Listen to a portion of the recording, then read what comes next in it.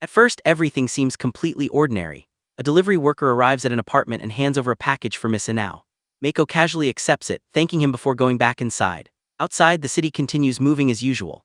A delivery vehicle passes through the narrow streets while people go about their daily routines, completely unaware that someone inside one of those ordinary apartments is quietly struggling with her own life. That person is Meiko Inao. Meiko is a young woman living in Tokyo, and on the surface her life doesn't look particularly unusual. She has a boyfriend, a place to live, and a regular office job. But beneath that normal appearance, Meiko feels like something is seriously wrong. Her family owns a farm, so every once in a while they send her boxes filled with fresh vegetables. Unfortunately for Meiko, this usually means she has to deal with another mountain of vegetables that she never asked for. She admits that she keeps telling her family the vegetables are going to waste anyway, because she would much rather buy bread and chocolate from a store. And just as she starts dealing with another box of vegetables, her boyfriend finally comes home. His name is Naruo Taneda. Taneda is exhausted from work and Meiko immediately starts teasing him for being late. She reminds him that it's his turn to make breakfast, but Taneda clearly isn't in the mood for another argument. He throws himself onto the couch and asks her to give him some space because he had been working all night. Despite the complaining and teasing, this is simply what their everyday life has become. They live together, they argue over small things, they joke around, and then they move on. But there's something much deeper hiding beneath all of it. As Meiko gets ready for work, Taneda casually wishes her a good day. She heads out with a smile, leaving him behind. And this is where we finally get a glimpse into what Meiko is really thinking. Because once she enters the world outside her apartment, that cheerful expression doesn't tell the whole story. Meiko is just an ordinary office worker in Tokyo. She has no idea what she wants to do with her life, and while she keeps waiting for some kind of revelation to tell her what direction she should take, she feels more and more trapped. Every morning, she travels through the crowded city surrounded by strangers. And instead of feeling connected to them, she feels completely disconnected. The commute becomes a daily source of frustration. Everywhere she looks, she sees people rushing to work, and inside her mind, resentment continues building. To Meiko, Tokyo feels like a place where everyone is simply pretending that everything is fine, and she can't stand it anymore. At work, she overhears her coworkers talking about relationships. One woman mentions that she's been living with her boyfriend for nearly a year because he couldn't afford his own place. Apparently, he's a freelance illustrator working part-time for a design company, and his income isn't enough to live independently. But the conversation quickly turns into gossip. Her coworkers start talking about what he does, how much he earns, and even his ridiculous dream of having a bronze statue of himself displayed in front of Studio Alta. Everyone laughs and reacts as though it's just another harmless conversation, but Meiko barely participates. Instead, she listens quietly while watching the adults around her. And the more she watches, the more she feels that everyone has simply accepted this boring routine as normal. Then she begins comparing their lives with her own. She works for an equipment manufacturer, a company she considers completely average. She isn't chasing some huge dream, and she isn't passionate about climbing the corporate ladder. She's simply working because that's what adults are supposed to do, and that thought leads her to a disturbing conclusion. In Meiko's eyes, adults have slowly become people who simply say, "Who cares? There are wars, there is hunger, people are suffering and dying all over the world. But as long as someone's own life is comfortable, why should they care?" Meiko realizes that this attitude has become almost normal. Even she has started thinking that way. Her job pays reasonably well, so she tells herself that there is no reason to complain. But deep down, she knows that's not true. For nearly 2 years, she has been telling herself the same thing. Just keep working, keep saving money, and eventually everything will make sense. Yet somehow she still feels empty. Then her boss suddenly calls her over. He's angry because she has once again made a mistake with some documents. He tells her that she should know better by now and complains that she doesn't have enough ambition. Then he goes even further, criticizing her attitude and reminding her that the real world isn't anything like college. Meiko immediately realizes that arguing won't help, so she simply lowers her head and apologizes. But inside, she's furious. This is exactly the kind of life she hates. She once tried to do her best when she started working there. But after spending day after day inside the same office, surrounded by people she doesn't even like, the job has become painfully boring. To Meiko, the workplace feels like a cage. Every day is another endurance test. And the worst part is that she has already started wondering whether this miserable routine is going to continue for the rest of her life. The only bright spot in her day is lunchtime, because that's when she can finally step away from the office and spend some time with Taneda. Even her cat Hihachi becomes part of this strange little routine. Meiko knows she should probably be grateful. She has a job, she has a boyfriend, she has a home, she has food, nothing is technically falling apart, and yet, she still can't shake the feeling that something is missing. She keeps telling herself that she's simply young, dissatisfied, and frustrated with society. But what if that's not the real problem? What if the life she's living was never the life she actually wanted? And that question is about to become impossible for Meiko to ignore. But Meiko's dissatisfaction didn't begin the day she started working. It had been building for years. When she first started dating Taneda, she never imagined that one day she would look at her own life and wonder how she ended up here. Back then, the two of them had arrived in Tokyo from completely different parts of Japan. The city felt enormous, confusing, and almost impossible to understand. They were like two outsiders who had accidentally landed on another planet. Everything was unfamiliar: the crowds, the endless buildings, the complicated streets, and the sheer number of people constantly rushing around them. But somehow having each other made the strange new world feel exciting. Meiko remembers those days with a strange mixture of emotions. She was nervous, she was a little scared, but at the same time, she was genuinely excited about what the future might bring. Back then, even the sky seemed impossibly huge. She and Taneda could stand together, look into the distance, and imagine that their lives could become anything they wanted. But years later, Meiko looks at that same sky very differently. Now surrounded by tall buildings, the space above her feels low, narrow, and heavy. The city that once seemed full of possibilities has slowly started feeling like a cage. And that's when the thought enters her mind: maybe there has to be another path for her. Maybe somewhere inside this massive city there are still opportunities waiting for her. But Meiko already knows the problem. She's old enough to understand that she doesn't have some extraordinary talent waiting to save her. She's not brave enough to throw everything away without knowing what comes next. So even when she hears that tempting inner voice telling her to break away and live freely, fear pulls her back. The hardest part is that she doesn't even know whether she's unhappy because of her job, or because she's simply afraid to change her life. Then, while she's sitting at work, she notices a message from Taneda. It's a small apology for yelling at her earlier, along with a promise that he'll make dinner to make up for it. It's nothing dramatic, just a simple message from her boyfriend. But somehow it reminds Meiko that there is still someone waiting for her at home. And for a moment, the heavy feeling inside her becomes a little lighter. Still, the thoughts don't disappear. The office remains the same: the desks, the paperwork, the endless routine. And that feeling that she's spending her entire life doing something she never truly wanted. Eventually, Meiko reaches her limit. She suddenly realizes she can't keep doing this anymore. So she goes to her boss and tells him that she's feeling sick and needs to leave early. She walks home alone, leaving the noise of the city behind. When she arrives, Taneda is still asleep. Meiko looks at him quietly. Despite everything she's been feeling, seeing him there gives her a strange sense of comfort. And then she finally says the words she's been holding inside for so long. She's thinking about quitting her job. Taneda doesn't panic. He doesn't tell her she's being irresponsible. Instead, he simply tells her that if quitting is really what she wants, then she should do it. They'll figure things out together. That answer catches Meiko off guard, because she was expecting fear. Instead, Taneda gives her reassurance. He tells her that no matter what happens, they'll manage somehow, even if people laugh at them, even if their future looks uncertain, even if they somehow end up at opposite ends of the world. They'll still be together. For the first time in a long while, Meiko feels like maybe she doesn't have to face everything alone. She looks at Taneda and her emotions finally break through. Because despite all the frustration, confusion, and uncertainty, she really does love him. And that love becomes the one thing keeping her from completely losing herself. The moment turns warm and intimate, showing that beneath all their arguments and lazy everyday routines, there is still a genuine connection between them. For Meiko, Taneda isn't just her boyfriend. He's the person who makes this overwhelming world feel a little less frightening. The next morning, everything seems ordinary again. The streets are quiet. The familiar city stretches out beneath the sky. Meiko wakes up and notices that Taneda has already left for work. She wonders whether he remembered to wash his face before leaving, and then notices the small message he left behind. It's another ordinary morning, but this time something has changed. Meiko has made a decision. She looks out toward the city, and somewhere beyond those rooftops her future is waiting. Then she finally admits it to herself. Today, she gave her 2 weeks' notice.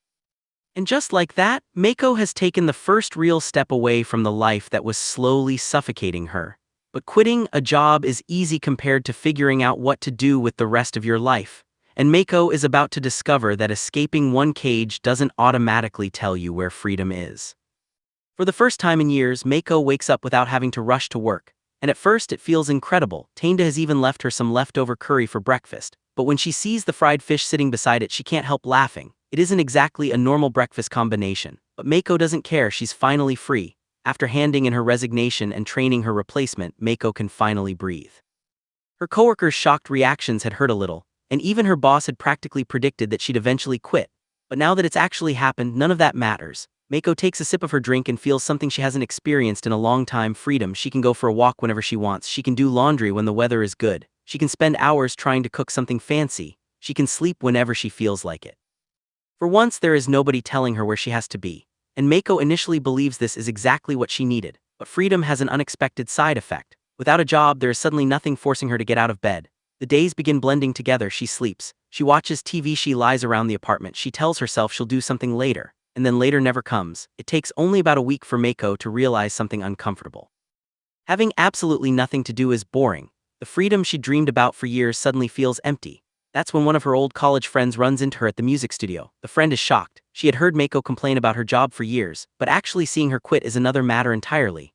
Meiko proudly confirms that she really did leave her job. Her friend immediately asks what she's going to do with herself now. Meiko has savings. She's still young. So in her mind, she has plenty of time. She starts imagining all the things she can finally do: buy summer clothes, get her driver's license, travel, anything she wants. But her friend can't help pointing out the obvious. Meiko is almost 24 and she still doesn't have a real plan. And the problem becomes even more obvious when they talk about Taneda. While Meiko is spending her days doing nothing, Taneda is still working with his band, and that difference slowly begins bothering her. Meiko admits that she simply doesn't feel like doing anything. She can't even motivate herself to get off the couch. But Taneda doesn't seem particularly worried. In fact, he has his own problems. When Meiko tells him that she submitted her resignation, Taneda's reaction is surprisingly delayed. He's too busy eating. Apparently he had already told her that he was going to resign from his job too. But Meiko's reaction makes him realize just how serious this situation actually is. Because unlike Meiko, Taneda doesn't have unlimited financial freedom. He estimates that his savings can only support them for about a year, which means eventually he needs another job. Still, there is something else happening in Taneda's life. His old college friends have started gathering at the music studio again, and this place is important to him. Back in college, Meiko and Taneda were part of the same music circle. After graduation, everyone became busy and meeting up became difficult. But now, even though many of them have stopped performing live, they still maintain the habit of getting together twice a month. It's almost like they never really left college. They joke around, they drink together, they insult each other. And despite all the years that have passed, the group still feels strangely unchanged. One of them even jokes that Taneda should work harder now that Meiko has quit. Another friend points out that Taneda is practically a slacker himself. The conversation quickly turns into the kind of ridiculous argument only old friends can have. But beneath all the jokes, there's something comforting about the group. Everyone has grown older, everyone has different responsibilities now. Yet when they're together, they can still become the same people they were years ago. And for Meiko, watching Taneda with his friends creates an unexpected feeling. She realizes that she's jealous, not because Taneda is spending time with other people, but because he has something that she doesn't. He has music, he has friends, he has a place where he belongs. Meiko, on the other hand, has quit her job, and now she doesn't know what she has left. As the night comes to an end, the group begins heading home. Taneda's friends say their goodbyes, promising to meet again. But while everyone else seems to have somewhere to go, Meiko can't shake the feeling that she's standing still. She looks at Taneda and admits that she's a little jealous of him. Now that she's quit her job, she feels like she doesn't have anything. Taneda has his band, he has music, he has something he's passionate about, and Meiko, she's beginning to wonder if quitting her job was actually the right decision. The freedom she wanted so badly has already started turning into emptiness. And that emptiness is about to force Meiko to confront a much bigger question: if work wasn't the thing she truly wanted, then what does she actually want from her life? But Meiko's jealousy doesn't stay hidden for long. As they walk home that night, she finally asks Taneda if he's upset about something. Taneda doesn't answer immediately. Instead, he admits that the band is only a hobby. A hobby doesn't pay the bills, and that's exactly what scares him. For years, Taneda had been the one earning money while Meiko figured out what she wanted to do with her life. He had quietly accepted that responsibility because he believed Meiko would eventually find her own path. But now she's quit her job too, and suddenly the future feels much less certain. Taneda confesses that he's genuinely scared. He worries about their future together. He knows that Meiko wants time to figure herself out, but he also knows they can't simply drift forever. The realization hits Meiko hard. She had been so focused on her own frustration that she hadn't noticed Taneda was carrying his own fears. So she promises him something. Starting tomorrow, she won't waste her time anymore. She'll find something to do, she'll figure things out. Taneda is relieved. The next morning, Taneda does something surprisingly simple. He buys 2 diaries. One is colorful and flashy, clearly chosen for Meiko. The other is plain and understated, just like him.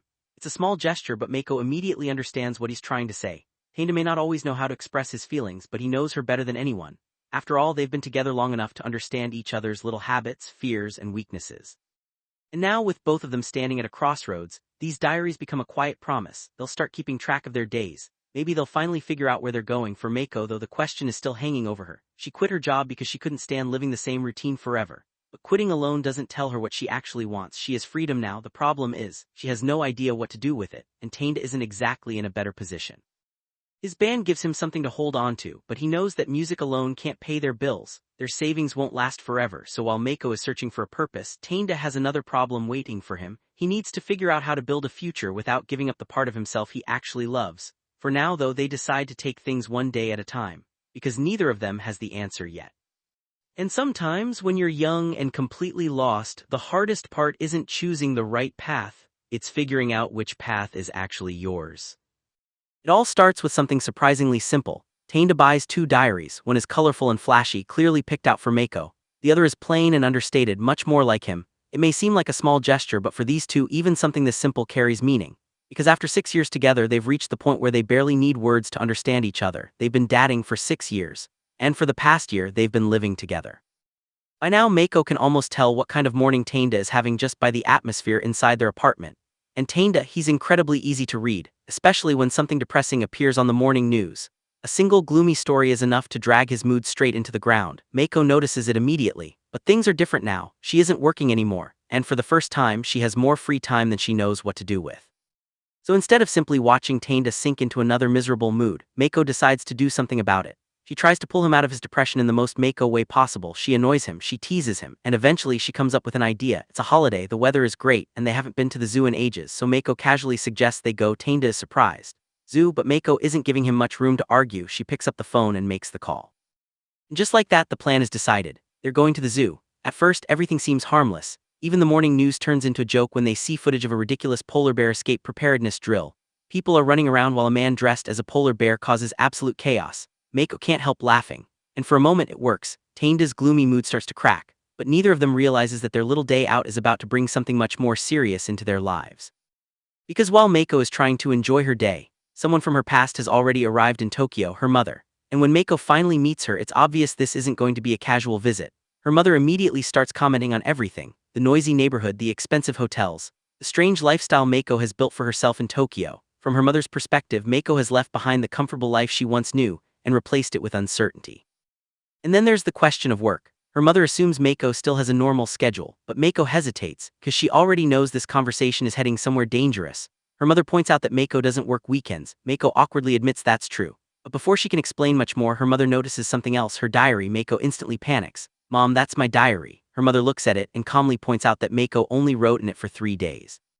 Which honestly is exactly the kind of criticism Meiko expected. Her mother knows her daughter too well. She's seen Meiko get excited about things before, only to lose interest and abandon them later. And now she's worried that the same thing is happening again. Meiko tries to defend herself. She explains that the diary wasn't some random purchase. Her boyfriend bought it for her. And that one sentence immediately changes the conversation, because now her mother wants to know more about this boyfriend. Man Meiko has been living with. Meiko becomes visibly uncomfortable. She knows exactly where this is going. Her mother reminds her that she's an adult now. She's paying her own bills. She's living independently. But independence also means taking responsibility for the choices you make. And Meiko has just made a very big one. She quit her job without another job waiting, without a clear plan, and without even telling her family beforehand. Her mother can't understand it. To her, this isn't freedom. It looks more like Meiko is throwing away the stability she worked so hard to build. But Meiko still has something else she needs to say. She looks at her mother and quietly admits that there's another reason she's here. Meanwhile, Taneda's day has taken a completely different turn. His romantic plans have been ruined. Meiko's mother has shown up, which means his date is cancelled, and to make matters worse, he suddenly has nowhere to stay that night. His friend Kato finds the whole situation hilarious. He basically tells Taneda that Meiko's mother appearing has given him a double disaster. But instead of worrying about it, the two friends continue wandering around the zoo. And somehow the animals become the perfect backdrop for Taneda's growing frustration with life. Kato asks if Taneda watched the morning news. Taneda says no, then Kato starts listing all the usual problems. The stock market keeps going up and down, people are getting murdered, everyone is working random part-time jobs. And somehow everyone has simply accepted this as normal. Taneda looks around, children are laughing, visitors are enjoying the animals, everything appears peaceful. But inside his head, things aren't peaceful at all. He starts wondering what the hell he's actually doing. He's working these meaningless part-time jobs, he's getting through one day after another. But where is all of this supposed to lead? Taneda admits that it feels like the entire world is balanced on an incredibly thin line. Everything could fall apart at any moment, and yet everyone just keeps pretending everything is fine. Kato tells him he's probably just frustrated, but Taneda's frustration goes deeper than that. He wants something more, something that actually makes him feel alive. Then Kato reminds him of something Taneda hasn't been able to completely forget: music, the band, the thing Taneda once cared about more than almost anything else. Kato looks at him and gives him a surprisingly serious suggestion. Maybe Taneda should start the band again. Taneda freezes, because this isn't some random idea. It's something he's clearly thought about before. He asks if Kato seriously means that if he starts taking music seriously again, Kato would actually follow him. And Kato basically says yes. Even if Taneda is his senior, he's willing to give everything up and follow him. But before the moment can become too serious, the two idiots immediately ruin it. They start fooling around right in front of the zoo visitors. Taneda even tries some ridiculous performance while Kato joins in. The children stare, the adults stare. And pretty soon they're making such a spectacle of themselves that everyone around them starts laughing. The two friends are supposed to be grown adults. Instead, they're acting like complete idiots. But underneath all that comedy, something important has happened. Kato has planted an idea in Taneda's head. Maybe music isn't supposed to remain a memory. Maybe Taneda should actually give it another chance. And while Taneda is busy questioning his future at the zoo, Meiko is facing the same kind of uncertainty at home. Her mother finally confronts her directly. She wants to know why Meiko quit her job. Meiko admits that it simply happened, but her mother isn't satisfied. Something this important should have been discussed first. And then she says what Meiko has been afraid of hearing. Her mother doesn't think she's ready to live completely on her own. Meiko sits there uncomfortable and frustrated, trying to defend herself. But her mother isn't just angry, she's genuinely worried. She knows Meiko, she knows her habits. And she knows how easily Meiko can throw herself into something without thinking about what comes next. Then her mother gives her the answer she thinks will solve everything. Meiko, I think it's time for you to come back home. To her mother, it sounds like the simplest solution in the world. Meiko has no job, she has no clear plan, and she's spending money without knowing what comes next. So why not just leave Tokyo and return to the safety of home? But Meiko doesn't see it that way. For her, going back home would feel like admitting that she failed. She came to Tokyo to build a life of her own. She chose to live with Taneda. She chose to quit a job that was making her miserable. And even if she doesn't know what comes next, she still believes those choices belong to her. So, with her mother sitting right in front of her, Meiko quietly shakes her head. No, she doesn't want to go back. Her mother can see how stubborn she's being, but Meiko isn't simply throwing a tantrum anymore, she's scared. Because the truth is, she doesn't have an answer, she doesn't know what career she wants. She doesn't know what she'll do with all this free time. And she doesn't know where her relationship with Taneda is ultimately heading. But despite all of that uncertainty, she still wants to choose her own path, and that's what makes this moment so important. Meiko has spent years following routines that were already decided for her: school, work, bills, repeat. Now, for the first time, she's standing in front of a completely empty road, and instead of letting her mother choose the direction, Meiko decides she'll figure it out herself. But while Meiko is struggling with adulthood, Taneda is dealing with his own version of the same problem. At the zoo, his friends have turned the entire day into a disaster. What was supposed to be a relaxing trip has become a ridiculous performance, with the adults fooling around so badly that the children around them don't even know whether to laugh or cry. Taneda is caught right in the middle of it. And for a brief moment he forgets about everything: the jobs, the money, the depressing news. The feeling that his life is going nowhere. He simply laughs with his friends, but underneath that laughter something has already started changing, because Kato's earlier suggestion is still stuck in his head. Maybe Taneda should start the band again. Maybe music isn't just some childish dream he should have abandoned. Maybe it's the one thing that can actually make him feel like himself again. And that leaves Taneda facing the same question as Meiko: if they don't know exactly where their lives are going, then maybe it's finally time to stop living according to everyone else's expectations. Meiko has chosen freedom. Taneda is beginning to consider music, but neither of them realizes yet how difficult those choices are going to become, because wanting a different life is easy, building one is where the real struggle begins. Work for 23s. At first, everything seems completely normal. Taneda and his friend are standing at the station, casually talking about where they'll stay for the night. Taneda agrees to take the keys and hang around his place until work is over. But his friend suddenly brings up something else: their old conversation, and more importantly, the idea of starting their band again. Taneda immediately gets uncomfortable and tries to brush it off. His friend even jokingly brings up the ridiculous story about Taneda being abducted by aliens as a kid, but Taneda doesn't want to go there. Instead, he tells him they'll talk about it later. He'll follow his lead, just as soon as Taneda himself figures out what he wants. And while the two friends go their separate ways, Meiko is facing a much more serious problem. She looks out over Tokyo and wonders why she's even still here. Because right now, her life has an expiration date determined by one simple thing: her bank balance. She knows she can't keep living like this forever. She needs to find something before her money runs out. But if she's being completely honest with herself, there's another reason she's staying in Tokyo. Taneda is here. And even though she doesn't have a proper plan for her future, she isn't ready to walk away from the life she's built. As Meiko walks through the city, she lights another cigarette. Someone notices and asks if she didn't quit smoking. Meiko doesn't even bother pretending anymore. Her life is already uncertain enough. And then unexpectedly Taneda shows up. Meiko is surprised because she thought he was staying somewhere else that night, but Taneda has a reason for coming. He wants to meet her mother. And Meiko has absolutely no idea how that's going to go, because meeting your girlfriend's mother is awkward enough. But meeting her when you've been secretly living together, that's a completely different story. Later, the two of them arrive at Meiko's apartment, but something immediately feels strange. The lights are off. Meiko looks confused, then Taneda notices something else. There's a strong smell coming from inside. Curry. They enter the apartment and Meiko quickly realizes her mother has already been there. There's a note waiting for her. Her mother apologizes for yelling at her earlier. She explains that she was surprised and reacted without thinking. But then she leaves Meiko with something much more important. She tells them that the two of them should make their own decision. And instead of staying with them, she'll stay at a hotel like she originally planned. She even prepared some curry for them to eat. But there's one final warning. Her mother knows Meiko is living with Taneda. The nameplate on the mailbox made that obvious. She promises she won't tell Meiko's father. But if Meiko is going to lie, she better learn how to do it properly. For the first time, Meiko realizes that her mother isn't trying to control her. She's giving her a choice. And that choice is terrifying. Back inside the apartment, Meiko quietly apologizes to Taneda. She doesn't even know exactly what she's apologizing for. But Taneda doesn't push her. Instead, the two of them finally talk honestly about their families. Meiko admits that when her mother asked if they were living together, she panicked.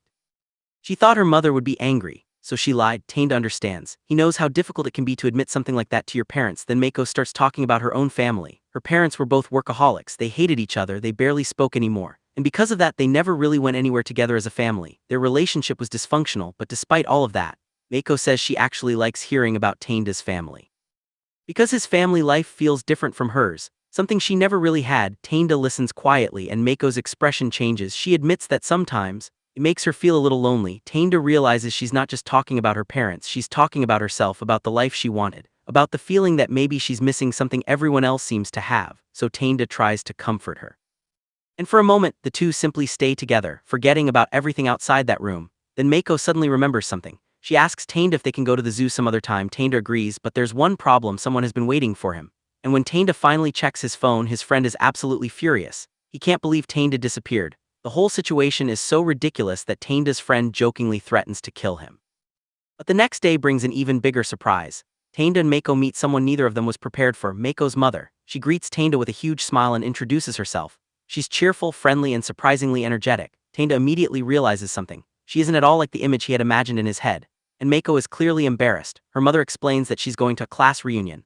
Unfortunately, she seems to have misunderstood the dress code completely.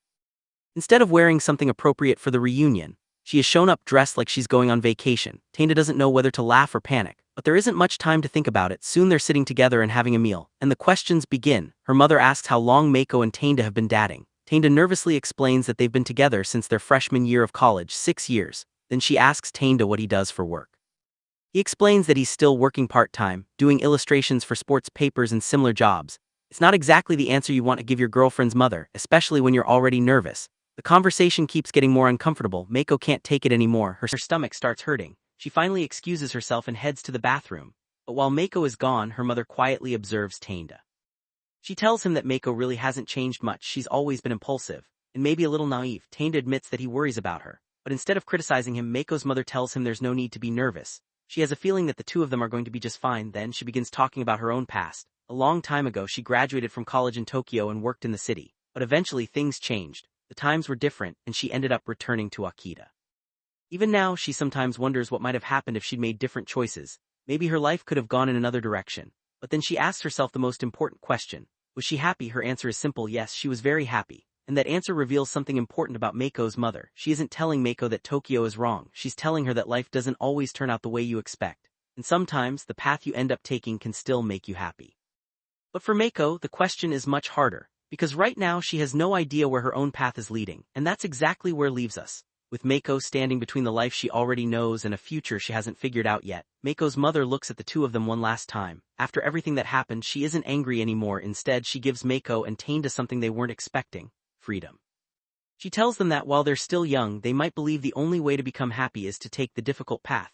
But life isn't always that complicated. Sometimes happiness is much simpler. And right now she believes the two of them should be free to do whatever they want. Then she turns to Taneda with a final request. She asks him to take care of Meiko for her. Taneda quietly agrees. Outside, a bus arrives. Meiko's mother is ready to leave.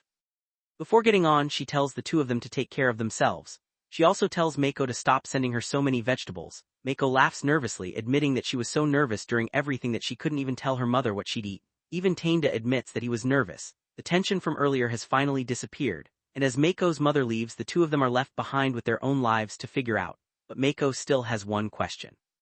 As they walk through the station, she turns toward Taneda. What did you and my mom talk about? Taneda hesitates. Meiko immediately notices. She asks again, but Taneda simply gives her a vague answer. It's a secret. Meiko doesn't seem completely satisfied, but she lets it go. Then, while they're walking together, Taneda suddenly brings up something else. He tells Meiko that if they ever become rich, there's somewhere he wants to take her, a place they've been before. He wants them to go there again and eat eel together. For now, it's only a small promise. They don't know when they'll have the money, they don't even know what their future will look like, but Meiko simply agrees. Okay, and with that the two continue walking through the crowded station together. Their future is still uncertain, their problems haven't magically disappeared. But for the first time they aren't trying to find all the answers at once, they'll figure things out together, one step at a time. Begins by introducing the man we've been seeing around the neighborhood. His nickname is Rip, but that's not his real name. His real name is Jiro Yamada, and unlike the strange nickname might suggest, there's nothing particularly unusual about his life. Jiro works as a clerk at his family's ordinary drugstore, located inside an ordinary shopping arcade. For him this has simply been normal life, but the nickname Rip has followed him since elementary school, because of a minor incident back then. And even now, that old nickname is still affecting his life. As Gyro is working at the drugstore, an elderly man suddenly approaches him. Gyro greets the customer, but the old man isn't actually looking for medicine. Instead, he's confused about something outside. Gyro quickly realizes what's going on. The old man has mistaken the giant frog statue in front of the drugstore for a mailbox. Gyro explains that the real mailbox is actually farther down the street. The old man accepts the explanation and thanks him for being kind, but this isn't the first time Gyro has seen him. In fact, this old man keeps coming back again and again, sometimes several times in a single day, and every single time he seems to make the same mistake. Gyro has already shown him where the real mailbox is countless times, but somehow the old man always forgets. At first, it seems like nothing more than a funny little neighborhood incident. But Gyro soon discovers that there's a much sadder reason behind it. Later, Gyro looks at the frog statue and casually asks, "Hey frog, so what's your life like?" The question sounds ridiculous, but in a strange way Gyro seems to understand that frog better than anyone else. The statue stands outside all day, it smiles through the wind and rain, people constantly mistake it for something else. And despite being there all the time, it doesn't actually do much. Gyro jokes about the situation, but there is something deeper behind his words, because in a way he's talking about himself. He spends his days working at the same ordinary drugstore, living the same ordinary routine. And even though he laughs and acts like everything is fine, there's still a part of him wondering if this is really the life he wants. Then Meiko enters the picture. She and Gyro start talking while Taneda is around, and the conversation quickly turns toward Taneda's recent obsession. Taneda has apparently discovered that he's surprisingly good at video games. In fact, he's been playing so much that he's even starting to wonder if he could become a professional gamer. Meiko laughs at the idea, but Gyro doesn't completely dismiss it. Instead, he points out that it's actually unusual for someone's hobby and career to overlap so perfectly. Maybe this could be a chance for Taneda to try something completely different. After all, when you're young, there's still time to experiment. There's still time to fail, and maybe even time to discover something you never knew you were good at. Meiko, however, senses that Gyro's words aren't only about Taneda. Gyro has spent years living a predictable life, so perhaps he's also wondering what it would be like to finally try something new himself. But before the conversation can go any deeper, the elderly man appears again. Once more, he's standing near the frog. Once more, he thinks the frog is a mailbox. Gyro sighs and goes over to help him, and this time something catches his attention. The old man is holding a letter. Gyro realizes that this isn't just some random piece of mail. The old man is actually sending these letters himself. When Gyro asks who they're for, the answer is unexpectedly painful. The old man explains that he's sending them to his wife. Meiko is confused, but then the old man explains that his wife passed away a long time ago. She died decades earlier when the two of them were still young. The reason was the terrible air raids that happened during the war. Yet even after all these years, the old man continues writing to her. He says he's kept her waiting for decades, and perhaps somewhere in his fading memories he's still trying to maintain the connection they once had. Gyro and Meiko don't know what to say. The situation suddenly stops being funny. This isn't just an elderly man confusing a frog with a mailbox.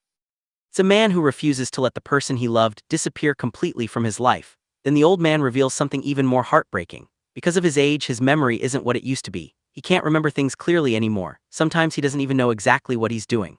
But when his letters somehow come back to him, it gives him the feeling that his wife still remembers him. That thought is enough for him, even if she has been gone for decades. Even if his own memories are slowly disappearing, he can still imagine that somewhere she hasn't forgotten him. For a moment, the busy drugstore feels strangely quiet. Gyro and Meiko watch the old man from a distance, and Meiko can't help wondering whether he's actually happy. Gyro doesn't have an answer. He admits that they would have to ask the old man himself. But Meiko points out how incredible it is that the man has remained emotionally close to his wife even after all these years. Gyro agrees. And the story suddenly turns back toward him, because if someone can spend an entire lifetime holding onto a single memory, then what does that say about the life Gyro is living? His job is ordinary, his routine is ordinary, his future is uncertain, and yet he's been going through the motions without really asking himself whether he's satisfied. Then Meiko walks back into the drugstore. She needs some painkillers because Taneda has a headache. The moment she arrives, she and Gyro start talking again. Meiko asks him something much more serious this time. She asks whether he's happy. Gyro freezes. The question catches him completely off guard. Meiko doesn't let him escape so easily. She asks him what he thinks life actually is. And then she asks the question that hits even harder: if you died right now, would you be satisfied with the life you've lived? Gyro doesn't know how to respond. For once, his usual relaxed expression disappears. These aren't simple questions. They're the kind of questions people usually avoid because they force you to look directly at your own life.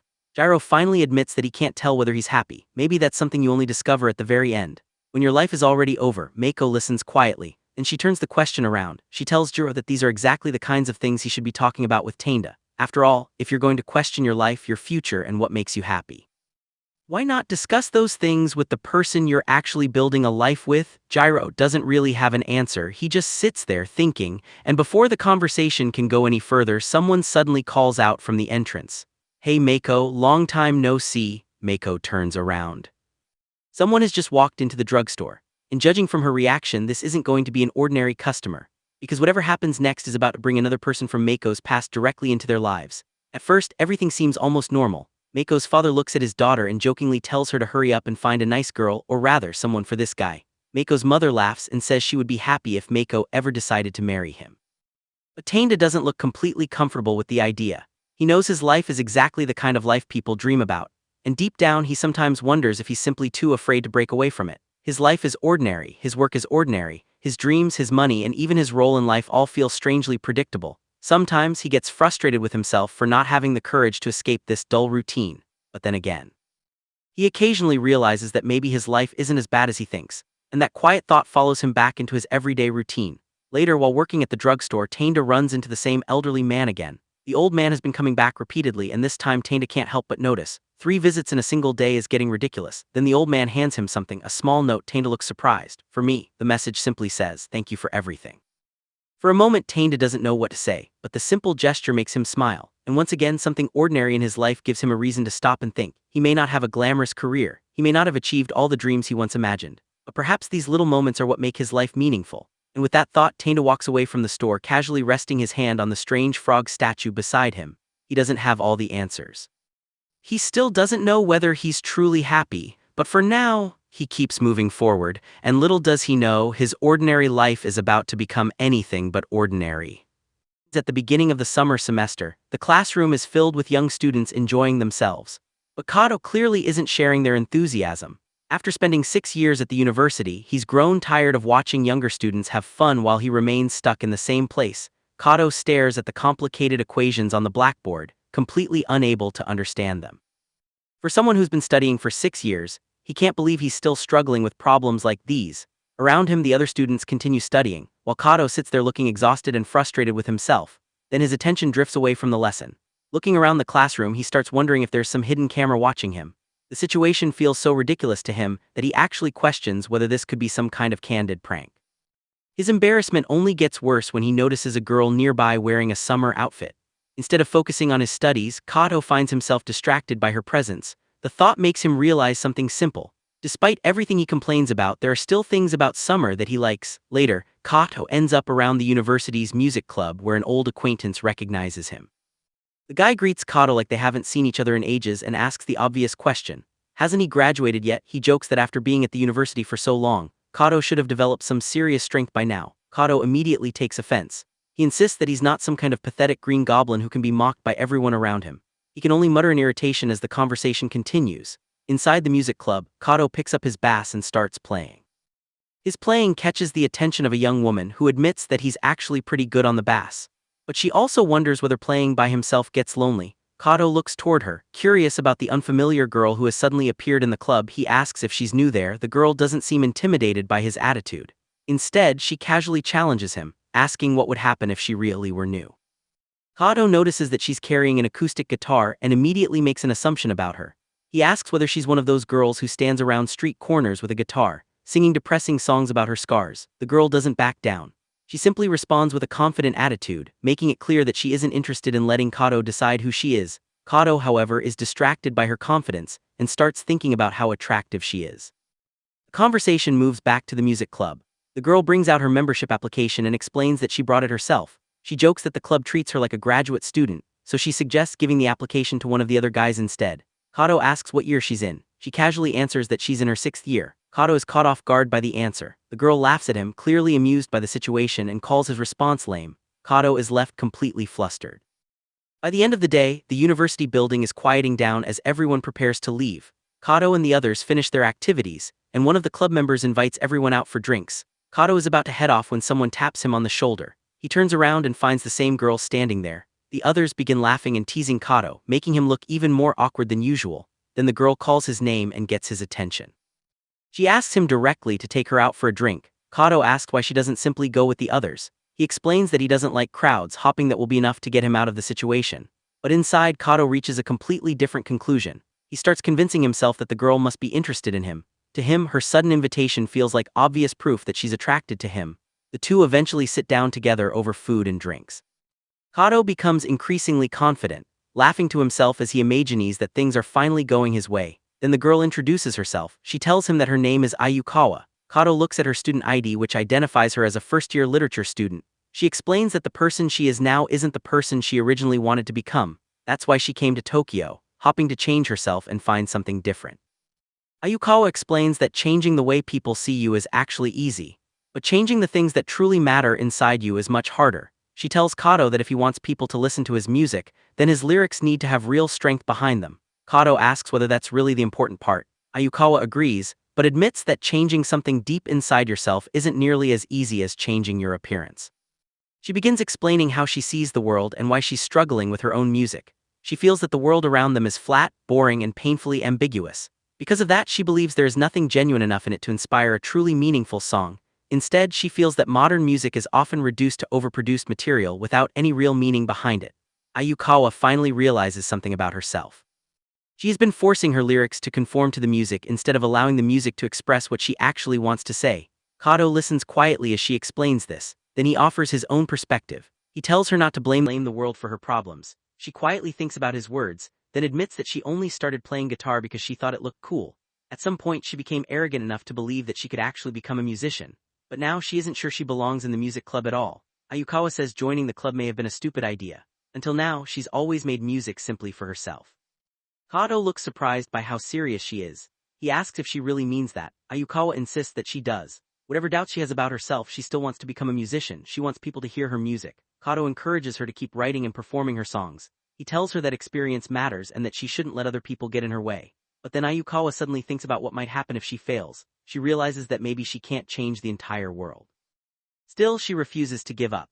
If she can't change the world, then at least she can shake up the Japanese music charts. Her determination becomes much stronger than before. She turns toward Kato and tells him to do whatever he can as well. Then she makes an even bolder declaration. As long as she's still alive and fighting, she won't show the world any mercy. Kato can barely believe what he's hearing. He thinks that coming from someone who's already drunk, those are some surprisingly serious words. Ayukawa then leans against him. She asks Kato what will happen if all of this doesn't actually lead anywhere. Her expression becomes softer as she looks at him. She reminds him that he'll still have his music. If he keeps playing, she believes something is bound to come from it eventually. The two finally leave together. Ayukawa points out that her place is nearby. Kato looks toward the building and immediately reacts to how rundown it is. He jokes about the place looking like it could collapse if someone breathed on it. Ayukawa simply wishes him good luck. Then without warning she gives Kato a kiss on the cheek. Kato freezes. The moment completely catches him off guard. He can hardly process what just happened. His body reacts before his mind can catch up, and he realizes just how strongly the unexpected kiss has affected him. Kato is left wondering how his body could betray him over a girl like Ayukawa. And while he struggles to recover from what just happened, Ayukawa walks away with a satisfied smile. But Kato's night isn't over yet. Ayukawa when his phone suddenly rings. On the other end is Meiko, who sounds like she's been searching everywhere for him. She finally manages to catch him and immediately demands to know where he's been. Kato casually asks what's going on, but Meiko isn't in the mood for excuses. She tells him to forget everything and get his butt home. Her frustration quickly becomes obvious. She mutters that she's going to kill him. Then Kato is reminded of the reason she's so angry. He was supposed to have dinner with AI that night, and somehow Kato had completely forgotten about it. Meiko makes it clear that she's been keeping AI company for him, but she's clearly reaching the end of her patience. She even threatens to break Kato's neck if he doesn't get himself home. Kato stares at his phone, realizing just how badly he's messed up. He admits that he completely forgot. But before he can do anything about it, another voice starts teasing him. Kato's friends assume that some cute college girl must have talked him into treating her to dinner again. The teasing continues, reminding Kato that one careless moment can make everything come crashing down. Kato looks up toward the nearby house, suddenly realizing that he has no time to waste. He thinks about the situation carefully, then his expression changes. He's made his decision. Instead of taking his time getting home, Kato decides he's going to run the entire way. He takes off through the nighttime streets, determined to get home before things become even worse.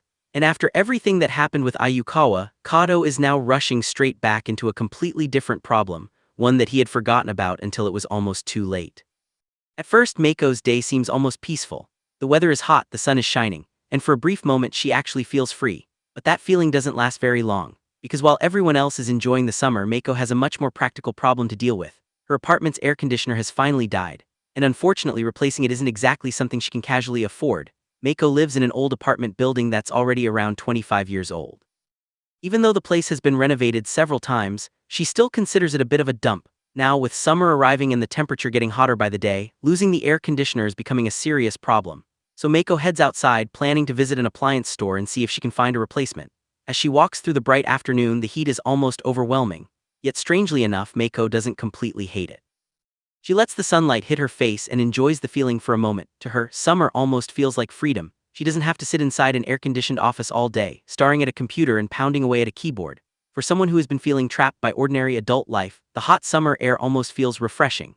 But then reality catches up with her. Meiko remembers her bank balance, and suddenly that feeling of freedom doesn't seem so exciting anymore.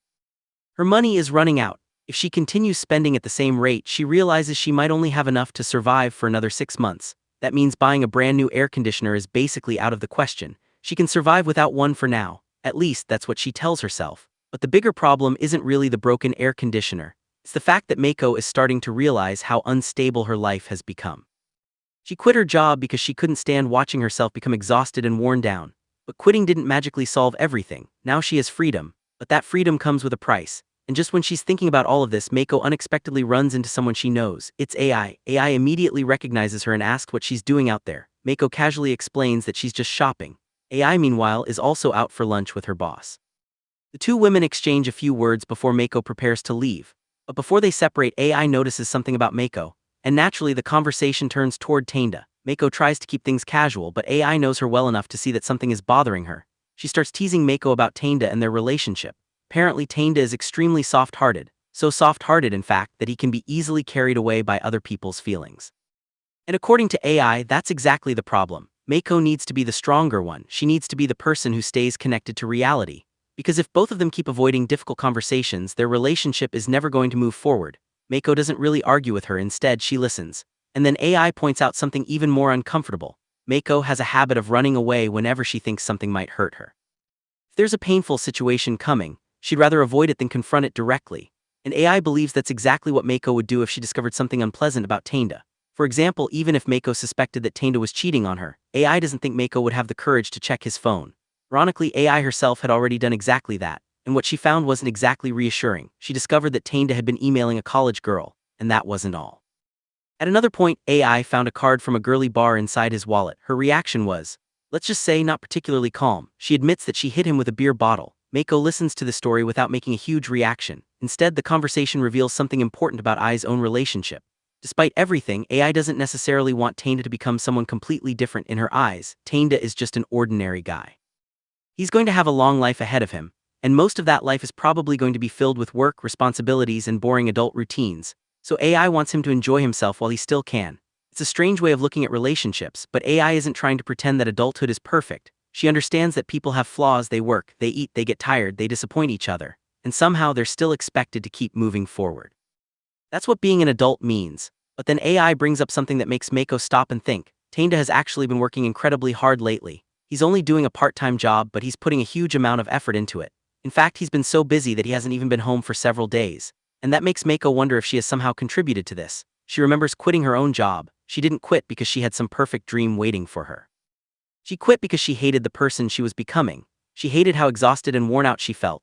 And yet now that she's watching Taneda work himself so hard, she starts wondering whether her decision has somehow put pressure on him. Maybe Taneda's trying to become more responsible because he feels like he has to. Maybe he's trying to grow up faster than he's ready for. And Meiko doesn't know how to deal with that, because she isn't some innocent dreamer who believes everything will magically work out. She knows how difficult ordinary life can be. She understands that living together with someone means accepting their flaws. You can't expect your partner to be perfect. You can't expect every day to feel romantic. Sometimes you just have to accept the boring parts of life and keep going. But there is one thing Meiko can't ignore. The thing that makes her most unhappy isn't her own situation, it's Taneda more specifically. It's watching Taneda try so hard to become an adult. And that's when Ai gives Meiko some brutally honest advice. If she really has something she wants from Taneda, then she should tell him. She shouldn't just sit around worrying about what might happen. Because no matter how much you worry about another person's problems, you can't solve their life for them. Thinking about it endlessly won't change anything. And if Meiko keeps avoiding difficult conversations just because she's afraid of getting hurt, she could eventually end up regretting all the things she never tried. Sometimes regret comes from the things you did. But sometimes, it's even worse when the regret comes from the things you were too afraid to do. That thought stays with Meiko as she heads home, and she realizes something about herself. She didn't quit her job because she hated working. She quit because she hated the way the job was slowly destroying her. She wanted to escape that exhaustion. But now she has another problem. She and Taneda still haven't seriously talked about their future. and deep down Meiko is afraid that if they finally have that conversation their relationship might fall apart. So she's been avoiding it, not because she doesn't care about Taneda, but because she cares too much. She isn't chasing some perfect dream where everything magically works out. She simply wants a normal life where two people can accept each other's shortcomings and keep moving forward together. But the more she thinks about it, the more she realizes that she can't keep pretending everything is fine. Eventually Meiko returns home, and surprisingly Taneda is already there. He's sitting inside with his bass, still practicing music and working toward the future he wants. Meiko walks in and casually shows him the sandals she bought from Ai's shop. Taneda takes a look and admits that they look good, but then he gives her one small warning: don't wear them inside the house. It's a simple domestic moment, nothing dramatic, no huge argument, no grand declaration, just two people living together and dealing with ordinary life. And somehow that's exactly what makes the moment feel real. Then Meiko notices something: the air conditioner is working. She can't believe it. The machine that had completely stopped working is suddenly running again. Taneda apparently managed to fix it somehow. Even he isn't completely sure what he did. He just messed around with it until somehow it started working again. For Meiko it's almost symbolic. She had gone outside thinking she would need to spend money she couldn't afford just to make her apartment livable again. And now, without asking for anything, Taneda has fixed it. It's only an air conditioner, but to Meiko it represents something bigger. Taneda is trying. He's trying to make things work. He's trying to become more responsible. He's trying to build a future. And maybe Meiko has been so focused on protecting herself from disappointment that she hasn't properly noticed how hard he's been trying. She looks at him for a moment, then she finally asks the question that's been sitting inside her mind. Taneda, is your job hard? It's a simple question, but it's not really about the job Meiko is asking about him. She's asking how he's doing. She's asking whether he's tired. She's asking whether he's okay. And perhaps most importantly, she's finally opening the door to the conversation she's been avoiding. Because underneath all the jokes, the money problems, the broken air conditioner, and the everyday routine, there's a much bigger problem between them. They haven't seriously talked about their future. Meiko doesn't know where they're going. Taneda is working harder and harder, trying to become the responsible adult he thinks he needs to be. Meiko is standing on the other side, watching him struggle while secretly wondering whether she's making things harder for him. Neither of them seems to know how to say what they really feel. But now, for the first time, Meiko is starting to ask the questions that actually matter. Maybe growing up isn't about suddenly having all the answers. Maybe it's about finally being brave enough to have the uncomfortable conversations you've been avoiding. And Meiko may have just taken the first step. Because the real problem was never the broken air conditioner. It was everything the two of them had been leaving unsaid. And now that Meiko has finally asked Taneda how hard his life really is, the next question could change their entire relationship. And Taneda's answer is surprisingly simple. When Meiko asks if his job is difficult, Taneda doesn't complain. Instead, he tells her that it's actually fun. That answer makes Meiko smile. For a moment, she just looks at him, almost relieved. Meiko knows there's something else Taneda truly wants: music, so she finally asks him directly, Taneda, you really want to make music, right? Taneda looks at her and Meiko doesn't stop there. If music is what he really wants, then why is he wasting so much time trying to become someone he's not? Why not go back to what he actually loves? Why not bring his old band back together? The suggestion catches Taneda off guard, because getting the band back together isn't exactly a small decision. It means choosing music again. It means taking another risk. And after everything they've been through, neither of them knows exactly where that road will lead. But maybe that's the point. For once, Meiko isn't telling Taneda to be more responsible. She's not asking him to work harder. She's not telling him to become a proper adult. Instead, she's encouraging him to chase something that actually makes him happy. And Taneda seems to understand what she's trying to say. The two of them have spent so much time worrying about what they're supposed to do that they've almost forgotten what they actually want to do. Meiko quit her job because she couldn't stand watching herself fall apart. Taneda has been working hard because he's trying to build a stable future. But somewhere along the way, both of them started moving away from the things that made them happy. Now perhaps they're finally ready to change that. Meiko looks down at the new sandals she bought.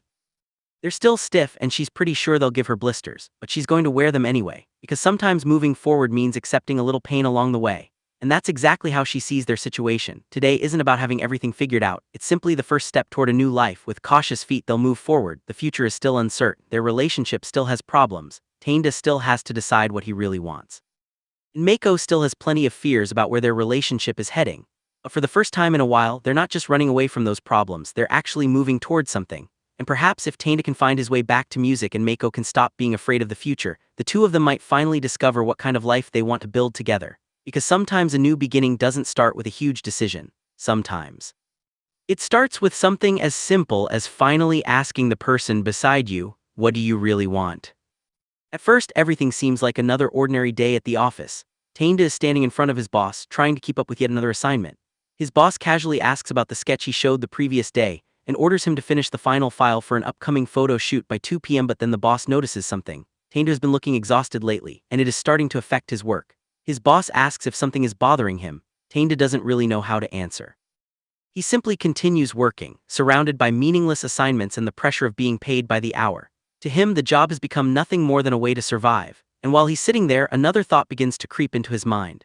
Is this really all his life is going to be? Later, Taneda finds himself wandering through a strange forest. He has been walking for what feels like years, yet he still can't find a way out. The forest is surrounded by an enormous wall, and every path eventually leads to another dead end. Exhausted, Taneda finally reaches his limit. The weight on his back has become unbearable, and his stamina is completely gone. Just when he thinks he can't go any farther, something strange appears before him. A mysterious spring. And sitting there is an incredibly bizarre old man who introduces himself as the spirit of the spring. The spirit starts tempting Taneda with promises of a better future.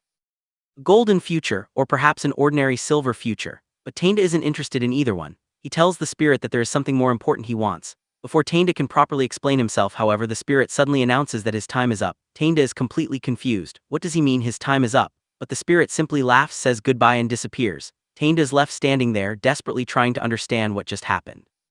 And then reality comes crashing back at work. Taneda is shocked when his boss tells him that he's getting paid. For a moment, Taneda thinks this means everything is finally going to work out. But then he realizes something terrifying. After all the work he's done, he still has nothing to show for it. His job hasn't given him the future he wanted. And that's when his friend asks the question that Taneda has probably been avoiding for years. Why did you start working here in the first place? Taneda explains that he studied design in college. He wanted to do something creative, something that actually meant something to him. But somewhere along the way, he settled. His friend immediately notices it. He can hear the disappointment in Taneda's voice. This job isn't what Taneda truly wants. But Taneda has convinced himself that having a mediocre job is better than having high expectations and ending up unemployed. His friend calls him a pessimistic optimist, because instead of chasing his dream, Taneda has simply lowered his expectations enough that failure doesn't hurt anymore. Then the conversation takes a darker turn. Their boss has announced plans to expand the company with a weekly magazine and a website. That means even more work is coming. The two men joke that they can only hope their boss's bad habits eventually finish him off, because if that happens, they might finally be able to take over the business. But then his friend looks directly at Taneda and says something much more important. Taneda, get your band back together later. Taneda's back home with a Meiko. She notices his sudden confidence and asks where it came from. Taneda doesn't even seem to understand it himself. But as they talk, his insecurities begin to surface. He admits that he doesn't think his talent is anything special. He can't compete with people who are truly serious about music, and deep down he's terrified of being judged. The Meiko sees straight through him. She tells him that if he never gets out there and plays, he'll never know whether he's actually good or bad. Taneda worries about what will happen if he fails. What if he really is terrible? What if everyone laughs at him? But instead of letting him hide behind those fears, she challenges him. She reminds him that he loves music, and if he never takes the chance to play, he'll spend the rest of his life wondering what could have happened. Then she pushes the question even further. And if you actually suck, will you die with me? Taneda is stunned. She quickly reveals that she's joking and says they'll deal with that problem when the time comes. But her words clearly hit him harder than she realizes, because she has just confronted the biggest problem in his life. His fear of finding out who he really is. After their conversation, Taneda leaves the house and goes for a walk. He thinks about his situation. The argument from the previous night still weighs heavily on him, and going home doesn't feel comfortable anymore. Maybe he'll stay at Kato's place tonight. As he walks through the city, Taneda admits something he has never been able to escape. He doesn't have the confidence to affirm himself. He constantly compares himself to other people. Whenever he sees someone more talented, more successful, or more confident, he immediately feels smaller. And that's why living the lukewarm life of a part-timer feels so comfortable. There are no huge expectations, no massive risks, no chance of spectacular failure. But there is a problem. The longer he stays in that comfortable life, the fewer choices he has. Taneda is getting older, and he knows it, yet despite everything, one desire still refuses to disappear. Deep inside, he still wants to play his guitar. He wants to hear it through a huge amplifier. He wants to stand on a stage and play music again. The dream isn't dead.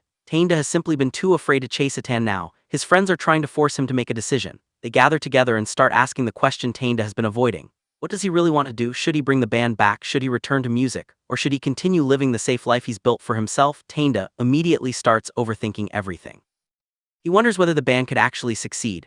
Would the music work? Would people accept them? Would it be worth risking everything? But eventually another voice cuts through all those doubts. He won't know unless he tries. Even if things don't work out, at least he will know he gave it a chance. Still, Taneda can't completely trust the situation. He remembers Meiko's words and wonders if she really meant what she said. His friends tease him about it, warning him that you never know when a Meiko might double-cross you. But beneath all the jokes, Taneda is facing a decision that could completely change his life. For years, he has been running from his dream. Now, for the first time, he might finally be ready to chase it. Taneda's mind is still a complete mess. He's trying to think about his future, his relationship with Meiko, his music, and the possibility of bringing the band back together. But the more he thinks, the more confused he becomes. At one point he finally snaps. Arg, this is getting me nowhere. His thoughts keep jumping from one subject to another. He wonders how long he and Meiko will even stay together. Then he starts thinking about the economy and convinces himself that the future is probably hopeless anyway. But underneath all those random thoughts, there's one thing he can't escape. He's afraid. Afraid of making the wrong decision, afraid of failing, and most importantly, afraid that if he chooses to chase his dream again, he might discover that he's simply not good enough. Meanwhile, his friends keep joking around, completely unaware of how seriously Taneda is struggling inside. But eventually the noise fades away. Taneda is left alone with his thoughts, and that's when Meiko sends him a message. She apologizes for what happened the previous day and tells him that she'll be waiting.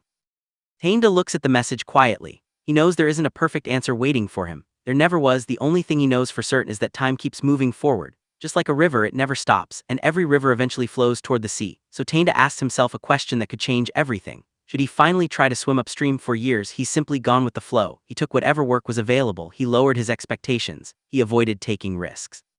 And whenever his dream of music started calling him again, he pushed it away.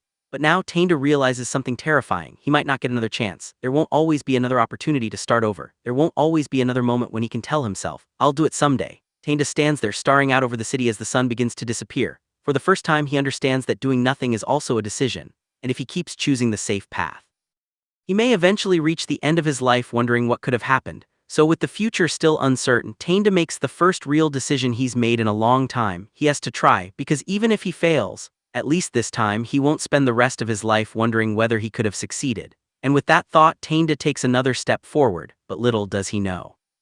His decision to chase music again is about to bring his old band, his relationships, and his entire life crashing together. With Taneda finally deciding to take music seriously, the old band begins preparing for their comeback. But getting back together isn't as simple as picking up their instruments and playing the songs they remember. During practice, the members immediately start arguing over the arrangements. One of them suggests cutting the guitar solo from a long song to make it shorter. Taneda disagrees. He knows that removing the solo would throw off the balance of the entire track. Another member complains that while Taneda gets to have fun with the guitar, he's stuck playing bass and is getting bored. The argument quickly turns into chaos. And before things get completely out of control, someone decides that the only reasonable solution is to go get a beer. Despite all the arguing though, there's something different about the group now. They're actually serious about making music again. Later, the group continues talking about Taneda's decision.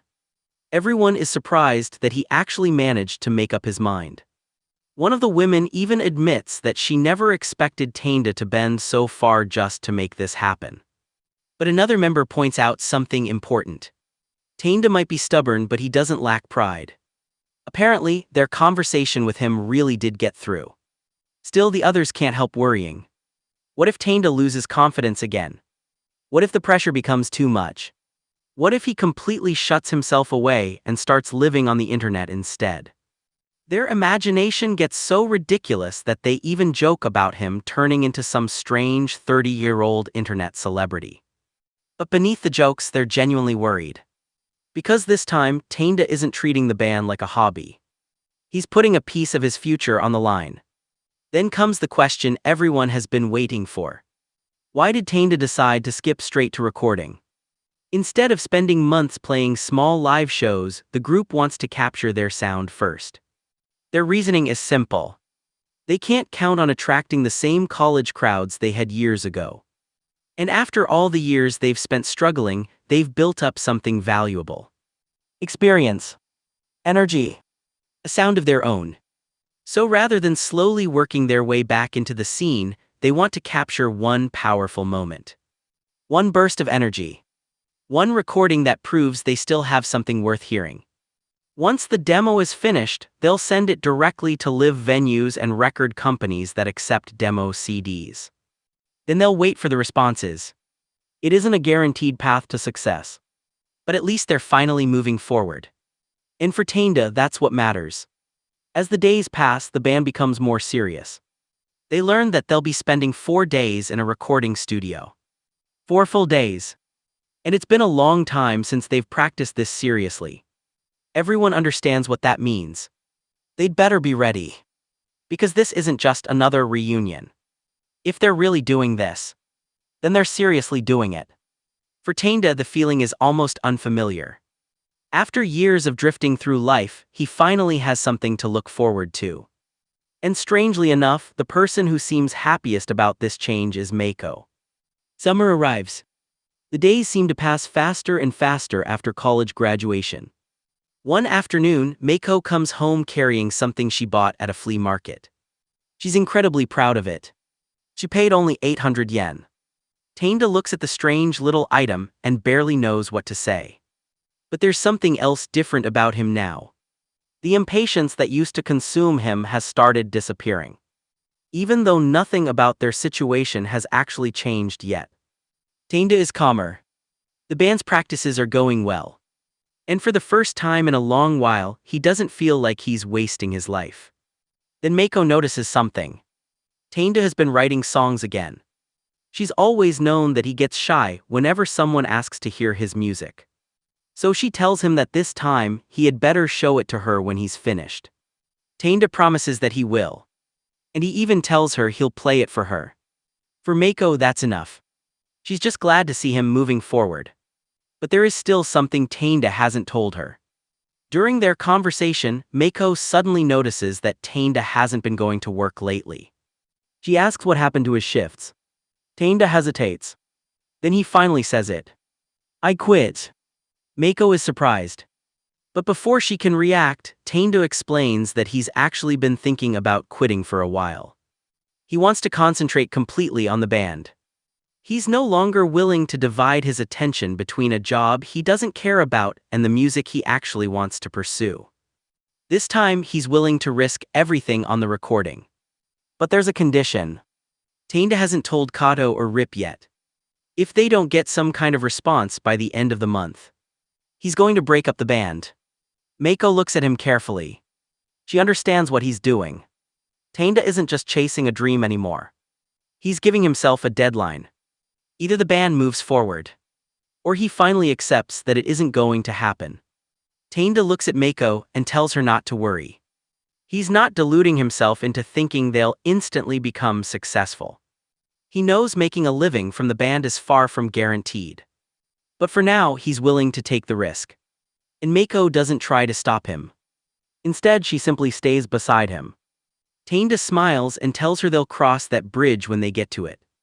For a moment, everything feels peaceful. The two of them sit together, quietly enjoying the moment.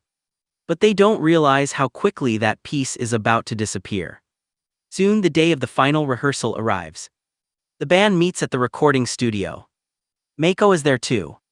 Taneda explains that he brought her because this is their final rehearsal before they begin recording.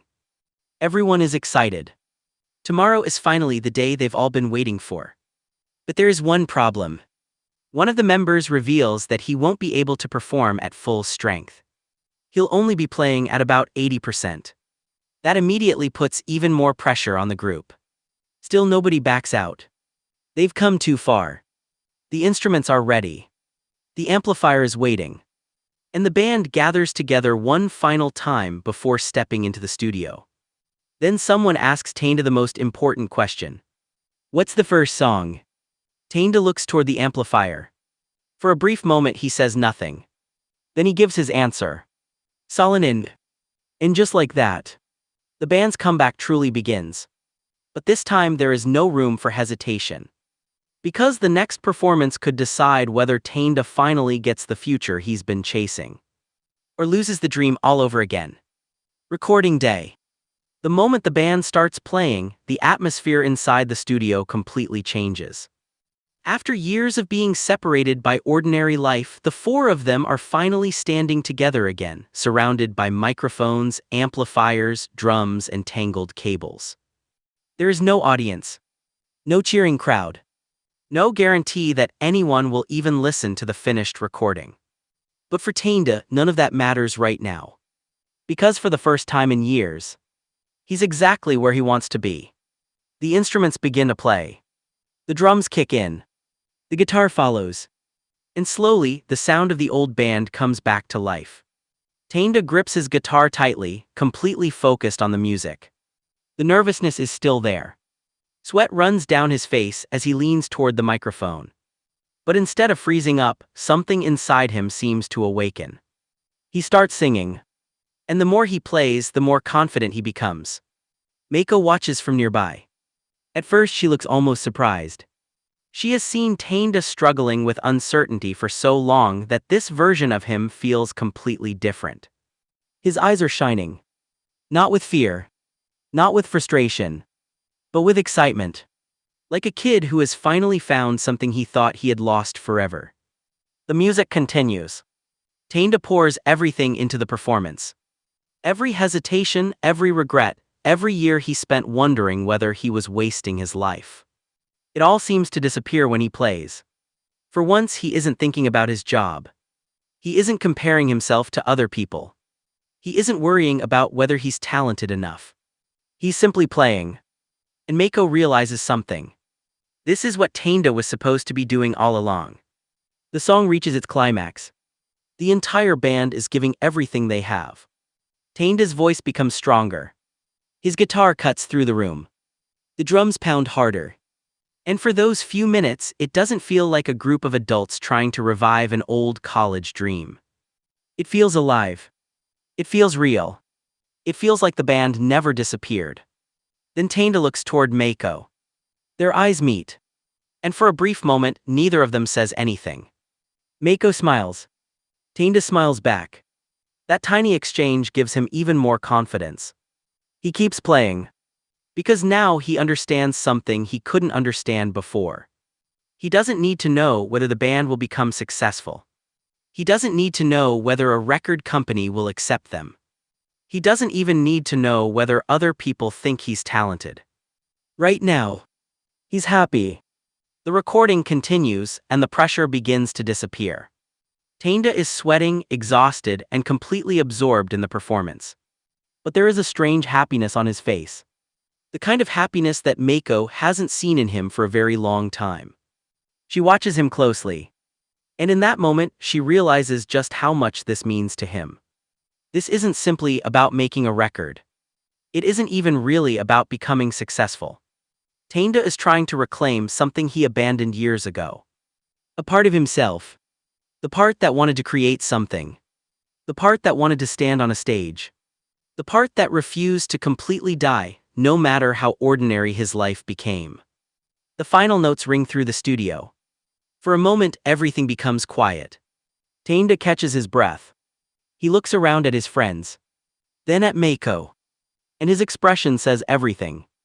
This is how it should be. After spending so long feeling lost, Taneda has finally found his direction again. But there's still one question hanging over the band. Will this recording actually lead anywhere? They've put everything into it. Taneda even quit his job for this. And if nobody responds, the band could be finished before it even truly begins. So while Taneda is finally feeling alive again, an even bigger test is waiting just around the corner. Because making the music was only the first step. Now they have to find out if the rest of the world wants to hear it. After pouring everything they had into their recording, the band finally reaches the hardest part.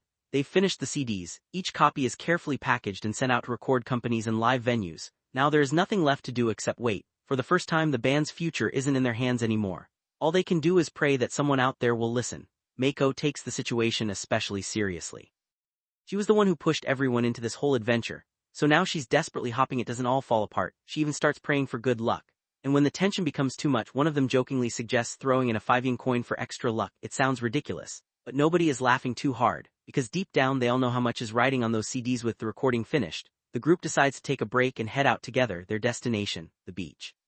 They've traveled a long way and the journey itself becomes an adventure. Traffic is terrible, cars are barely moving, and everyone starts complaining. One of them even jokes about using a shortcut, while another threatens to destroy his precious sunglasses if he keeps fooling around. The whole group is exhausted, but their ridiculous arguments somehow make the trip more fun. Eventually they arrive, and when they finally see the ocean, they realize something strange. The place is incredibly far away from where they started.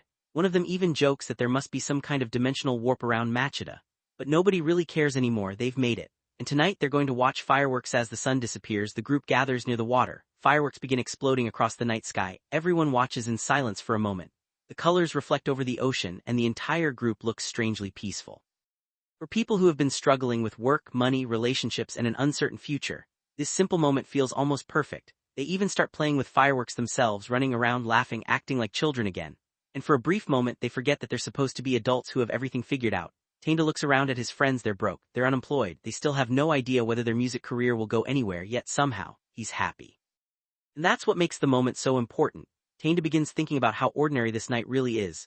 People are simply standing by the ocean watching fireworks. Nothing extraordinary is happening, no miracle, no grand success, no life-changing announcement. Just a group of friends spending time together. But maybe that's exactly what makes it special. Because happiness doesn't always arrive as some huge event. Sometimes, it's hidden inside an ordinary night that you almost fail to notice. Taneda realizes that this could be one of those moments. A moment he'll remember years from now. And suddenly he understands something much deeper. They can't keep wasting opportunities like this. They've spent too much time covering their eyes and ignoring reality. From now on, they have to actually do something with their lives. They have to change, but before Taneda can get too philosophical, reality immediately comes crashing back down. A man suddenly shouts at them, "You kids. Fireworks aren't allowed on this beach." The group freezes. Then someone realizes what's happening. The cops are coming. And just like that, their peaceful night turns into complete chaos. Everyone starts running. Taneda has no idea where they're even supposed to go. But there is no time to think. They grab whatever they can and take off down the beach. The same people who were calmly watching fireworks moments ago are now sprinting away like criminals. And somehow that makes the whole night even more memorable. As they run, Taneda thinks about the future. He knows the road ahead won't be easy. Maybe their band will fail. Maybe the record companies will reject them. Maybe they'll have to return to ordinary jobs and pretend this entire dream never happened. But there is one thing he doesn't want to lose anymore, these moments, because even if the future is difficult, the journey might still be worth it. As long as he's with the people he cares about, maybe he can keep moving forward. The group eventually slows down, exhausted from running. For a moment, everything becomes quiet again. Then someone reaches for Taneda, their hands touch. And the uncertainty about the future suddenly feels a little less frightening. But while everyone else is enjoying the night, one person is already thinking about tomorrow. Meiko realizes that they can't simply wait forever for a response. They still need money. They still need work. And sooner or later, Taneda may need to find another job. She knows he's relaxed because they're all together, but that doesn't mean their problems have disappeared. Their dream is still hanging by a thread. Then, just as they begin settling down again, someone notices the fireworks. The night lights up once more and Taneda looks toward the sky. For now, he doesn't know where his life is heading. He doesn't know whether the band will succeed. He doesn't know what kind of future awaits them. But perhaps that's okay. Because for the first time, he's willing to find out, even if the road leads somewhere difficult. As long as they keep moving forward together, and with their CDs already scattered across record companies and venues, all that's left now is to wait for the answer. Will anyone give their band a chance? The call that changes everything. After that unforgettable night at the beach, the group returns to their ordinary lives. They've already done everything they can. The CDs have been sent out. Now all they can do is wait. But then, a phone rings. Taneda picks it up, expecting nothing more than another ordinary call. "Hello?" There's a brief silence. Then his expression completely changes. They got a response. One of the recording companies wants to meet them. And not just any company, Manga Records. They've been invited to come in for a meeting at 3 in the afternoon. For a group that has been struggling to get anyone to even listen to their music, this is huge. Suddenly all that waiting has finally paid off. Everyone immediately starts preparing. Of course, Taneda is still recovering from getting punished by the police after their fireworks adventure. But nobody cares about that anymore. They've got something much more important to worry about. Their first real chance. A little later, the group arrives at Manga Records, and the moment they see the building, they realize just how serious this is. This isn't some tiny local studio. It's a major recording company. The kind of place where real musicians get discovered, records get produced, and careers can actually begin. The group can't help but feel nervous. They've spent so long dreaming about getting here. And now that they're standing inside the building, reality suddenly feels much heavier. They start wondering what a real music producer even looks like. Then while they're waiting, a man finally approaches them. He's carrying himself with confidence, looking like he knows exactly what he's doing. One of them jokingly asks if this is what a music producer looks like, and honestly, he probably is. The tension breaks for just a moment, but then the man introduces himself. "I'm Siki." And suddenly everyone realizes this isn't just a casual meeting. Someone at a legitimate record company has actually taken an interest in their band. The group follows Siki inside. Their nerves are obvious. They've spent months putting their hearts into their music, recording everything they could, packaging those CDs and sending them out without knowing if anyone would care.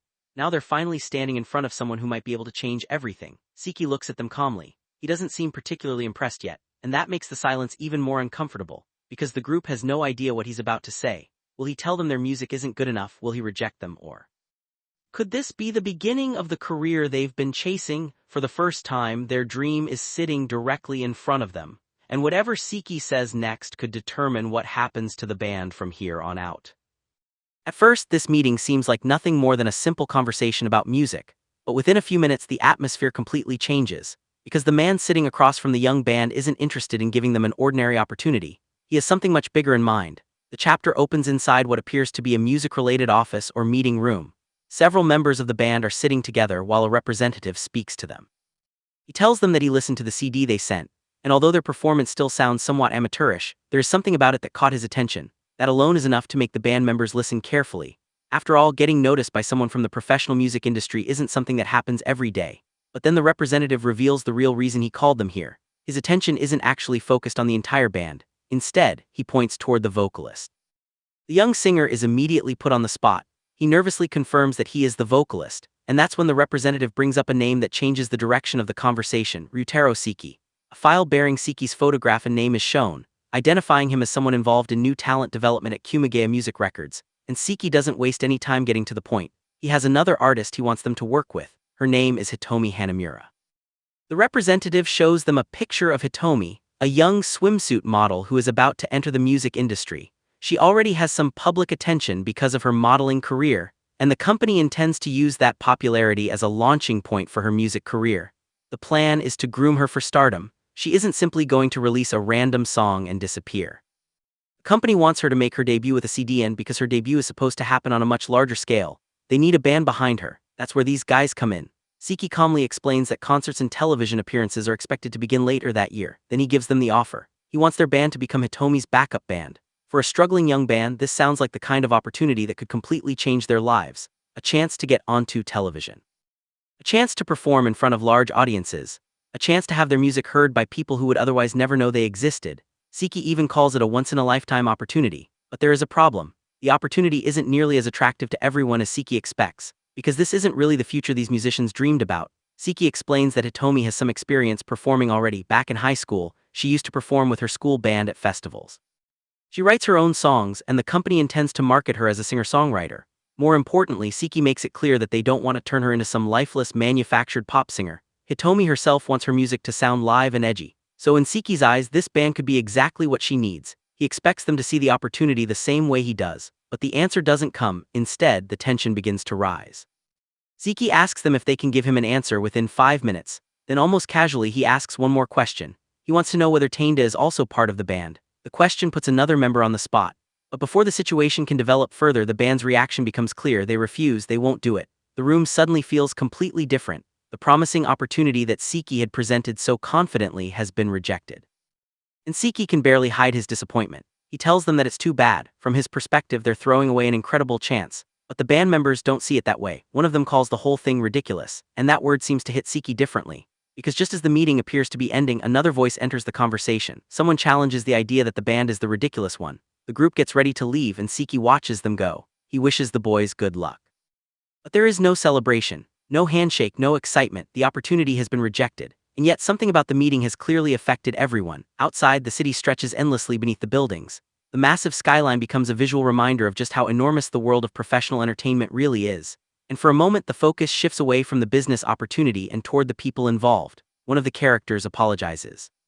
He seems to feel guilty about what just happened, but another person tells him that he thinks they made the right decision. He even believes Taneda feels the same way. The response is quiet, almost relieved. Then the scene shifts again, and this time we follow Seki. He walks down a hallway toward another area of the building. His footsteps echo through the corridor. He appears calm on the outside, but something about his expression suggests that this meeting wasn't meaningless to him. Then he suddenly runs into someone. The man recognizes him almost immediately. He says that Seki has changed so much that he thinks he may have been the only person who could recognize him. Seki is surprised. The other man explains that he is sorry they came all this way for nothing. But Seki doesn't react angrily. Instead, the conversation becomes much more personal. The man reminds Seki that he still has all of their CDs. He even admits that he listens to them sometimes. That revelation immediately establishes something important. Their connection goes back much further than this one meeting. These two aren't strangers, they share a history through music. The man explains that their old group broke up about 5 years earlier. They had been an indie band that simply couldn't adapt to the mainstream music industry. Their music had strong Western influences, something that wasn't especially popular with the average Japanese audience. And that's exactly why Seki's music had once seemed so cool to him. He had looked up to that sound. In fact, Seki's old band was one of the reasons he decided to get involved with music himself when he entered high school, so there was genuine admiration here. This wasn't just some random fan meeting his former idol. This man had been inspired by Seki. But now he looks at the person Seki has become and can't understand it. He asks the question that has clearly been bothering him. Why is someone like Siki now acting like a complete corporate sellout? The accusation hangs in the air. And for the first time, Siki's expression becomes much more serious. He doesn't deny it. Instead, he explains what happened. The CDs and concerts that the record company produced for his band eventually stopped feeling real. At first, music had been about something personal.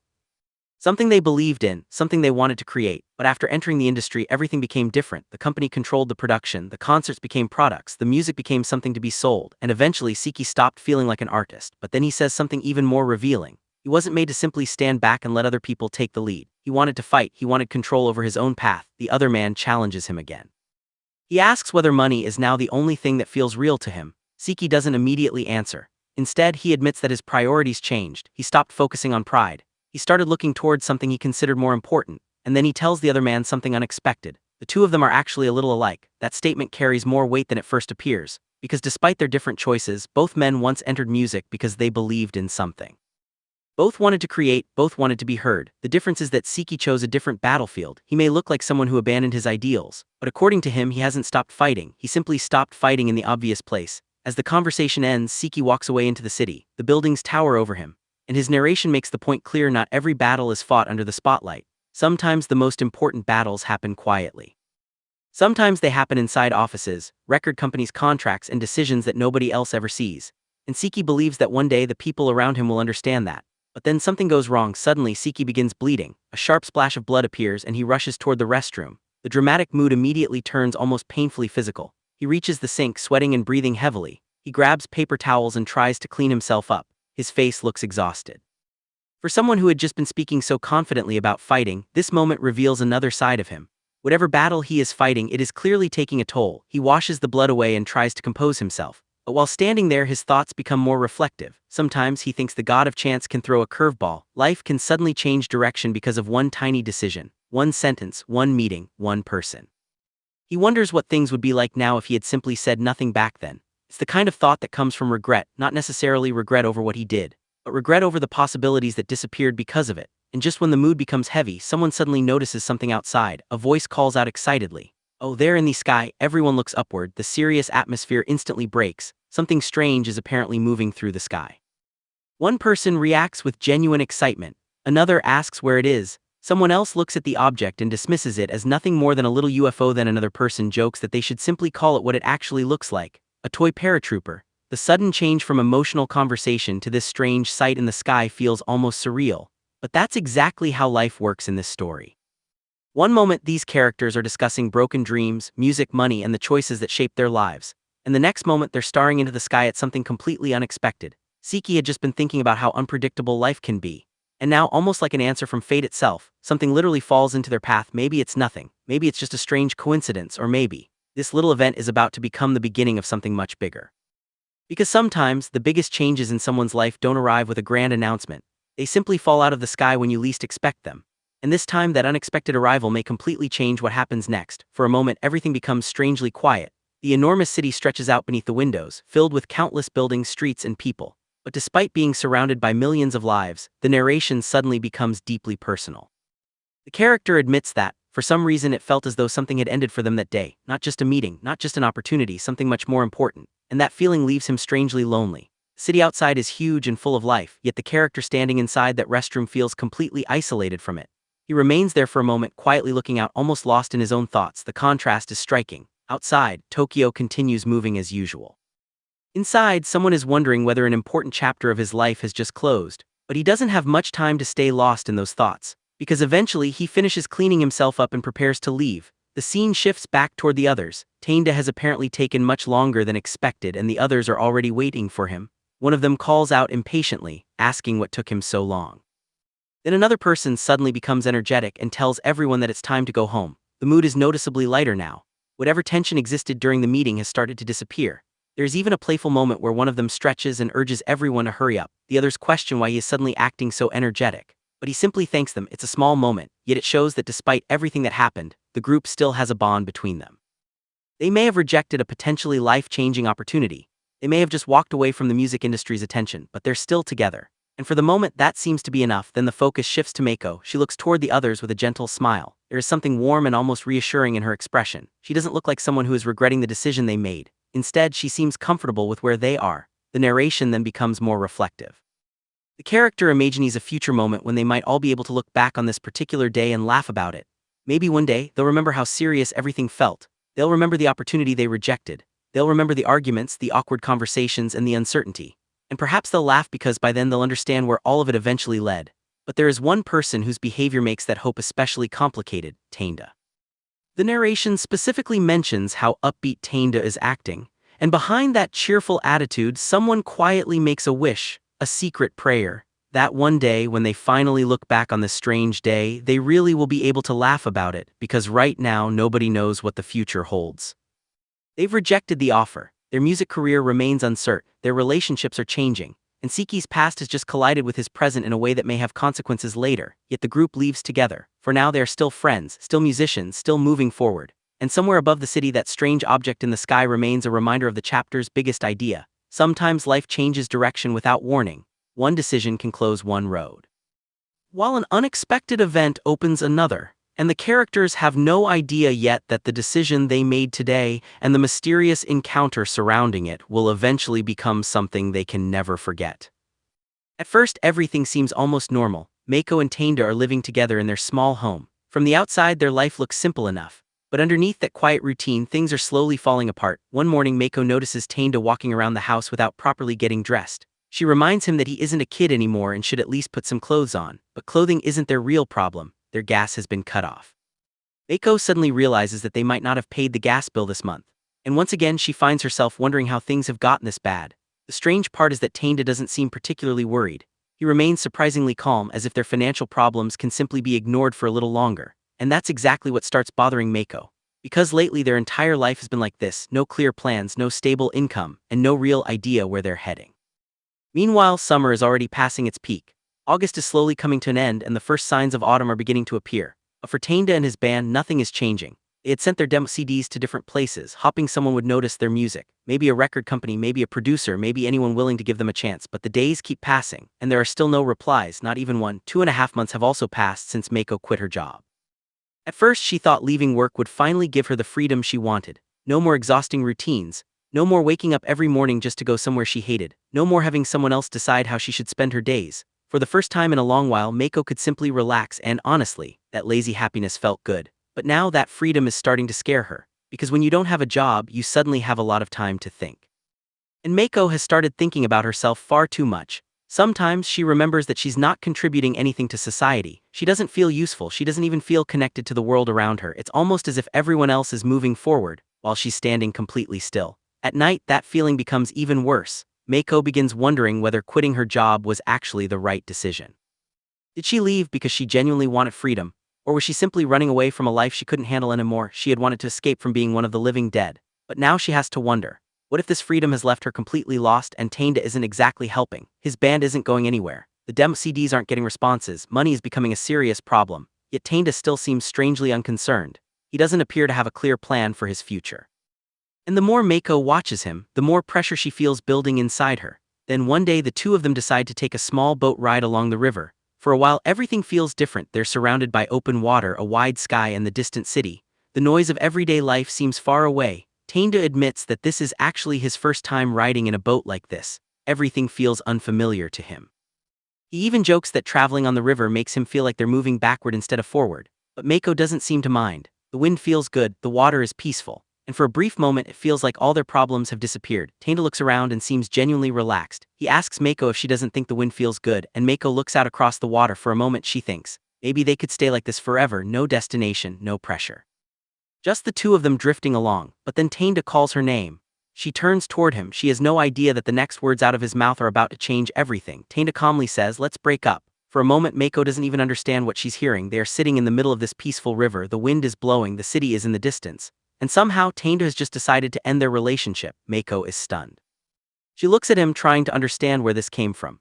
But Taneda isn't exactly confident about his own decision either. He starts talking about what Meiko should do next. Maybe she should leave Tokyo, maybe she should return home, maybe she could work with his father and finally have some kind of stable life. But Meiko quickly realizes what's really happening. Taneda isn't making a decision. He's trying to make her make it for him, and Meiko has had enough.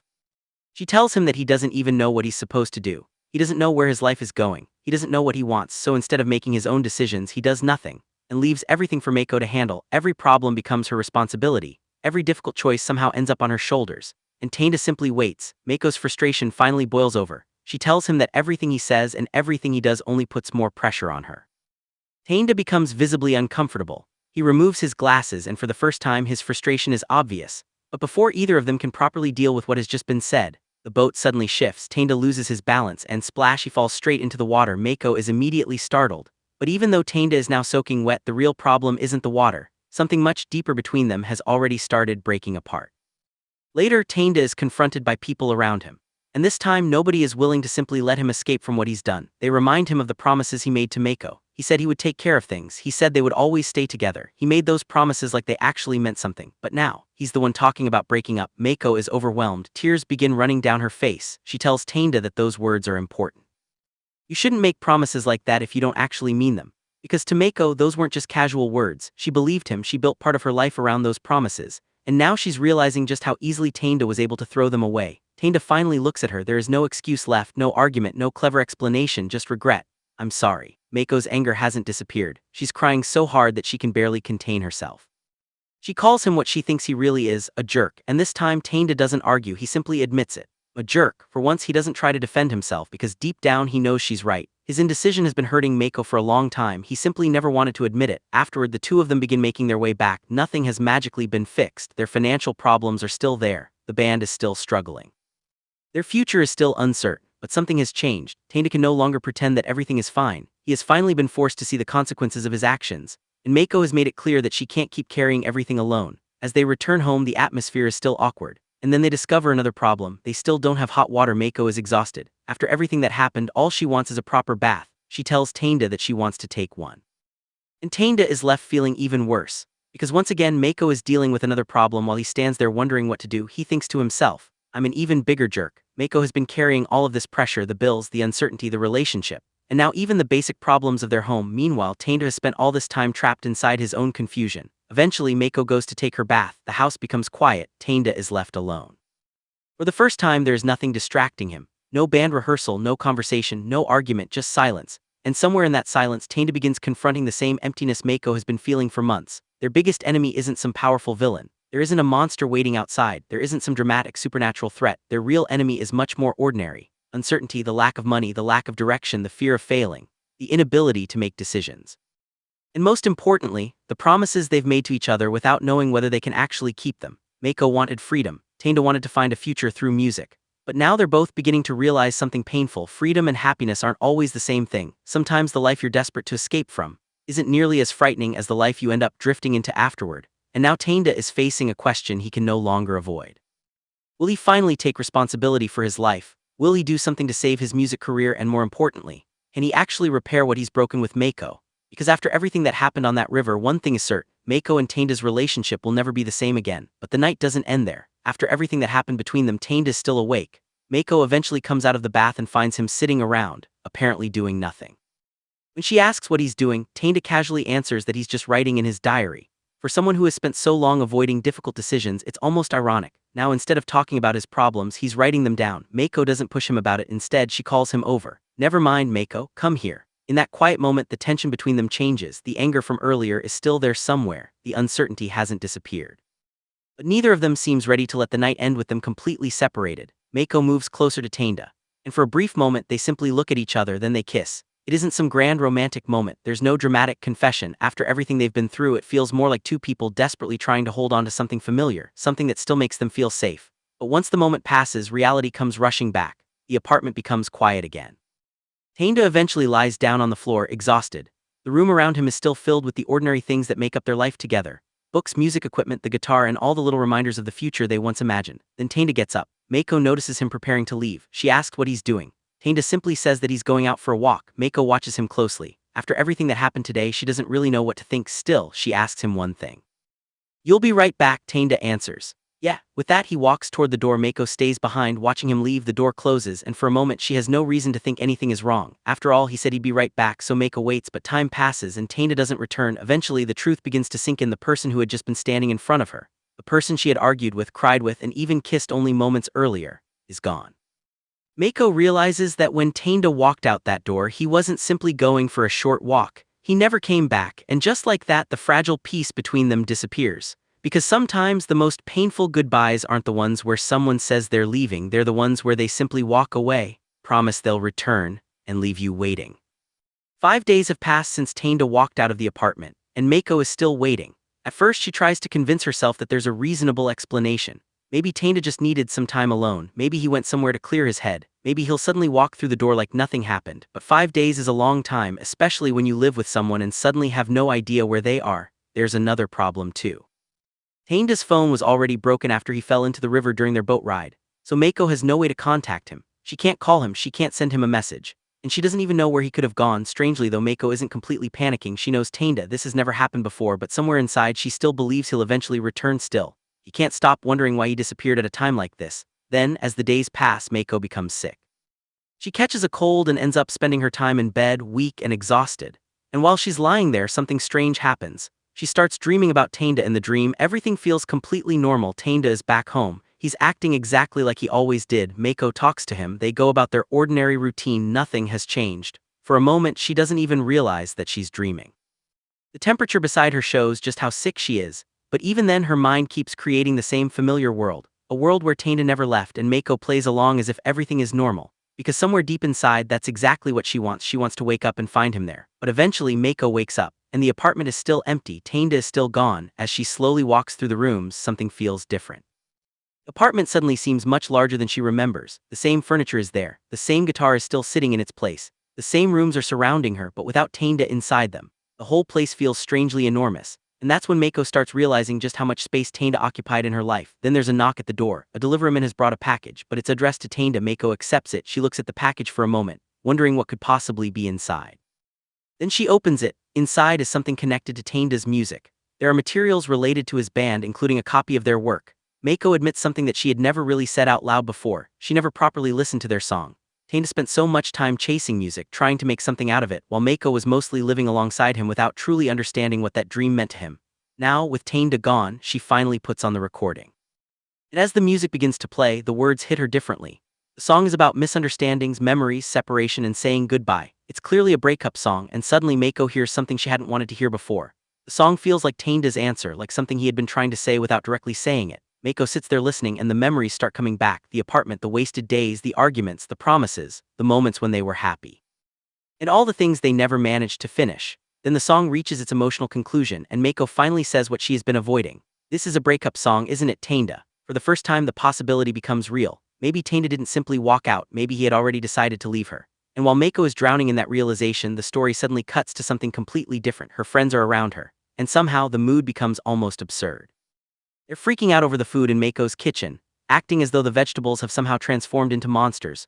One of them is practically screaming about potatoes turning into goblins. It's ridiculous. But beneath the comedy, everyone can see what's actually happening. Meiko has barely been eating. She's so overwhelmed by Taneda's disappearance that she's losing interest in everything else. Her friends try to force her to eat something. They remind her that if she doesn't eat, she'll make herself even sicker.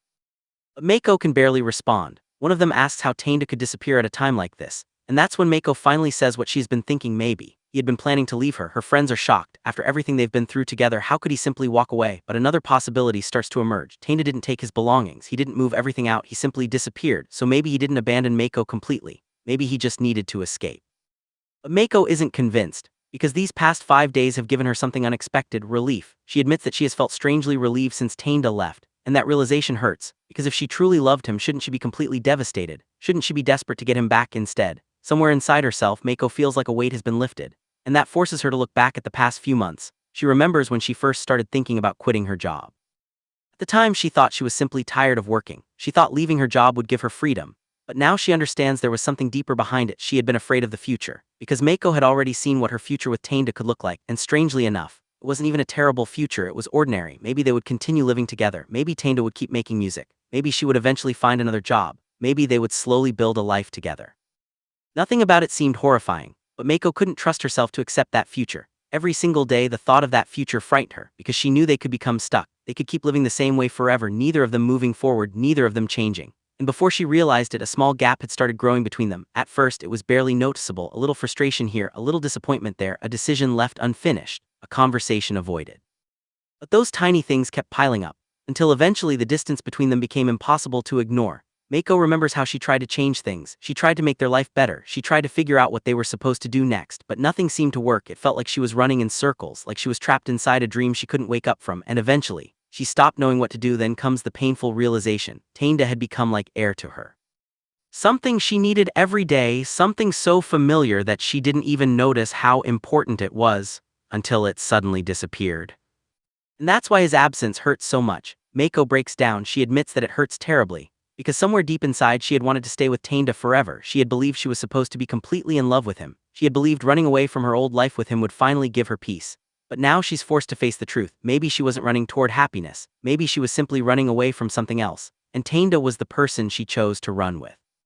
Her friend listens quietly, then she gives Meiko a simple but painful thought: no matter how well two people get along, sometimes even the smallest crack can eventually become a fatal wound. And that's exactly what happened to Meiko and Taneda. Their relationship didn't collapse because of one huge betrayal. There wasn't one enormous mistake that destroyed everything. Instead, it was the small things: the uncertainty, the unfinished dreams, the fear of the future, the inability to move forward. And all those tiny cracks slowly became something neither of them could repair. Meiko once thought Taneda would always be there. Now for the first time she's forced to imagine a life without him, and the terrifying part is, she doesn't know whether she's heartbroken because she lost Taneda, or because she finally has to face the life she had been avoiding all along. And somewhere out there, Taneda is still missing. The question is no longer whether he'll come back. The real question is, if he does come back, will Meiko still want the same life they once had? But just when Meiko is beginning to believe that Taneda may really be gone for good, her friends refuse to let her completely give up. One of them looks at her and points out something she hasn't considered. Think about it. What were the odds that Meiko and Taneda would even meet in the first place? And what were the odds that they would stay together for so long? Out of all the people in the world, somehow their paths crossed. They found each other. They built a life together, and according to her friend, that's what love really is: a miracle that two people create themselves. So giving up now would mean throwing away everything they had built together. Her friend tells Meiko not to give up until the very end, and for a moment Meiko simply listens. She doesn't have an answer. She doesn't know where Taneda is. She doesn't know whether he'll return. But that night something happens again. Taneda appears in her dreams just like before. He is exactly the same as always, the same expression, the same presence, the same person Meiko has grown so used to having beside her. But this time something feels different, because even while she's dreaming about him, Meiko doesn't realize that she's dreaming. In her mind, Taneda is simply back, as if the past 5 days never happened. Then morning comes. Meiko wakes up and Taneda is still gone. Her friends are still there trying to take care of her. They've been worried sick. One of them asks what Meiko has been doing all this time. Another reminds her that everyone was worried about her. But Meiko can barely explain it, because she's been trapped inside her own thoughts, the dreams, the memories, the breakup, and the possibility that Taneda may never come back. Yet there's something Meiko still hasn't fully understood. She thought she was trying to escape her life with Taneda because she wanted peace. She thought the relationship itself had become the source of her unhappiness. But now, with Taneda gone, she realizes the truth is much more complicated. She didn't simply want to leave him. She wanted to escape the uncertainty surrounding their future. She wanted something to change. She wanted both of them to stop drifting through life. And when nothing changed, small distance began forming between them. At first it was almost invisible, but little by little that distance became impossible to cross. Meiko remembers how she tried to fix things. She tried to change their situation for the better, but eventually she didn't know what else she could do, and that helplessness frightened her, because Taneda wasn't just her boyfriend anymore. He had become part of her existence, like air, something she depended on without even realizing it. So when he suddenly disappeared, it hurt far more than she expected. Meiko breaks down again. She admits that somewhere inside she had wanted to stay with Taneda forever. She was supposed to be in love with him. She was supposed to feel safe with him. Instead, she had started wondering whether she needed to escape. And that contradiction is what hurts the most, because perhaps Meiko wasn't running away from Taneda. Perhaps she was running away from the person she had become while living beside him. Her friend listens carefully before giving her one final thought: no matter how well two people get along, even the smallest splinter can eventually become a fatal wound. Sometimes a relationship doesn't end because of one huge mistake. Sometimes it happens because tiny problems are ignored for too long, and by the time both people realize something is wrong, the damage has already spread too far. For Meiko and Taneda, those tiny cracks had been growing for months, and now with Taneda missing, Meiko is finally forced to confront them. But there's still one thing she doesn't know: where is Taneda, and more importantly, is he really gone for good? But just when Meiko thinks she may never hear from Taneda again, her phone suddenly rings, and the voice on the other end is one she knows better than anyone. Taneda. Meiko freezes for a moment. She can barely believe what she's hearing. After days of silence, Taneda finally calls her and casually says it's been a while. Meiko immediately bombards him with questions. Where is he? Why didn't he call? What has he been doing? But Taneda laughs and tells her to slow down. He can't answer everything at once. Then he explains what happened. Apparently he's been staying at the office and barely sleeping. But there's more. Taneda tells Meiko that he actually quit the design agency. And instead of starting over somewhere else, he went back to his old boss and practically begged for his job back. Surprisingly, it worked. He'll be returning to the company full-time starting next week. For Meiko, this is already a huge surprise. but then she realizes something even more important. Taneda isn't giving up on the band. When Meiko asks about it, he confirms that he'll continue playing music, even while working full-time, and that's when Taneda finally admits something he has been struggling to understand about himself. For years he thought he was destined to change the world with his music. He believed becoming a musician was the dream he had to chase no matter what. But now after everything that happened he's finally realized something. He never really wanted to become a famous musician. He simply wanted to play in a band, to make music with his friends, and most importantly, with Meiko that was enough. Taneda no longer wants some grand dream that will supposedly change the world. He just wants a life that makes him happy. So with a calm smile he tells Meiko something incredibly simple: they should find their happiness together. Meiko's heart sinks, because those words are exactly what she needed to hear. She doesn't want some perfect future anymore. She doesn't need Taneda to become successful or famous, she just wants him to come home. So Meiko finally admits it, she wants him there. She tells Taneda to hurry home, and then Taneda asks her something surprisingly personal. He asks if she can call him by his first name. Meiko hesitates, before finally doing it, and Taneda immediately ruins the emotional moment with one of his ridiculous jokes. He claims that hearing her call him by his first name gave him an erection. Meiko is stunned. But despite herself, she laughs. Then Taneda makes her promise something: they won't break up again, and just when it seems like everything is finally going to be okay, Taneda quietly says that he loves her, but before he can finish the call cuts out. His phone is dying. Taneda looks at the screen and realizes the battery is almost completely gone. Still, he's smiling. He's on his scooter heading home, and for the first time in a long while he genuinely looks happy. As he rides through the city he repeats the thought to himself. Happy. Then, almost as if he can't believe it himself, really? And the answer comes immediately: yes, really. But then, something goes terribly wrong. Taneda's scooter continues down the road, his expression changes, his eyes fill with tears, and before we can even understand what's happening his sunglasses fall away. The scene suddenly cuts to darkness, and then wake up. Meiko jolts awake. She's back in the room with her friends. Everyone is staring at her. Apparently she's been sleeping on the floor and they have no idea what caused her to suddenly collapse. Someone asks if her cold has got worse. But Meiko doesn't care. She looks completely stunned because once again, Taneda had appeared in her dreams. Only this time the dream felt so real that she could still feel his presence. She had heard his voice. She had heard him tell her he loved her. She had heard him promise that he wouldn't leave again, and now she's awake, with nothing but those words left behind. But there's something Meiko still doesn't know. Was that dream simply her desperate wish to have Taneda back, or was it a final message from the man she's still waiting to come home? At first, everything seems strangely peaceful. Meiko is finally back on her feet, moving around the apartment as usual. Her friends notice that she's been acting different ever since she learned that Taneda was coming home. Even the people around her can tell that something has changed. She looks happier, more relaxed, as if after all this time she finally has something to look forward to. Meiko stretches lazily and notices that the laundry has piled up. For the first time in a while, ordinary life feels normal again. And somewhere in that same moment, Taneda is still smiling. His face looks peaceful, almost too peaceful. Then the story suddenly cuts away from Meiko and reveals what really happened. Taneda is lying motionless on the pavement.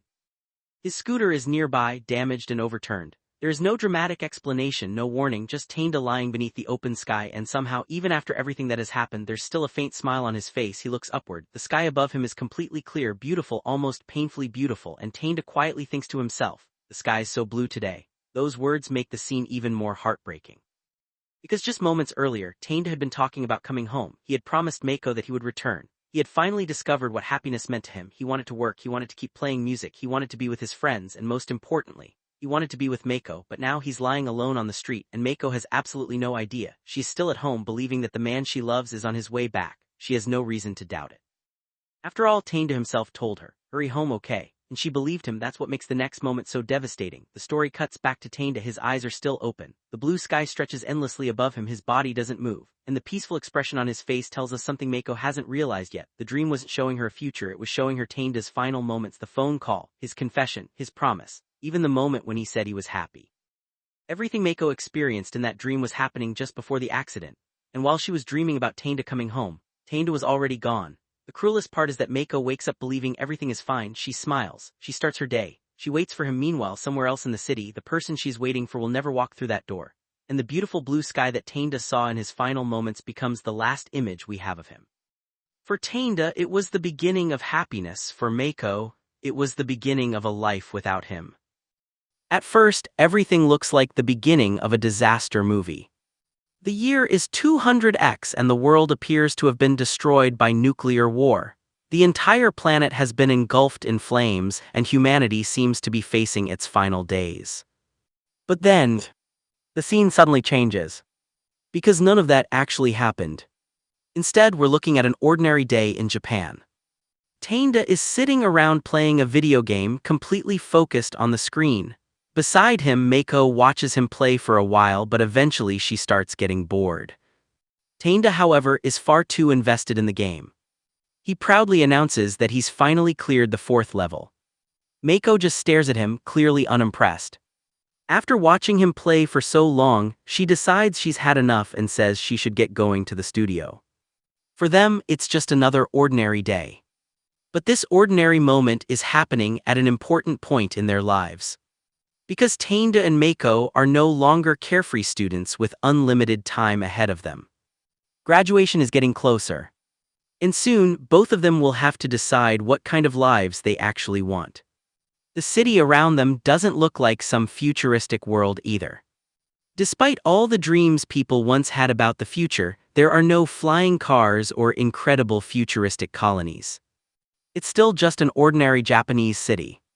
People wake up, go to work, study, make music, and continue living their everyday lives. But while the world looks peaceful, Taneda and his friends are preparing for something important. They're practicing with their band. Taneda is on guitar, surrounded by his friends and their instruments. The band has been together for 3 years, and now they're preparing for their farewell concert.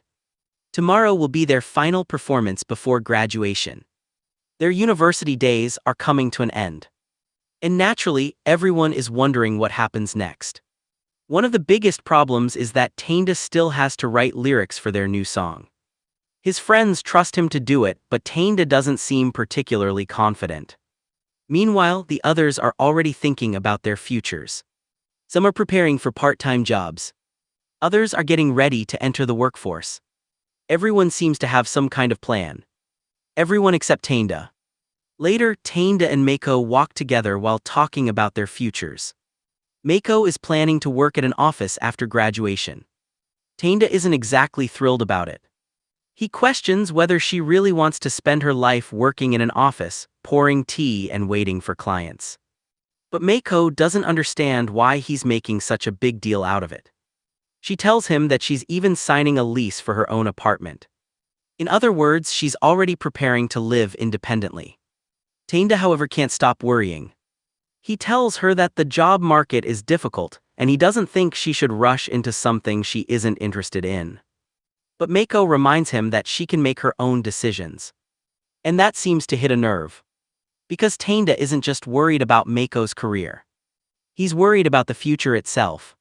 He's watching everyone around him grow up and make serious decisions. While he still doesn't know what he wants. Eventually, Meiko decides to walk home alone. Taneda tries to argue with her, reminding her that he's her boyfriend and that she should at least wish him good luck. But Meiko isn't interested in babying him. She tells him to stop trying to put himself in her shoes. For a moment, their conversation becomes tense. But underneath the argument is something more complicated. Taneda genuinely cares about Meiko.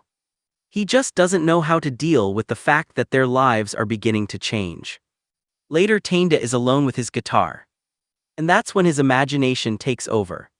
He starts dreaming about the future he really wants. He imagines the band releasing their first independent CD. It sells steadily. Then their second release becomes a huge success. Eventually, they make their major debut. And one day, they perform in front of a massive crowd at the Budokan Arena.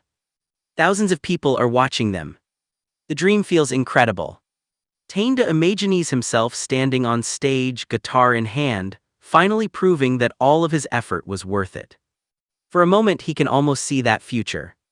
But then reality returns. He's not standing in front of thousands of screaming fans.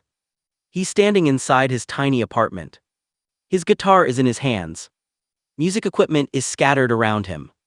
And instead of a huge concert hall, he has a lonely little room. Taneda knows the truth. His dream is still incredibly far away. Maybe he's not talented enough. Maybe he should simply hurry up, finish his lyrics, and move on with his life. But he can't completely let go of the dream. Taneda starts thinking about the song he's supposed to write. He considers writing about love. But then he hesitates. He doesn't even know what he thinks about love. He wonders if anyone would actually care about his thoughts on the subject. To him, reality feels lonely and almost ridiculous compared to the future he imagines. Still, he knows he needs to create something. And just as he's lost in his thoughts, his friends arrive. One of them brings over some belongings from Meiko. Apparently, Meiko asked him to deliver them. The moment the group gets together, the atmosphere becomes chaotic again. They joke around, tease each other, and eventually bring up Meiko moving into her own place. Then someone asks whether everything is going to be okay between Taneda and Meiko. After all, the two of them have been together for years. And apparently, they've already had another argument. One of the guys jokes that when you've been together for 4 years, fights like that are bound to happen. But another friend gives Taneda a more serious warning. He tells him to be careful about Meiko's mood swings. Because whether Taneda wants to admit it or not, he isn't exactly the same person when Meiko isn't around. Taneda doesn't really argue. He simply looks away. Maybe he knows they're right. Then Taneda looks up at the sky. The sunlight shines between the power lines as he thinks about what really matters in life. He's 22 years old. Graduation is almost here. Everyone around him is moving forward. And yet, somewhere inside his heart, Taneda still believes he can do something great. He still believes the band could become successful. He still believes he could make music that people actually care about. The dream may be unrealistic, but he isn't ready to kill it yet. Then the day of the farewell concert finally arrives. Taneda and his friends gather together before the performance. They haven't changed much. They're still joking around. Still drinking. Still making fun of each other. But this time there's something different in the air. This isn't just another concert. It's the end of an era. Their university days are almost over. One of the friends announces that he's going to start a sales job in the spring. Another asks Taneda what he's planning to do after graduation. Taneda doesn't have much of an answer. He says he'll probably continue working his part-time job. His friends immediately start teasing him. They joke that he's already acting like an adult. Taneda gets annoyed and tells them not to talk down to him. But the jokes hit a little too close to home. Because deep down, Taneda knows he hasn't figured things out yet. He's 22. He should probably have a plan. But part of him still wants to chase the dream he had when he first picked up a guitar. His friends eventually decide to let Taneda's band perform first. They'll go on stage, warm up the crowd, and give everyone one last performance together. Taneda pretends to be annoyed. But beneath that irritation is something else. He's nervous. Because this could be one of the last times they'll all stand on the same stage together. The atmosphere becomes even more emotional as the concert approaches. Taneda looks around at his friends. These are the people he has spent years making music with. They've laughed together, fought together, dreamed together, and now adulthood is slowly pulling them in different directions. Some will start careers. Some will take ordinary jobs. Some may continue making music. And some dreams may simply disappear. Taneda knows that. But he still can't stop thinking about his own dream. He wants to create something meaningful. He wants his music to reach people. He wants to believe that his life can become something more than an ordinary routine. Yet the question remains, is that dream actually possible? Then suddenly, someone brings some food over to the group. Everyone is still hanging around backstage, talking and joking. Taneda looks tired and frustrated. His friends notice that something is wrong with him. They ask what he's doing. Taneda doesn't immediately answer. Instead, he starts thinking about the question that has been bothering him for so long. Who does he actually want to play his music for? The answer isn't obvious. Maybe he wants thousands of strangers to hear it. Maybe he wants to become famous. Or maybe there's only one person whose opinion really matters to him. Then one of his friends suddenly remembers something. He says he saw Manga slipping into the auditorium a little while earlier. Taneda immediately looks up. His expression changes. Because Manga is here. She actually came to the farewell concert. And now Taneda has to face something much more important than his band's performance. For all this time, he's been worrying about his future. His music. His career. And whether his dreams will ever come true. But maybe the person standing on the other side of that auditorium is part of the answer. Because before Taneda can figure out where his life is going, He may first have to figure out what Manga really means to him. And with the farewell concert about to begin, their lives are about to change in ways neither of them can predict. At first, everything seems almost ordinary. Taneda is preparing for what should be one of the most memorable moments of his youth, a final concert with his band. But while the others are focused on the music, Taneda is trapped inside his own thoughts. Earlier, Manga had been talking about how Taneda and his girlfriend had another fight. She tells him to stop being stubborn and hurry up and make up with her, but even that simple advice hits a nerve. Because Taneda realizes something painful.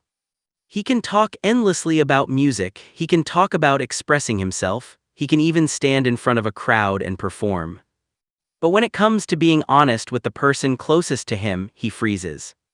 And suddenly, he starts questioning himself. What am I actually good for? Is music really his way of expressing himself, or is he just using it to hide from everything he doesn't know how to say? Then the concert begins. The stage is packed, the crowd is watching, and Taneda gives everything he has. He's sweating, struggling, practically pouring his soul into the performance. For a moment, it feels like this is exactly where he belongs. But then disaster strikes. Taneda suddenly realizes. He forgot the lyrics. The pressure hits him all at once. His bandmates are looking at him, the audience is waiting, and there's no way to rewind the moment. But instead of stopping, Taneda pushes forward. He basically admits that he doesn't need the lyrics. He'll just tell everyone everything. And what comes next isn't really a song anymore. It's Taneda finally saying the things he's been keeping buried. He talks about how part of him feels strangely excited whenever something terrible happens, like when a plane crashes into a building or when war breaks out. Not because he wants people to suffer, but because those moments make life feel real. Because ordinary life can feel painfully empty. One boring day after another.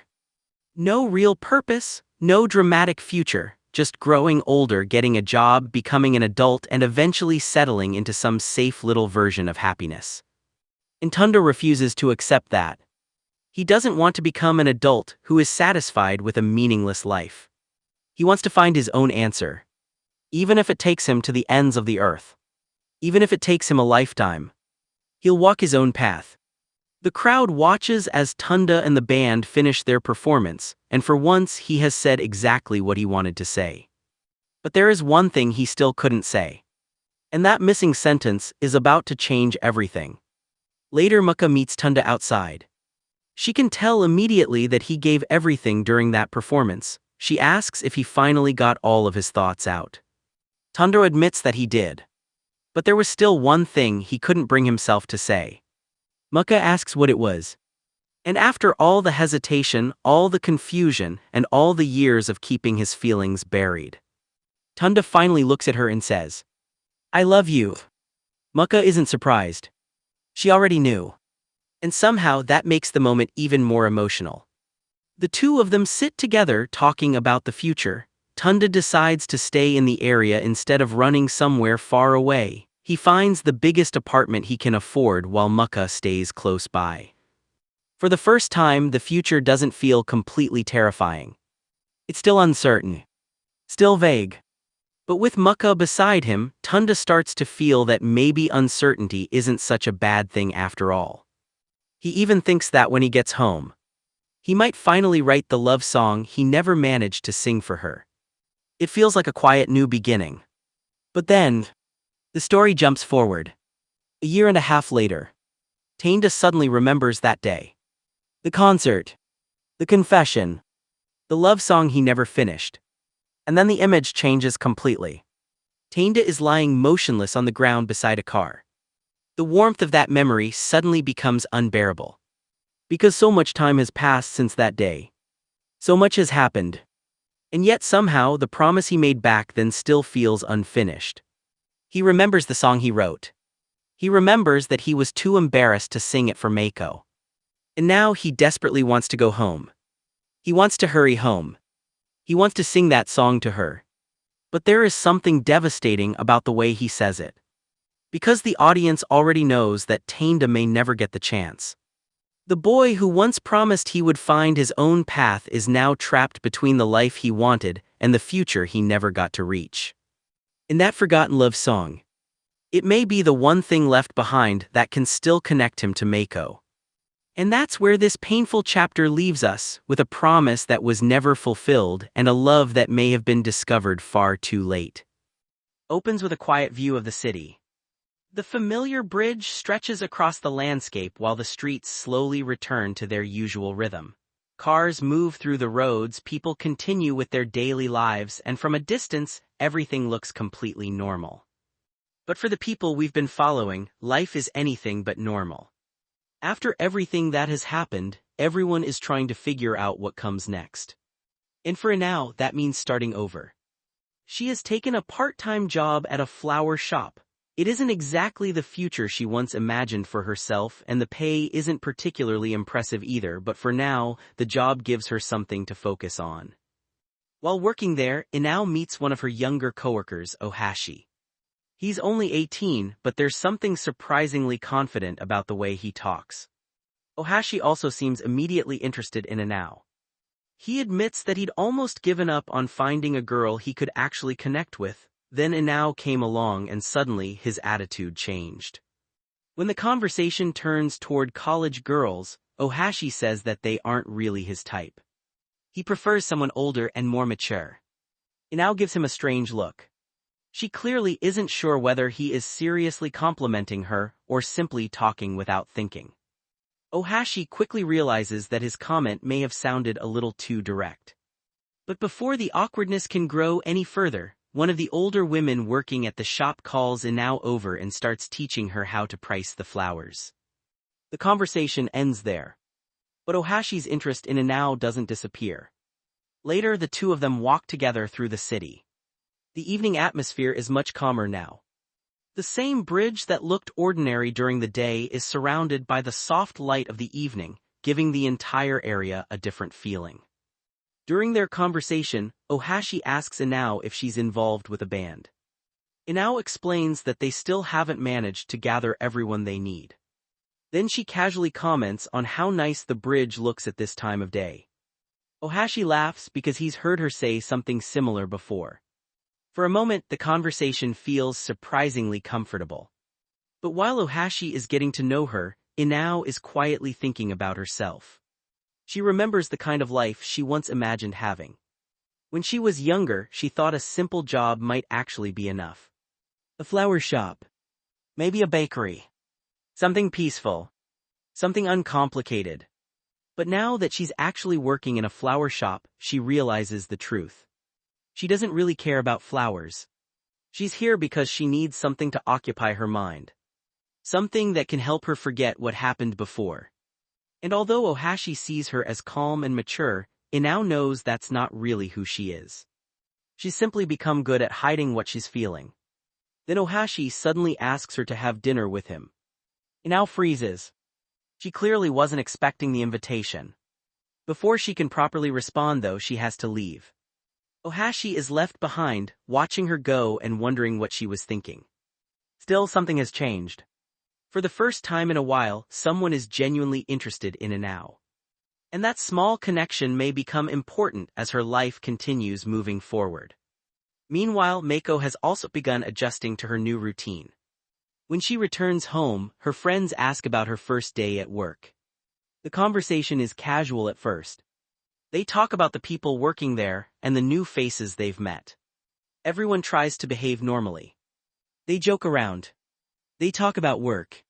They discuss the future. But underneath those ordinary conversations is something nobody can completely ignore. Things have changed. Everyone is trying to move forward, but not everyone has figured out how to leave the past behind. Eventually, the conversation becomes quieter. Meiko is exhausted after the day and starts to fall asleep. For a brief moment, the apartment becomes peaceful. Then the weather suddenly changes. Rain begins pouring down. Everyone reacts to the sudden downpour, rushing to deal with it and get out of the rain. But Meiko stops. Instead of immediately running inside, she looks up. The rain falls across the city, covering the streets and buildings in a gray blur. And something about the moment reminds her of the past. She stands there quietly, lost in her thoughts. Because even though time is moving forward, some memories refuse to disappear. Inao is trying to forget. Ohashi is searching for someone he can connect with. Meiko is trying to build a normal life again. And somewhere beneath all of it, the memory of Taneda is still there. 2 months have passed since his death, but for Meiko, that doesn't mean the pain has disappeared. The world keeps moving. People keep working. People keep making plans. People keep falling in love. But Meiko is still carrying something that nobody else can see. The rain continues falling harder. And as she stands there beneath the dark sky, it becomes clear that moving forward doesn't necessarily mean forgetting the people we've lost. Sometimes, it simply means learning how to keep living while carrying their memories with us. And for Meiko, that journey has only just begun. The rain keeps falling, and for Meiko, the sound of it brings back memories she has been trying to push away. Only 2 months have passed since Taneda's death. To everyone else, life is slowly returning to normal. People are going to work, making plans, meeting friends, and continuing with their everyday routines. But Meiko hasn't been able to do the same. As she walks through the rain, her thoughts return to Taneda. The memories come back with painful clarity. She remembers being close to him, the warmth of his body, and all those ordinary moments that once felt insignificant. Now those same moments are the things she wishes she could experience one more time. Taneda had been struggling to understand what he wanted from life. He was worried about music. He was worried about the future. He was afraid of becoming trapped in an ordinary life.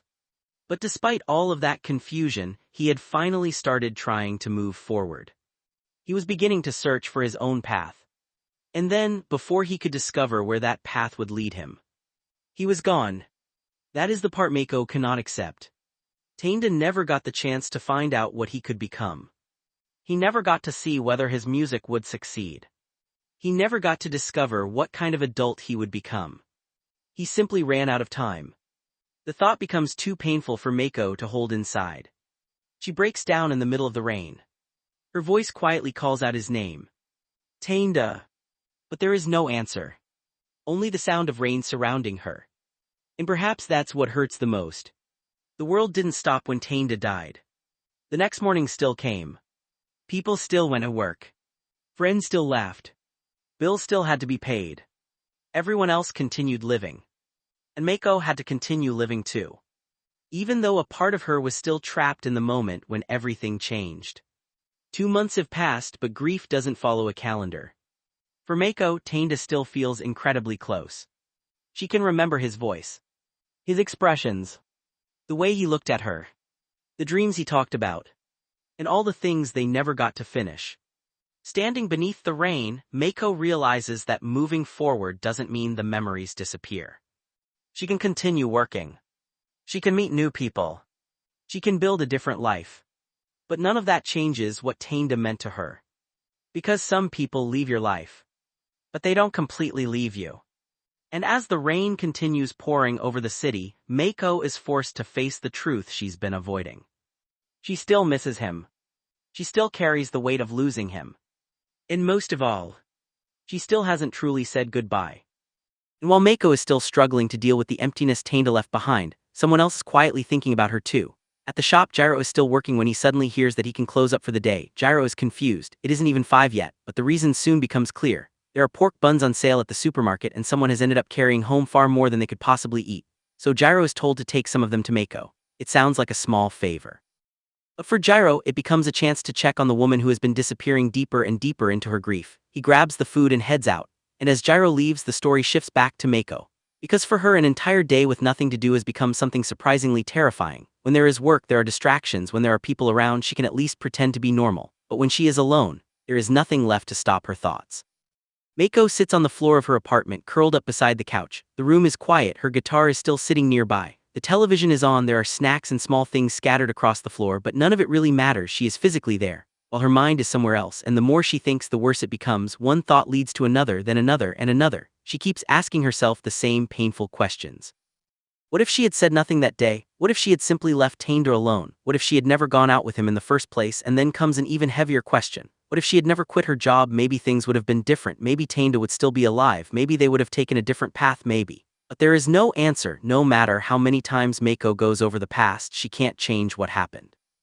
Her old apartment has become almost completely filled with these endless what-ifs, and that's what makes the silence so dangerous, because the more time Meiko spends alone, the more she starts drowning in memories. Eventually, she breaks down, her face is exhausted, her eyes are filled with pain, she looks like someone who hasn't really been living for the past 2 months, only surviving. And then from outside the room, Gyro finally arrives. He calls out to her, Meiko. Then he mentions the pork buns he brought.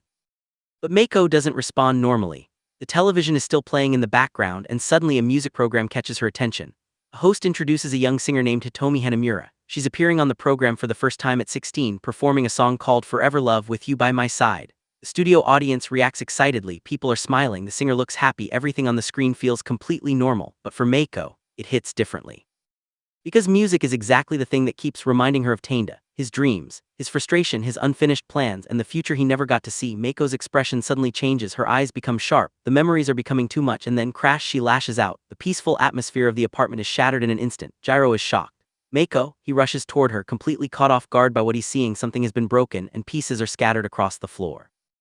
Meiko is barefoot, surrounded by the mess, but she barely seems to notice. Gyro stares at her for a moment, he doesn't even know what to say, then he looks at Meiko's face, and realizes just how badly she's falling apart. Her eyes are wet, her expression is exhausted, and yet somehow she's still trying to pretend everything is fine. Gyro can't hold it in anymore. Are you crazy? What are you doing? But Meiko doesn't fight back, she simply lowers her head and says she's okay. Then she asks him to leave her alone. Gyro knows she's lying, he can see it clearly, but he also knows that forcing her to talk won't magically make the pain disappear. So he stays nearby for a moment, he apologizes, he tries to tell her to pull herself together because he hates seeing her like this, but Meiko still wants to be alone. Eventually, Gyro turns away and leaves the room, the door closes, and once again Meiko is alone with her thoughts, but this time the story suddenly shifts. Because Gyro's memories begin to surface, he remembers the first time he ever saw Meiko. It was back when he was a freshman in college. He was riding through the city on his motorcycle when he first noticed her, and according to Gyro, it was love at first sight. From that moment he became fascinated by her, but there was one problem. Meiko was already dating Taneda, and Gyro was jealous. He didn't just want to be her friend, deep down he wanted to take her away from Taneda. He wanted a chance with her, he wanted to believe that maybe one day she would choose him instead. But now, everything has changed. Gyro got what he once thought he wanted. Taneda is no longer standing between them, but there is no victory in it because Taneda is gone, and Gyro realizes the cruel irony of it all. The person he once considered his rival is no longer around to be his rival, so even though Gyro once dreamed about having Meiko for himself, now that possibility feels completely meaningless, because Meiko isn't really free, her heart is still somewhere in the past, still with Taneda. And as Gyro looks back at everything that happened between them, one painful truth becomes impossible to ignore. He may have lost Taneda as a rival, but he could still lose Meiko to the grief Taneda left behind. But Gyro's memories don't stop there, because there was a time when he thought losing Taneda would make things easier. Back then, Gyro had convinced himself of something simple: even if Taneda was gone, the rest of them still had to keep living. And maybe that's why when the news first reached him, he didn't allow himself to properly grieve. He kept moving, he kept going, as if refusing to stop would somehow make the loss easier to accept. But the memories show just how badly he was affected. We see Gyro riding through the streets on his motorcycle, moving through the city as usual. Then suddenly, crash, everything goes wrong. His motorcycle crashes violently, sending Gyro flying forward while people nearby are thrown into confusion. The impact is brutal. Gyro hits the ground and the people around him immediately rush over. Someone calls for an ambulance, others try to help him up. But even while he's injured and surrounded by people, Gyro's mind is somewhere else. Because underneath all the pain, there is still one thought he can't escape: Taneda is dead, and yet the city hasn't stopped. People are still walking around, cars are still moving, strangers are still going about their business. The world continues as if nothing happened. Gyro realizes something painfully simple: Taneda's death changed everything for the people who knew him, but it didn't change the world itself. And that means the people left behind have no choice but to continue. They have to wake up the next morning, they have to eat, they have to work, they have to talk to people, they have to laugh sometimes, even when they don't feel like laughing, even when someone they loved is no longer there. Gyro had tried to accept that reality. He told himself he wasn't going to feel sad, he told himself that the rest of them had to keep living. But the next image reveals the truth. Gyro is surrounded by people, yet his expression is completely broken. He looks upward, almost as if he's desperately searching for an answer, and then Taneda's name appears across the page, Taneda. For the first time, Gyro's confidence starts to collapse, because he realizes that simply telling himself to move on doesn't actually solve anything. There are still questions, so many questions. What are the people left behind supposed to do now? How are they supposed to keep living with this absence? And most importantly, what would Taneda himself have wanted them to do? Gyro looks like he wants an answer from someone who can no longer give him one. What should the rest of us do? But there is only silence. Then comes the painful realization: the person they would normally turn to for an answer is the one person who can never answer them again. tell us Taneda. This changes the meaning of everything Gyro said before. He once wanted to steal Meiko away from Taneda. He once saw Taneda as the person standing between him and the woman he loved. But now Gyro finally understands the cruel truth. Taneda isn't his rival anymore. He isn't someone Gyro can defeat. He isn't someone Gyro can surpass. He's simply gone, and that leaves Gyro standing in a world where the future he once imagined has become impossible.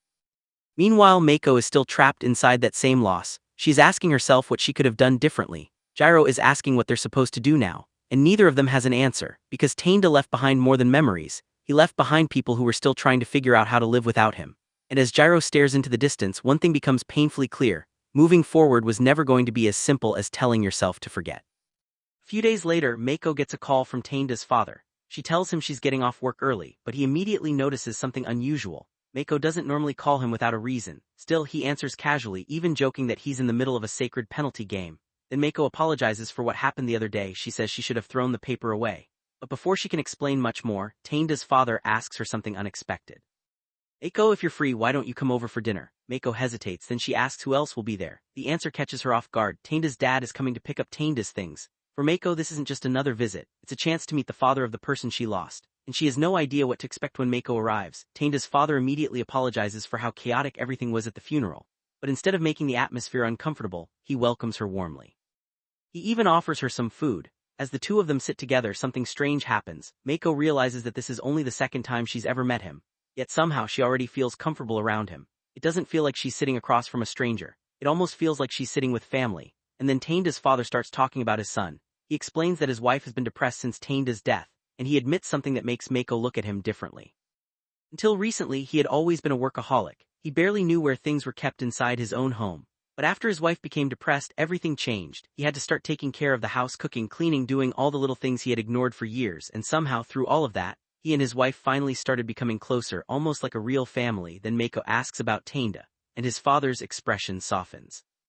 He explains that he and Taneda were never particularly close. He was rarely home. So when he finally saw Naruo again after such a long time, he was actually more surprised than sad because the boy he remembered had grown into a man. And there was something about Naruo that reminded him of himself, that straightforward attitude, that stubbornness, that determination to follow his own path. Then Taneda's father reveals something Meiko never knew. When Taneda was a senior in high school, the two of them had a huge argument about his future. Taneda wanted to go to Tokyo and pursue music while working on the side.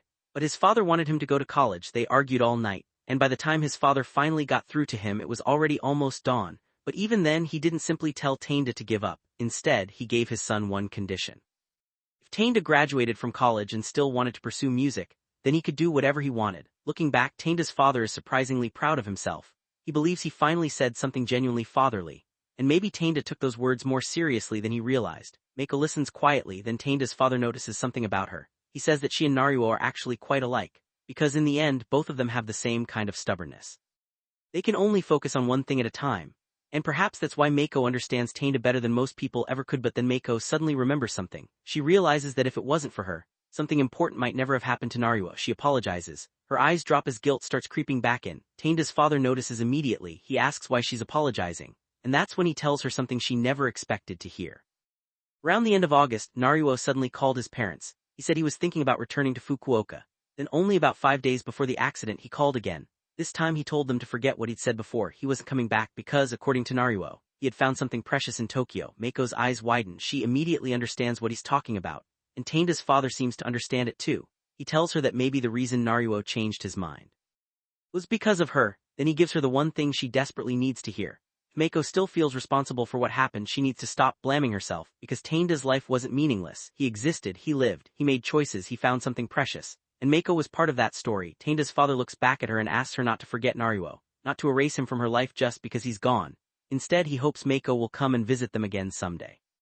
And finally, he tells her what he believes her role might be now. To prove that Naruo existed, Meiko stands there in silence. For so long she's been carrying the weight of his death as if she alone was responsible. But now, for the first time, someone is telling her that remembering Taneda isn't about punishment. It's about making sure his life meant something. And perhaps that is exactly how Meiko can finally begin moving forward. But Taneda's father's words stay with her long after she leaves. As Meiko returns home, she keeps thinking about what he said, to prove that Taneda existed. The words sound simple, but for Meiko they carry a much deeper meaning. She steps onto her balcony and looks out over the neighborhood, quietly processing everything that happened. Then, inside her apartment, something catches her attention: Taneda's guitar. She stops and stares at it for a moment. This instrument is more than just an object. It is a reminder of Taneda's dreams, his music, and the life he was trying to build in Tokyo. Meiko slowly reaches for it, and instead of leaving it untouched, she picks it up herself. For the first time, she seems to understand that remembering Taneda doesn't necessarily mean being trapped in the past. Maybe his music can still have a place in her life. Maybe she can carry a small part of what he left behind. And as she holds the instrument, a quiet determination begins to appear on her face. She still doesn't completely understand what her role is supposed to be, but perhaps she is finally willing to find out, because if her role really is to prove that Taneda existed, then maybe the first step is keeping the things he loved alive. And just like that, Meiko's grief begins turning into something else, something that could eventually change the direction of her own life. That's my role. She doesn't have the answer yet, but the question itself may be the beginning of everything that comes next. At first, Ai Katani is simply trying to get through another normal day at work, but while she's at the office, one of her coworkers suddenly calls her over for a private conversation. Ai approaches him, expecting a normal work-related discussion. Instead, the conversation takes an unexpected turn. Her senior tells her that there may be an opportunity for her to leave her current sales position and transfer to the company's head office in Sendai. It sounds like a good opportunity. But Ai immediately starts worrying about what that move would mean, because if she goes to Sendai, she'll have to leave Kato behind. And suddenly, a simple career opportunity becomes a much bigger decision. Ai knows that she can't stay a sales clerk forever. She's getting older, and she understands that sooner or later, she needs to think seriously about her future. But could she really handle a new office job while maintaining a long-distance relationship with Kato? She's not sure. And the more she thinks about it, the more complicated everything becomes later. Ai finds herself surrounded by people in the city. The streets and shops are crowded, everyone seems to have somewhere to go. But while watching all these people, Ai begins wondering how many of them are actually happy with their lives. Surely everyone has their own problems. Some problems are big, others are small, but nobody's life is completely perfect. Then Ai turns that thought toward herself. And her conclusion is surprisingly simple. She's not exactly happy, but she's not unhappy either. Her life is somewhere in between. She has a job, she has Kato, she has a relatively normal life, yet she still feels like something is missing. And that's when Ai starts wondering whether it's finally time for her to move forward after waiting for Kato. Ai finally meets him. She apologizes for keeping him waiting, but there's already something weighing heavily on her mind. Before she can properly explain what she wants to talk about, Kato mentions that he has just come from a job interview. Ai remembers that Kato has been looking for work, so she immediately asks how the interview went. Unfortunately, it went terribly. Kato jokes that his painfully slow way of speaking made the interview almost unbearable. He even describes his performance as an explosion, but in the worst possible sense. Ai can't help but notice how strange this is. Kato used to be completely against working. He didn't seem interested in getting a regular job at all, but now he's actually going to interviews and trying to find employment. Something about him has changed, and Ai begins wondering if Kato is finally trying to move forward with his own life. As they continue walking together, Ai notices that Kato seems different. The rough edges she used to see in him seem a little smoother now. Maybe he's growing up. Maybe he's simply trying to find a new direction. But Ai also understands why he's doing it. They've lost something important. The band isn't what it used to be anymore. And when people lose something meaningful, they often start searching for something else to fill that empty space. Kato might be trying to fill that emptiness with a job, and Ai might be trying to fill hers by moving forward with her career. That's when Ai quietly realizes something. Maybe it's time for her to move forward. The two continue walking through the city. At one point, Kato rushes ahead, even ignoring a traffic light because he's in such a hurry. Ai watches him and can't help but think about how strange he is. Then she tells him they should take another route because the light is taking too long. It's a tiny moment. But while they're walking, Ai's thoughts become much more personal. She remembers how she felt about Kato when they first met. At first, she didn't like him at all. She didn't understand what she saw in him, but Kato kept pursuing her. Eventually, Ai gave in and she started dating him. Now, after everything they've experienced together, she finds herself asking a difficult question. What exactly does she like about this guy? Kato is awkward, he's indecisive, he can be frustrating, and yet, he is always Kato. Maybe that's exactly what she loves about him. He doesn't pretend to be someone else. And somewhere along the way, Ai fell in love with that imperfect version of him, but Ai also knows that Kato's life can't simply stop because the band is over. She wonders whether getting a normal job is really the only way for him to move forward. Maybe there's another option. Maybe the band can continue somehow. Maybe Kato doesn't have to completely abandon music just because things have changed. But Ai doesn't know how to tell him that. And she also knows she can't keep acting like she has all the answers, because her own life is just as uncertain. She's thinking about Sendai, she's thinking about her career, and she's thinking about Kato. The more she thinks about it, the more she wonders if the two of them are slowly losing themselves while going around in circles. Eventually, Ai asks Kato to meet her somewhere quieter. Kato immediately remembers that she said there was something she wanted to tell him, so he asks her directly. Wasn't there something you wanted to tell me? AI becomes quiet. She clearly has something important to say, but the words don't come easily. She looks at Kato, and finally admits the one thing she knows for certain: she still loves him. I still love you, Kato. Kato is completely stunned. He wasn't expecting that, but even AI knows that this isn't really what she wanted to say. Her feelings for him are real. That's not the problem. The problem is everything surrounding those feelings: her career, their future. The possibility of Sendai, and the fear that moving forward might mean leaving Kato behind, but AI doesn't have time to explain everything. She suddenly remembers that her lunch break is almost over, so she apologizes and tells Kato that she'll call him when she's finished with work. Then she leaves him standing there. Kato is left completely confused. He knows AI still loves him, but he has no idea what she actually wanted to tell him. And that uncertainty leaves him thinking about something much bigger. What is happiness? As Kato walks alone, he starts wondering whether Taneda was somehow closer to finding the answer. Maybe happiness isn't about getting a normal job. Maybe it isn't about simply filling the empty spaces in your life. Maybe it's about finding something that actually gives your life meaning. Kato admits that he doesn't understand girls at all, especially AI. He can't always understand what she's thinking. But deep down, he suspects that what she's feeling is probably love. And maybe that's the one thing he does understand eventually. Kato ends up sitting alone in a small playground. Children are playing nearby. The city continues moving around him, but Kato is completely lost in his thoughts. He's still trying to understand AI, he's still trying to understand himself, and he's still trying to figure out what happiness actually means. Then while he's sitting there, someone riding a bicycle passes by and greets him. Kato looks up and responds. Another familiar face appears, and suddenly Kato isn't completely alone anymore. For a brief moment, the ordinary world continues around him as if nothing has changed. But Kato's life has changed, Ai's life has changed, and the future they're both trying to build is becoming harder to understand. Because now the question isn't whether AI loves Kato, she already does. The real question is, can two people who still love each other find a future that makes both of them happy? And with Ai's career pulling her in one direction, Kato searching for his own purpose, and the memory of their old life still hanging over them, their relationship is heading toward a decision neither of them is ready for. Meanwhile, Kato and Taneda are already waiting for someone at a nearby playground. Neither of them seems to know exactly why they've been called there. Kato looks confused as he wonders why Meiko asked both of them to meet her. Taneda doesn't have an answer either. He simply admits that he has no idea. As they wait, the two men notice someone approaching them. It's Meiko. But there's something unusual about her. She's carrying a guitar case. Kato and Taneda immediately look toward her, clearly surprised by what they're seeing. Meiko notices them and gives them a friendly smile. She apologizes for making them wait. Then Kato's attention shifts toward the long case in her hand. He looks at it for a moment before asking, "A guitar?" Meiko simply stands there with the guitar case beside her. And suddenly Kato and Taneda realize that whatever Meiko has planned, this meeting isn't going to be an ordinary one. But why did she bring a guitar, and more importantly, why did she need both Kato and Taneda here? At first Kato is completely caught off guard. He turns toward the rip beside him, almost as if he needs to make sure he heard correctly. "What?" But before he can even process the situation, Meiko calmly repeats her request. She looks straight at them and says that she wants to join their band. For a moment, nobody knows how to respond. Kato is visibly confused, while Rip just stares at Meiko with the kind of expression that says he never expected to hear something like this from her. And considering how casually she says it, the situation becomes even more surprising. This isn't some random joke. Meiko genuinely wants to become part of the band. The next moment makes that even clearer. She sits there with her innocent expression, still determined, and repeats that she wants to join them.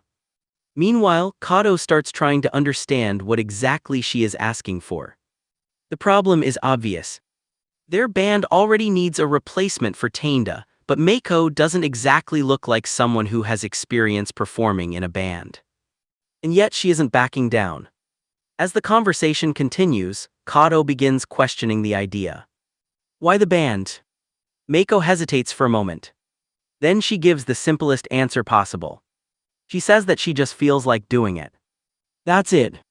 There is no complicated explanation. No grand dream. She simply feels that she wants to be part of a band. But Kato isn't convinced. He points out the biggest problem. If Meiko wants to join them, she would actually need to play an instrument. And specifically, she would need to handle the guitar. Kato asks whether she can even play guitar. Meiko admits that she can't. Not even a little. But instead of giving up, she looks completely serious and makes it clear that she really means what she's saying. She wants to try. And that determination catches Kato off guard. Rip watches the two of them carefully. He knows that wanting something and actually being capable of doing it are two completely different things. After all, the band isn't just a hobby anymore. They need a guitarist and vocalist who can actually contribute. Rip reminds Meiko that they expect a lot from their guitarist and vocalist. It's not enough to simply have the feeling that you belong in a band. There is a real responsibility involved. Still, Meiko doesn't change her mind. She continues to look confident. And that leaves Rip with one final question. He turns toward her and asks if she still wants to do it. Meiko answers with a smile. Yes. She still wants to try. And that simple answer is enough. The decision is made. The group agrees to give Meiko a chance. But now comes the real question. Can someone who has never played guitar actually become part of this band? The answer begins inside a small music studio. Kato and the others have already prepared everything. In fact, Meiko has barely agreed to join when they reveal that the studio is already reserved. Rip jokes that he had faith in her. Because if she had said no, they would have wasted the entire reservation. But Meiko isn't backing out now. The group enters the studio, and Kato immediately starts explaining the equipment. There are pedals lined up for different effects. He points them out one by one. Overdrive. Chorus. Delay. Equalizer. Each piece has a different purpose, and Kato explains that Meiko can switch the effects on and off simply by stepping on the pedals. He tells her that she can experiment with them and learn what each one does. But there is another reason he isn't worried about her adjusting everything. The settings have already been left exactly where Taneda used them. So Meiko doesn't need to start from scratch. She can simply use the same settings the previous member used. Kato tells her that she shouldn't have to change the dials at all. Meiko listens carefully. Then Kato takes her deeper into the studio and shows her the amplifier. He explains that the volume can be changed from the register so she can experiment with different tones. Meiko watches him closely, absorbing every instruction. At one point, she even realizes she should have brought her own bass from home. But despite all the equipment and technical information around her, she seems more excited than nervous. Kato notices that. And slowly, even he starts getting pulled into the excitement. Rip, however, sees things differently. He watches Kato and Meiko getting absorbed in the equipment and remarks that Kato is kind of wired. But Kato doesn't care. For him, this is fun. He's enjoying the process of showing Meiko how everything works. And Rip admits that there's something almost sad about it. At home, he feels like he's always falling behind his drums. Music has clearly become more than just something they casually do. They are genuinely hooked. Kato looks around the studio and realizes just how deeply all of them have fallen into music. He wonders how they even became this obsessed with it. And the answer is obvious. They love it. Then Meiko finally gets her chance. She stands in front of the equipment and begins adjusting the controls. Kato asks her to turn the volume up a little. Meiko reaches for the control. She looks nervous, but she does exactly what he tells her. Rip watches. Kato watches. And then the sound comes. The amplifier suddenly blasts out a huge, powerful noise. It's loud enough to shock everyone. Meiko immediately looks worried. Kato freezes. Rip reacts. For a brief moment, the entire room is thrown into chaos. One of them even looks completely overwhelmed by the sound. Meiko apologizes and asks if it was too loud. But Kato quickly tells her that the volume itself is normal. The problem isn't simply that she turned it up. Something about the setting catches his attention. Kato stares toward the amplifier. Then he notices something strange. That amp setting. It sounds exactly like Taneda's. For just a second, Kato becomes completely serious. He tells himself that it was probably just a coincidence. After all, there is no reason for Meiko's sound to be exactly the same as Taneda's. But the similarity is too strong to ignore. Rip notices it too. Neither of them says much. They simply exchange a look. And suddenly, the fun atmosphere inside the studio becomes slightly more complicated. Meiko, however, doesn't seem interested in overthinking it. She simply smiles and says that anyway. They should just give it a try. And that's exactly what they do. The story then jumps back to the others after their session. The group is already acting like a real band. Meiko is enthusiastic, and the others are beginning to accept her presence. At one point, someone jokes that they should practice until they completely drop. The atmosphere is energetic and chaotic. Meiko is excited enough to start moving around with the others. Kato, meanwhile, is still trying to figure out what is happening. He asks Meiko how things went today. She gives her answer, but Kato doesn't look completely satisfied. Because there's still something bothering him. Rip also seems unusually quiet. And when Kato looks at him, he notices the long face. He asks what's wrong. But Rip's thoughts are elsewhere. He doesn't seem convinced that simply having enthusiasm will be enough. He says something important. Wanting to make a band successful takes more than enthusiasm. It needs commitment, skill, chemistry, and most importantly, something that keeps all the members moving in the same direction. He looks at Kato and notices that something is bothering him. So he asks him directly, "What's the matter, Rip? Why the long face?" Kato doesn't answer immediately. Because deep down, he is still thinking about that sound in the studio. That strange similarity to Taneda. And if Meiko really can reproduce that feeling, then maybe her joining the band wasn't such a crazy idea after all. But before they can settle anything, there is still one huge question left. Was Meiko simply lucky to sound like Taneda for a moment? Or is there something about her playing that could completely change the band's future? The conversation begins with Rip looking completely worn out. He sits there quietly while Kato turns toward him and brings up the biggest problem facing their band. Taneda is gone. So the question is simple. Who is going to take his place? Kato asks if there is anyone else who could possibly take over for Taneda. But almost immediately, the conversation shifts toward Meiko. Rip looks uncomfortable, almost as if he already knows where this discussion is going. Kato looks at him and asks if he still hasn't gotten over Meiko. The question clearly hits a nerve. Rip doesn't answer right away. His face tightens and his expression shows that this isn't something he wants to talk about. But Kato isn't letting him escape that easily. Instead, he basically tells Rip to stop trying to find logic in his feelings. Because sometimes, you simply like someone and that's it. Then Kato reminds him of something else.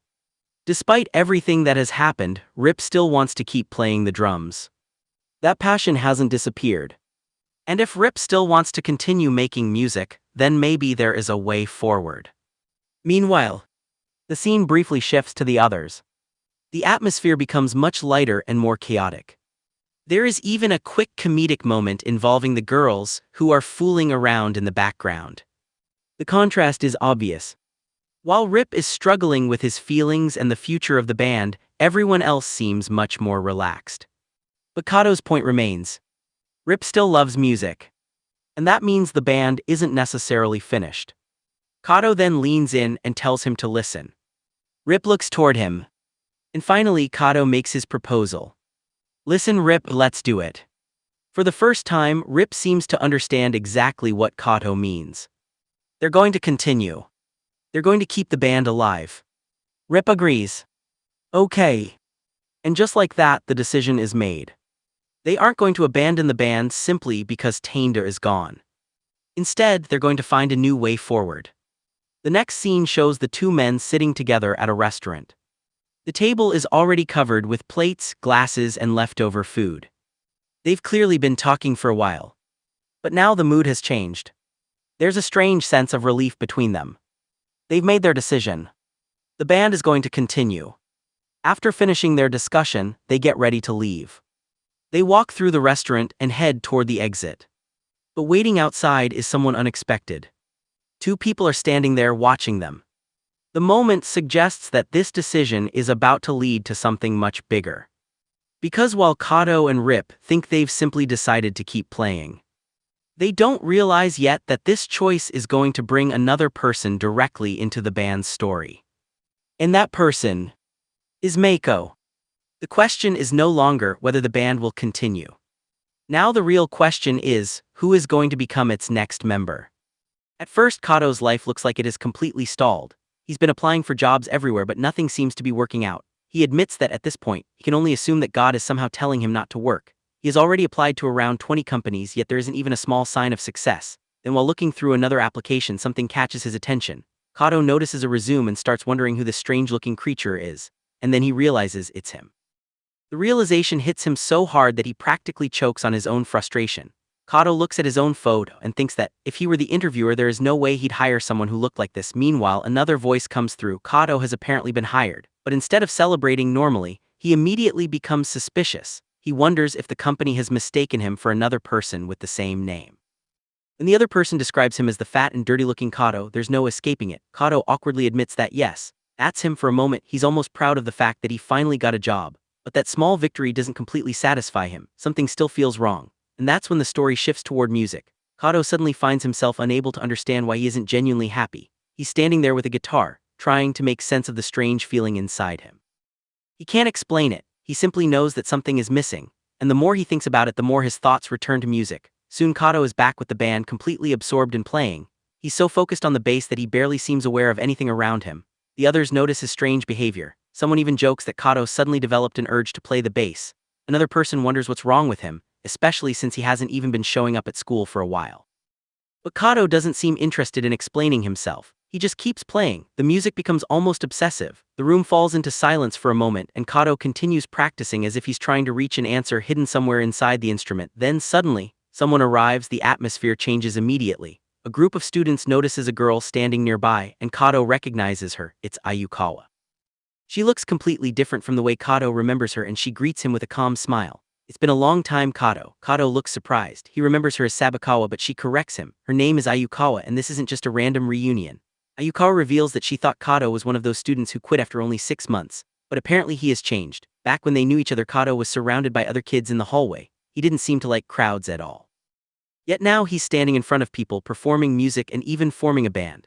Ayukawa finds the change surprising. Kato, however, brushes it off. He says he hasn't really changed that much. After all, he never even imagined that he'd form a band, let alone play gigs. But Ayukawa points out something important. When you're young, you can still change, and maybe Kato is proof of that. Then Ayukawa explains why she's been surrounded by so many people lately. Apparently, her band is getting close to making its debut. As soon as people heard that the band was about to officially debut, they started hanging around. They were interested in the band before it had even properly started. Kato is stunned. Can't believe what he's hearing. Then Ayukawa reveals something even bigger. Her band has actually placed in a new talent competition organized by a recording company, and now they're already in discussions with one of the company's representatives. Suddenly Kato understands, this isn't just some small hobby anymore. Ayukawa and her band are actually moving toward becoming professional musicians. But then Kato notices something unexpected. Ayukawa is crying. Kato immediately asks what's wrong. She tries to brush it off, insisting there's nothing worth crying about. But Kato can tell that something is bothering her. She explains that Kato was the one who told her to just do what she could, so that's exactly what she did. She followed his advice. Now she's standing on the edge of something she once probably never imagined possible. For Kato, hearing this should be a happy moment. But Ayukawa's emotions reveal just how complicated the situation really is. She looks overwhelmed by everything that's happening, then suddenly she remembers something. She turns toward Kato and asks him for a favor. Kato is caught completely off guard. Before he can even understand what she wants, Ayukawa moves closer, and Kato, being Kato, immediately agrees. He tells her he'll do anything, but there's another person watching the situation unfold. A girl named Meiko is nearby, quietly observing everything, and the story shifts to her. Meiko is practicing guitar, but she's struggling badly. The sheet music looks complicated, and she admits that guitar music is incredibly difficult to read. She tries to follow the notes, but it's clearly frustrating her. Instead of giving up, she decides to practice something easier. Meiko begins working through a simpler piece. But even then, she struggles with the finger positions. She tries to place her fingers correctly, only to get frustrated again. It becomes obvious that Meiko is still learning, but there's something else driving her. She wants to improve. Then Meiko discovers something that catches her attention. It's Taneda's diary. She opens it and begins reading. The diary contains small details about ordinary days, things like the weather becoming colder using the space heater, and the simple routines of everyday life.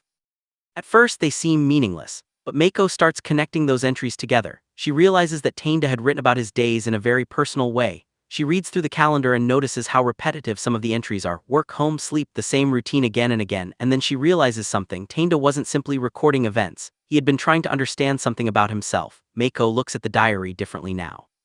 She remembers how hot the summer had been and how winter is now approaching again. The seasons have changed, but something from that past is still lingering. Then Meiko reaches one particular entry, September 9th. The words are different this time. Taneda wrote that he felt like he had found his answer, and that he would keep working on it the next day. Meiko quietly reacts. Oh, but the story isn't finished. The next image takes us back to that mysterious connection between the diary and the past. Meiko watches someone leave through the door. The scene carries a strange sense of finality. It's almost as if she's watching the end of something that happened a long time ago. Then the narration reveals that on the opposite page from those old diary entries, Taneda had written something else, words connected to Solanin. He had apparently been trying to confirm some kind of feeling, and now Meiko is looking at those words with a completely different understanding. The final image leaves us with the sense that Meiko may finally be getting closer to the answer she has been searching for. She isn't simply learning guitar anymore, she's trying to understand Taneda. She's trying to understand the feelings hidden inside his writing, and most importantly, she may be starting to understand why all of these memories still matter. Because the past isn't really gone. Sometimes a single diary entry, a forgotten song, or one person from your old life can bring everything back. And now that Meiko has found Taneda's words, the question is what she's going to discover when she finally connects them to the present. But as Meiko sits alone in her room going through Taneda's diary, one thought keeps bothering her. At first, she had believed the song was simply about lovers saying goodbye. A song about two people who had fallen in love only to eventually part ways. But now, after reading Taneda's words again, Meiko begins to wonder if she had misunderstood the song completely. Maybe it wasn't about lovers at all. Maybe it was about Taneda himself and the person he used to be. That possibility makes the meaning of the song feel completely different. Meiko sits quietly in the middle of the room surrounded by her guitar, books, and everything else she has been using to understand Taneda's music, and then she makes a decision. If she really wants to understand his music, she can't just keep reading about it, she has to learn how to play it. So Meiko silently promises herself that she is going to master the guitar, and she's going to give it everything she's got. Meanwhile, the story moves back to Kato. He's outside with Ayukawa when she suddenly brings up something that immediately catches his attention. Live concert. Kato looks confused. Live concert, why is she suddenly talking about that? But Ayukawa explains that someone from the recording company is going to come and watch their next performance. This isn't just another small school event anymore. The recording company is actually interested in seeing them perform live, and Ayukawa has another idea. She's been looking for a band to appear with them. Then she smiles and suggests something that Kato probably wasn't expecting at all. She asks if Kato and his band would play with them. Kato is stunned. He immediately asks when the concert is. Ayukawa gives him the answer in 1 month. 1 month, that's all the time they have for Kato. That changes everything. Until now, playing music was something he could do whenever he wanted, but this is different, a real audience, a real concert. And most importantly, someone from a recording company will be watching. If they mess this up, there might not be another chance. Kato has to take the opportunity seriously. But somewhere else, Meiko is already doing exactly that. Back at home, she's sitting with her guitar practicing over and over again. The room is quiet except for the sound of her playing. She struggles with the instrument, but she doesn't stop. Every mistake becomes another reason to practice. Every difficult chord becomes something she has to conquer. Because Meiko has finally decided that she doesn't just want to listen to the music anymore, she wants to understand it. She wants to become good enough to play it herself. And while Kato has just been given 1 month to prepare for a concert that could change the band's future, Meiko is quietly beginning her own journey toward the same world. Neither of them knows it yet, but their paths are moving closer together. And soon, that upcoming concert is going to bring all of these unfinished feelings, old memories, and new ambitions into the same place. Meanwhile, the band is in the middle of another intense practice session. The room is filled with instruments, scattered sheet music, and the nervous energy of musicians who know they still have a long way to go. Kato looks completely exhausted. But the person pushing everyone forward is none other than Meiko. She refuses to give up. Even when things don't sound right, Meiko simply takes a breath and says they're going to try again. And this time something changes. The band starts finding its rhythm. Kato's bass begins to blend with the drums while Meiko keeps working on her part. For the first time, their performance actually starts sounding like a real song. Kato notices the difference immediately. He looks at Meiko and realizes that she's getting better. Someone even tells, "You've gotten good." Meiko is surprised. She asks if they're serious, and the answer is yes. She's still a little stiff, but she's clearly improving. For Meiko, that small compliment means a lot. Because only a short while ago, she never imagined herself standing in front of people and performing music. Now she's actually becoming part of a band. But then something unexpected comes up. The band learns that there's an opportunity to perform at a live concert. The problem, they only have 1 month to prepare, and they're not even the main act. They would have to perform as the opening band, which means setting up, playing their songs, and breaking everything down within a limited amount of time. Kato immediately realizes how difficult this is. 1 month isn't much time at all, but Meiko doesn't back down. She listens quietly as the others discuss whether they can actually pull it off. Then she finally speaks. She wants to try. The others are stunned. They know this won't be easy. But Meiko has already made up her mind. She wants to stand on that stage. She wants to know what it feels like to perform in front of a real audience. And then she says something that changes the entire mood. She wants to perform Solanin.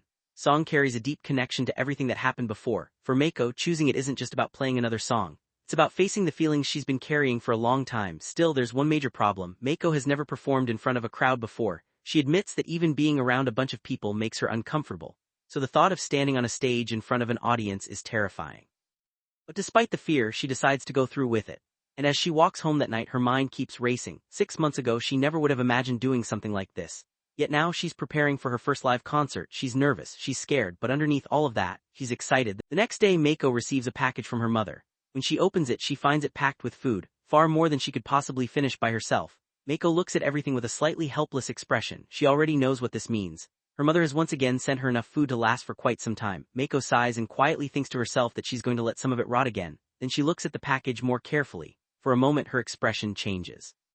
She realizes that there is something important she still hasn't told her mother, the concert. Her mother doesn't know that Meiko is about to perform in a live concert, and Meiko still hasn't found the right moment to tell her. So for now she keeps quiet. But while Meiko is thinking about the upcoming concert, her attention soon turns to something else. She is talking with Ohashi. Ohashi is surprised by Meiko's sudden decision to perform at a live concert. After all, this isn't something small. She's going to have to stand in front of an actual audience and perform on stage. And on top of that, her midterm assignments are going to be announced around the same time. Hashi points out how sudden the whole thing is, but Meiko doesn't seem too worried. She tells him that even if she ends up failing her midterms, she'll still be there to see the concert through. For Meiko, the important thing is simply being there. She has already decided that she wants to do this. Then Meiko makes an unexpected request. She asks Ohashi to teach her how to play the guitar. Hashi immediately admits that he's not exactly an amazing guitarist himself, but instead of trying to impress her with complicated techniques, he explains what he actually loves about the instrument. According to Ohashi, playing guitar isn't only about knowing music theory or being technically perfect. Even if someone doesn't know much about music, they can still create something beautiful with a guitar. A single chord can sound good. And sometimes that's enough, because what really matters is the way you play it, the feeling you put into the instrument. Hashi explains that a guitar can take a player's emotions and give them life through its strings, pickups, and amplifier. It's almost as if the instrument becomes a way for someone to express feelings that words can't properly explain. And that's exactly what he loves about the guitar. Meiko listens quietly. She seems genuinely interested in the way Ohashi talks about music. But once he starts talking about it, he gets completely carried away. Hashi begins telling Meiko about his own past. He admits that before middle school he wasn't particularly good at anything. He couldn't do things well, and more importantly, he didn't really have any goals. There was nothing he could look forward to, nothing that gave him a clear direction. Then somehow he and a few of his equally untalented friends ended up getting together with some instruments. They weren't amazing musicians. They weren't experts, they were just a group of people trying to make something together, but that was enough to change everything. For Ohashi, it felt like his entire world suddenly opened up. Something that had once seemed closed and meaningless suddenly became much bigger. He and his friends were creating something together, and to him that feeling seemed almost limitless, something like infinity. As Ohashi continues talking, Meiko watches him quietly. She can tell that this isn't just casual conversation for him. He genuinely loves music, and the more excited he gets, the more he starts talking. Eventually, Ohashi suddenly realizes what he's doing. He stops and wonders if he has been babbling again. Meiko doesn't seem bothered though, in fact, she seems amused by how passionate he is. She watches him for a moment and quietly wonders. Has Ohashi always been like this? Because whenever music comes up, he completely loses himself in the conversation. Then suddenly Ohashi calls out to her. Miss Inao. Meiko looks over. Yes, Hashi is visibly nervous, his face is flushed and he seems to be gathering whatever courage he has left. Then he finally says what he wants to say. I love you. Meiko freezes. For a moment she doesn't know how to react. She came here expecting to learn more about the guitar. She expected a conversation about music, maybe some advice before the concert, but she never expected Ohashi to suddenly confess his feelings. And now, after everything they were just talking about, Meiko is left completely stunned, because this conversation was supposed to be about music, but somehow, it has turned into a confession of love. Ohashi looks at Meiko and finally says the words he has been holding back. I love you, Miss Inao. For a moment Meiko doesn't know how to respond. She just stares at him, completely caught off guard. Her face turns red, and even though she tries to keep her composure, it's obvious that she wasn't expecting this at all. Hashi quickly becomes embarrassed. He apologizes and explains that he suddenly felt like he had to say it, but he makes one thing clear. He's not asking her out. In fact, he doesn't even know whether Meiko already has a boyfriend. And that's when Meiko starts laughing. Not because she's making fun of him, but because the situation feels so unexpected. Ohashi becomes even more flustered. He insists that he's serious, but Meiko tells him that she doesn't have a boyfriend. Still, she admits that she doesn't really feel like going out with anyone right now. Hashi doesn't immediately give up. Instead, he tells her that if there's a reason behind that decision, he's willing to listen. But before the conversation can go any further, reality interrupts them. Hashi has band practice. He has to leave. Before going, he asks Meiko if they can have dinner together another time. Meiko agrees, and just like that, they part ways. But as Meiko walks away, she realizes something. She had tried to act calm. She had tried to treat Ohashi's confession like it wasn't a big deal. But in reality, she couldn't even bring herself to look directly at him. His straightforward gaze made her uncomfortable, and every time she looked at that 18-year-old she couldn't help remembering someone from her own past. Taneda, the memory takes Meiko back to the days when she first met him. For a brief moment she wonders what it would be like to return to those days, but deep down she already knows the answer. There is no way she can go back, those days are gone. And perhaps that's exactly why Ohashi's confession affected her more than she expected, because looking at him reminded her of a time in her life when everything still felt new, a time she can never recover. The next day, Meiko makes a decision. She pulls a dusty acoustic guitar out of her closet. The instrument has clearly been sitting there for a long time, but now she takes it out, she puts it in its case and heads toward the station. Her destination is Shinjuku. As the train moves toward the city, Meiko sits quietly with the guitar beside her. At first, the midday train is almost empty, but the closer she gets to the city, the more crowded it becomes. People start filling the train, buildings appear outside the windows, cars, streets, advertisements, and countless people surround her. And suddenly Meiko is struck by just how overwhelming Tokyo can be. There is so much happening at once, so many people, so many things, so much information everywhere she looks. Yet somehow all of it exists together in a strange and almost miraculous balance. But instead of feeling inspired, Meiko feels small. She realizes that she isn't as energetic or fearless as she used to be. The city feels like something that could easily swallow her whole, and she can't help admitting to herself that she feels powerless here. It's hard for anyone to survive in a place like Tokyo. 6 months ago, she had been doing everything she could just to get by. But now, after everything that has happened, she begins questioning whether she can really continue living like this. Meiko looks around at the people rushing through the city, and one thought becomes stronger in her mind. She can't live like this forever. Eventually, Meiko finds herself outside. She's carrying the guitar, but even now she isn't completely sure what she's going to do with it. She walks through the city and eventually reaches an open area near the river. There she sits down for a moment and tries to gather herself. She had planned to remain calm, she had planned everything carefully. But when it comes down to it, she realizes that all she could really do was avoid the direct gaze of the people around her. And then she notices someone. A young boy wearing glasses is nearby. He seems to have been there for a while. Meiko looks at him and wonders what he's doing there. The boy looks back at her and asks the same thing. Meiko eventually admits that maybe she's a little lost. The conversation is surprisingly casual. Then the boy notices the guitar case. His attention immediately shifts toward it. He asks Meiko if that's a guitar. She confirms that it is. Then he asks another question. You sing too? Meiko tells him that she does. The boy becomes interested. He wants to hear her play. He even asks her to play something. For a moment, Meiko doesn't know what to say. He has traveled all the way to Shinjuku with the guitar. She brought it because she wanted to do something different. Something that might pull her out of the life she's been trapped in. But now, standing in front of this curious little boy, she suddenly realizes how difficult it is to actually take that first step. Still, the boy's innocent excitement makes her hesitate. He doesn't care about her past. He doesn't care about the complicated feelings surrounding Ohashi. He doesn't care about Tokyo swallowing people alive. He simply sees a woman with a guitar and wants to hear her play.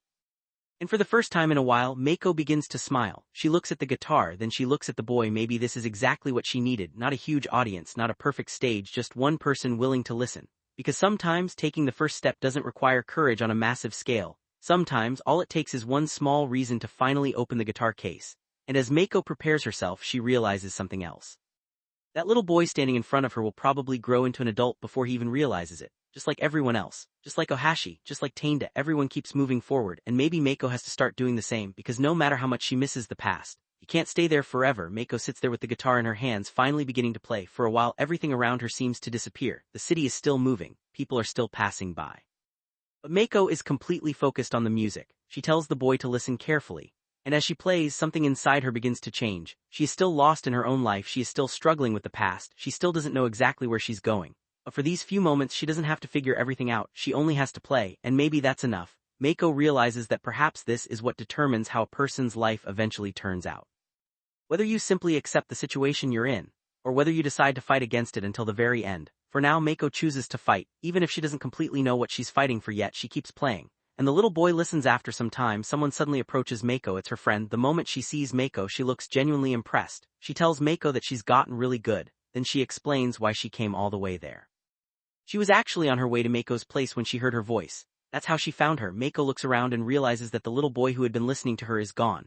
Her friend asks where the boy with the glasses went, but Meiko admits that she doesn't know. He simply disappeared after listening to her play. Still, Meiko's friend isn't concerned about that. Instead, she asked Meiko to play the song again, and this time Meiko agrees. As the two of them sit together, Meiko starts playing once more.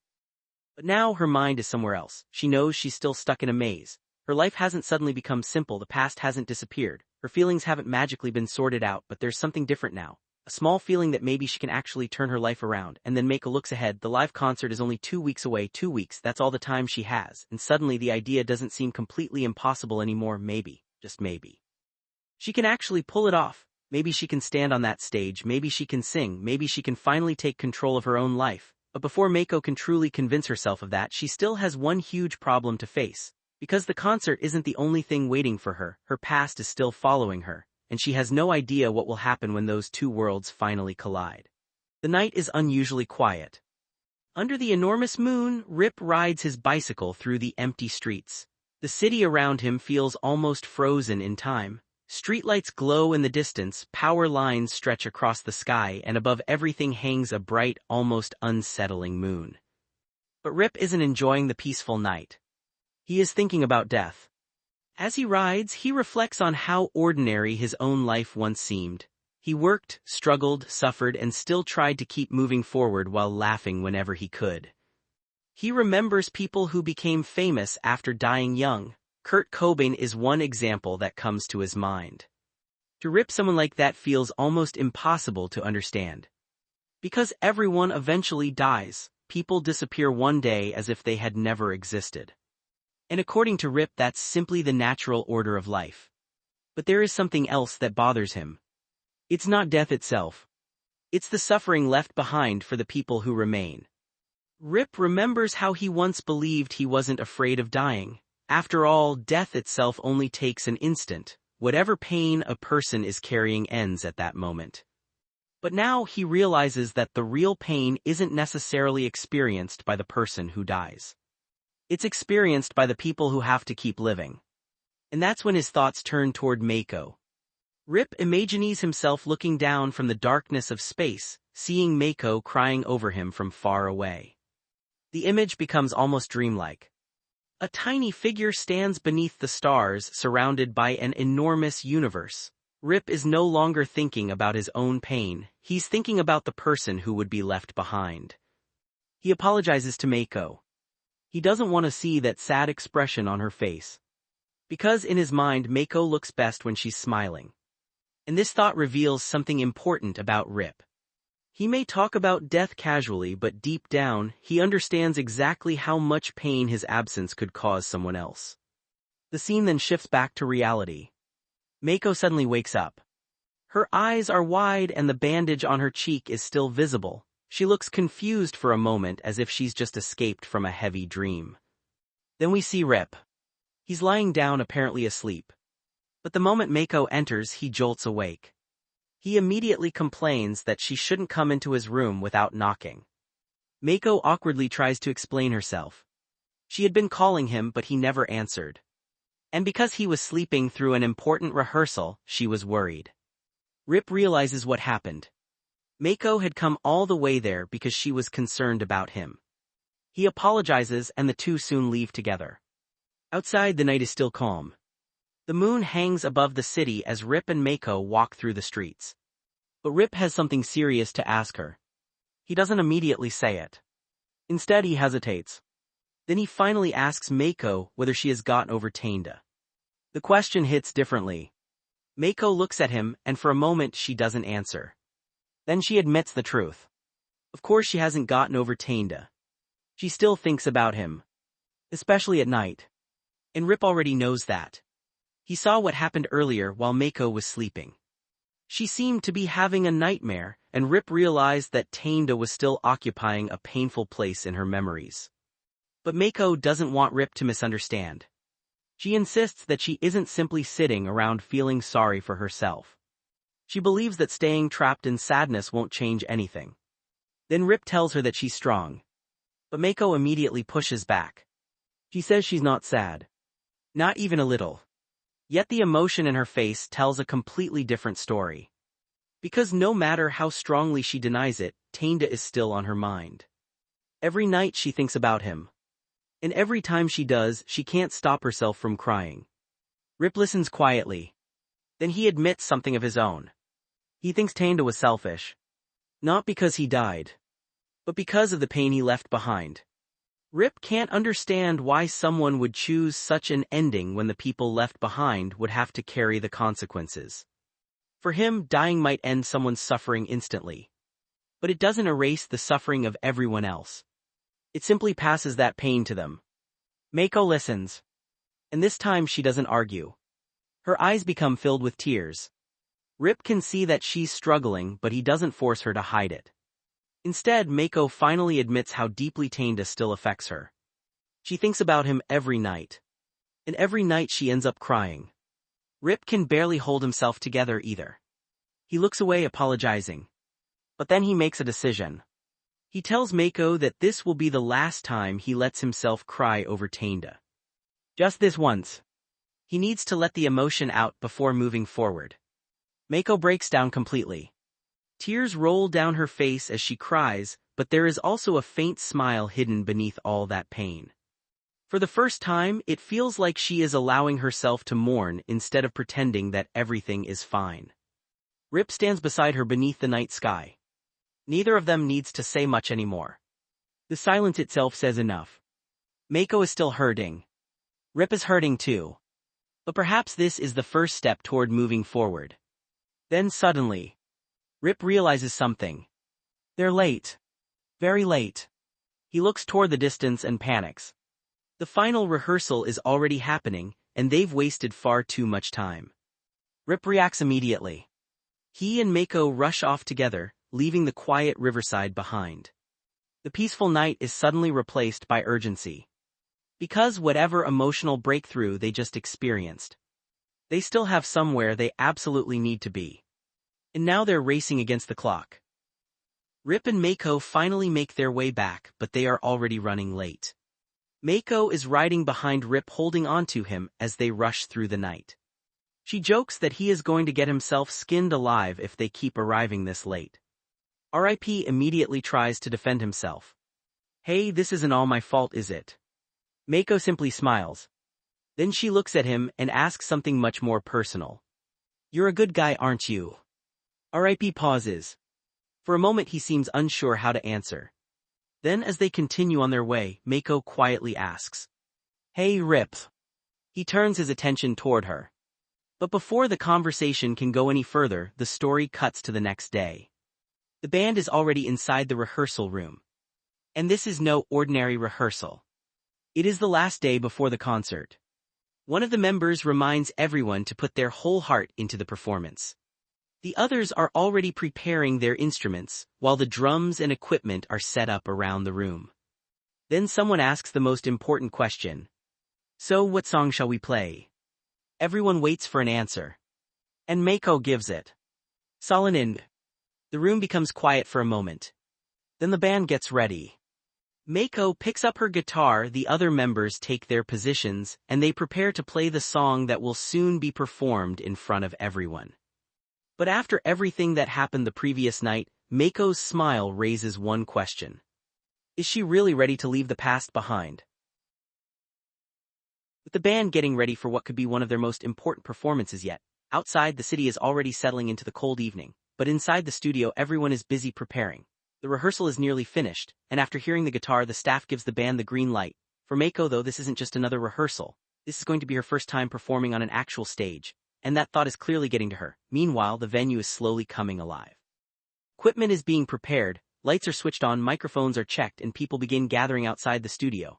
The place is surprisingly crowded. One of the band members even decides to handle the tickets himself, especially since the staff has been kind enough to let them perform there. But when someone asks where the others are, the answer reveals a small problem. Meiko has gotten herself completely worked up.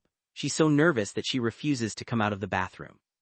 Honestly, considering this is her first stage performance, it's not hard to understand why. But while Meiko is hiding away, the others are trying to keep things moving. One of them says he should probably head out too, while another reminds him that this is Meiko's first time standing in front of an audience. Before leaving, they wish each other good luck, and then, the moment they've been waiting for finally arrives inside. Meiko is still sitting nervously, trying to calm herself down. The Rip calls out to her. It's about to start. Instead of immediately coming out, she stays where she is. Outside the room, the sound of the crowd is getting louder.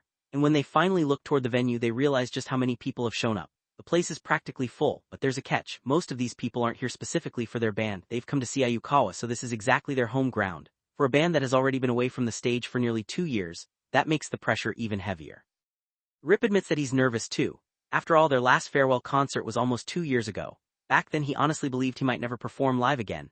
He had even imagined the three of them joking about older musicians who were still carrying expensive instruments around and chasing their old dreams. But now, things have changed, because they're those older musicians. And instead of making fun of people who refuse to give up on music, they've become exactly like them, still chasing that feeling.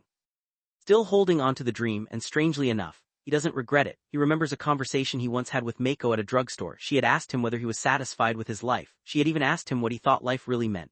Now standing backstage before the performance, he finally seems to understand his own answer. He admits that if he started listing everything wrong with his life, there would be no end. But today, for some reason, he's genuinely happy.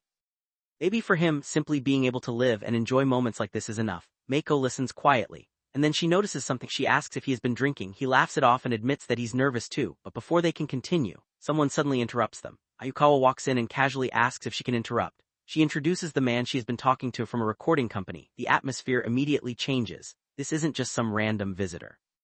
The man clearly has experience in the music industry, and everyone starts paying attention. The band is introduced, and the recording company representative takes a closer look at them. Then he recognizes someone. He asks the rip if he used to produce celebrity bands. The man calmly admits that he gave that up. That answer catches Meiko's attention. She looks toward the familiar man with glasses and wonders whether he is still involved with the band anymore. But before the conversation can become uncomfortable, she decides not to push it. After all, every band has its own history. Some stories are better left unexplained. The recording company man then reveals why he is really here. He has been traveling around the country searching for genuinely good bands, and apparently he has been thinking about this decision for quite some time. But there's a downside. He had other offers that would have paid much better. Because of his decision to pursue unknown bands like this one, his reputation at the office has taken a serious hit. Still, he doesn't seem to care. He tells them that he'll pay close attention to their performance tonight. Then, just before leaving, he turns toward the man with glasses and delivers a rather strange warning. If his life falls apart because of this decision, he'll blame that man for it. The others are left wondering what exactly happened between these people. Meiko is especially confused. She asks what that was all about, but there's no time for explanations anymore. The first band is about to perform, and Meiko is told to get ready backstage. The mood suddenly becomes much more serious. Everyone knows there's no more time to hesitate. They have to go out there. Meiko looks nervous, but she's also determined. Her bandmates are nervous too, yet there's a quiet confidence between them. They've waited nearly 2 years for this. They've spent all this time wondering whether they would ever stand on a stage together again. Now they finally have their chance. One of them checks Meiko's injury and notices that the cut on her face has completely healed. Then, in a rather rough way, he pulls the covering away. Meiko immediately cries out in pain. She can't believe he did it like that, but despite the pain, the mood quickly turns lighter. Her bandmate tells her they should get out there and show everyone what they've got. And after the performance, they'll celebrate together with some good sake. Meiko, still annoyed about the way he pulled the covering off, jokes that if they were in America she would sue him. Everyone is finally ready, the crowd is waiting, the lights are prepared, and after almost 2 years away from the stage, Meiko and the band are finally about to perform live again. But the real question is, will their music be good enough to win over a crowd that came here expecting someone else? And finally the moment arrives. Backstage, the three of them gather together one last time. There's no more time to overthink things now. The instruments are ready, the audience is waiting, and everyone knows what they have to do. Meiko looks nervous, but she's no longer hiding. Instead, the three band members put their fists together. Let's do it. For a moment, all the fear disappears. They're not thinking about the crowd, the recording company, or whether they'll succeed. They're simply thinking about playing together again. And then they walk onto the stage. The audience is already packed in, with people standing shoulder to shoulder and watching closely.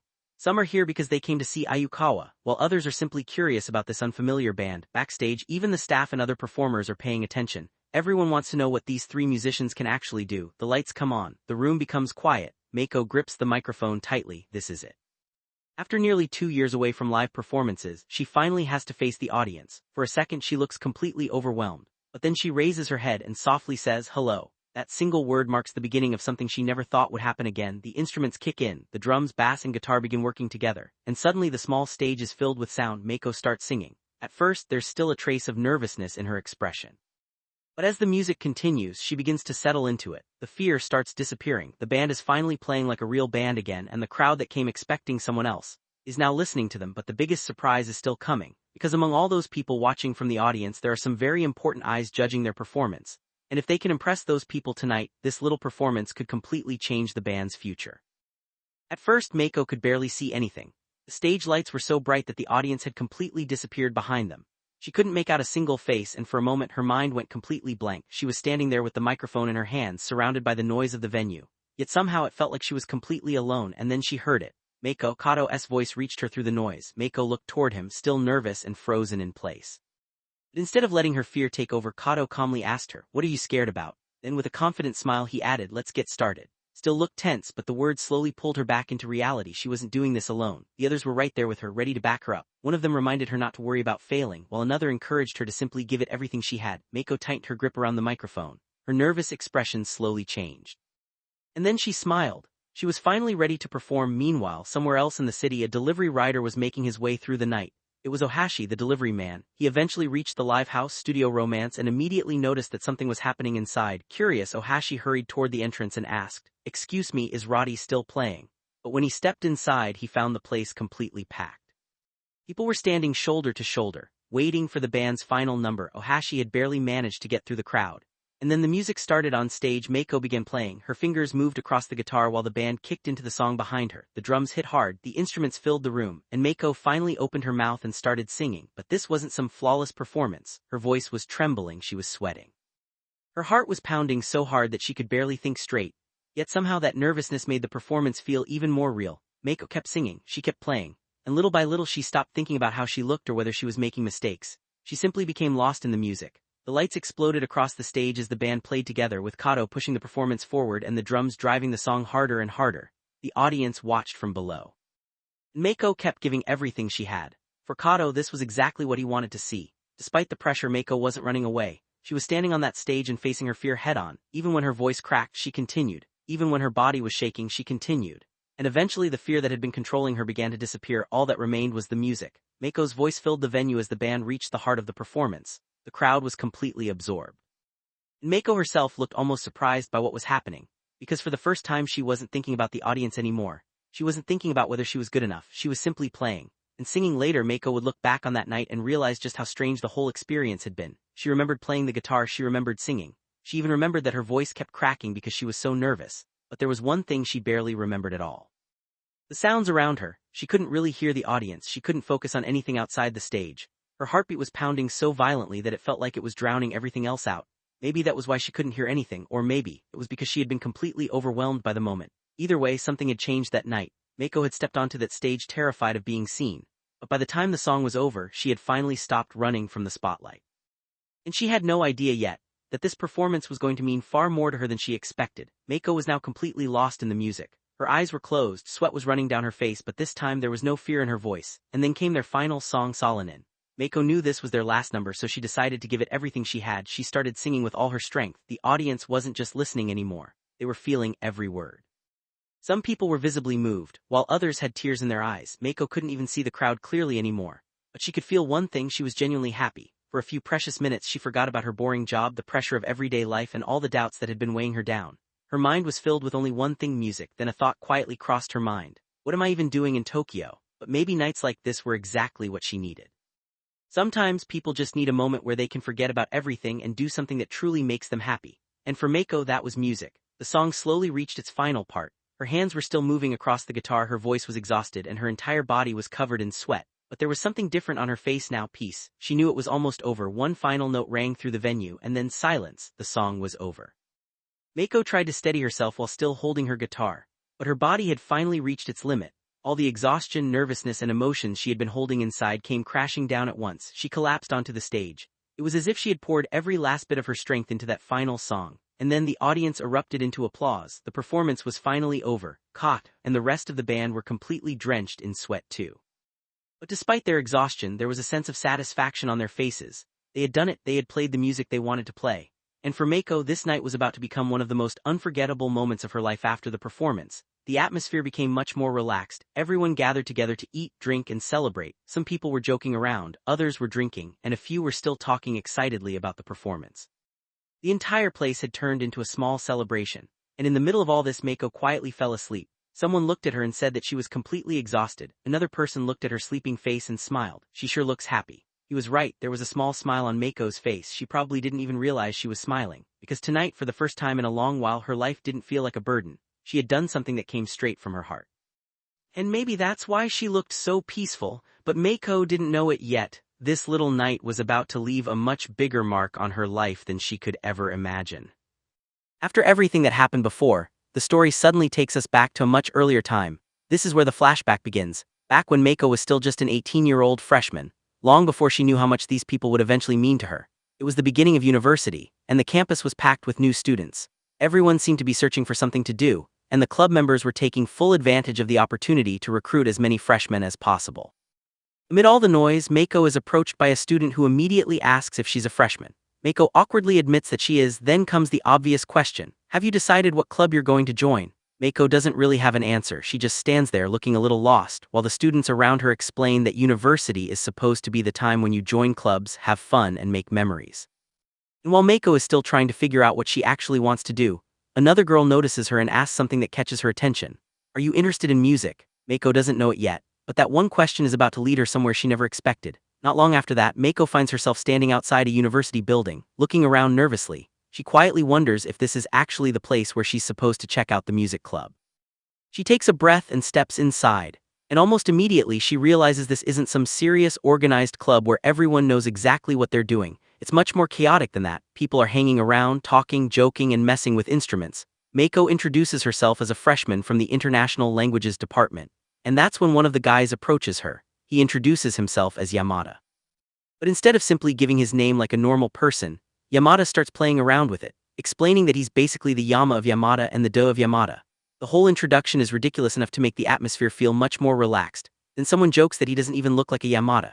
Apparently, he looks more like some kind of rock star.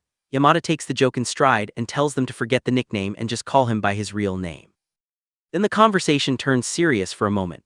The group explains that they're thinking about starting a band, and suddenly Meiko realizes that this isn't just a club where people casually hang out.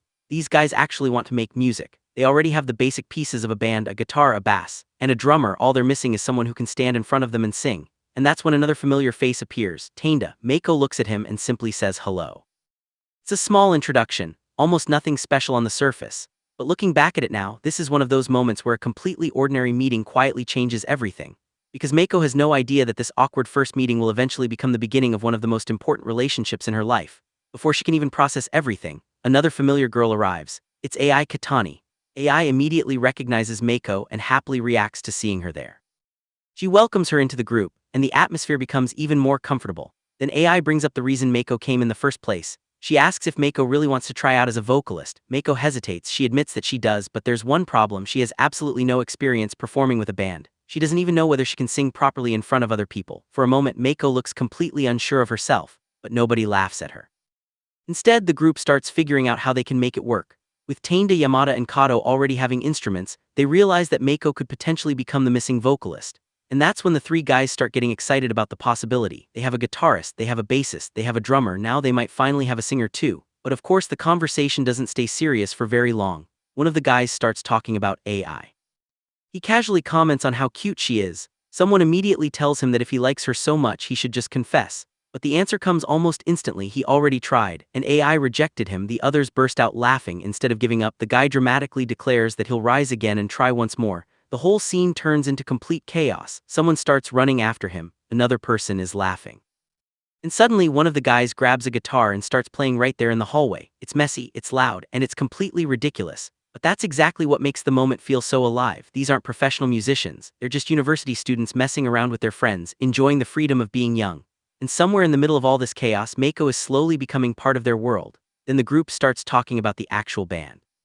They have 3 people ready to play, and now they just need to see whether Meiko can really sing. But Meiko is still nervous. She admits that she's never sung before, not seriously, not in front of people, and definitely not with a band. That's when the others tell her not to worry about being perfect. They aren't looking for a professional singer, they just want to have fun, so Meiko finally agrees to give it a shot. She steps toward the microphone, her expression immediately changes. The nervousness is obvious.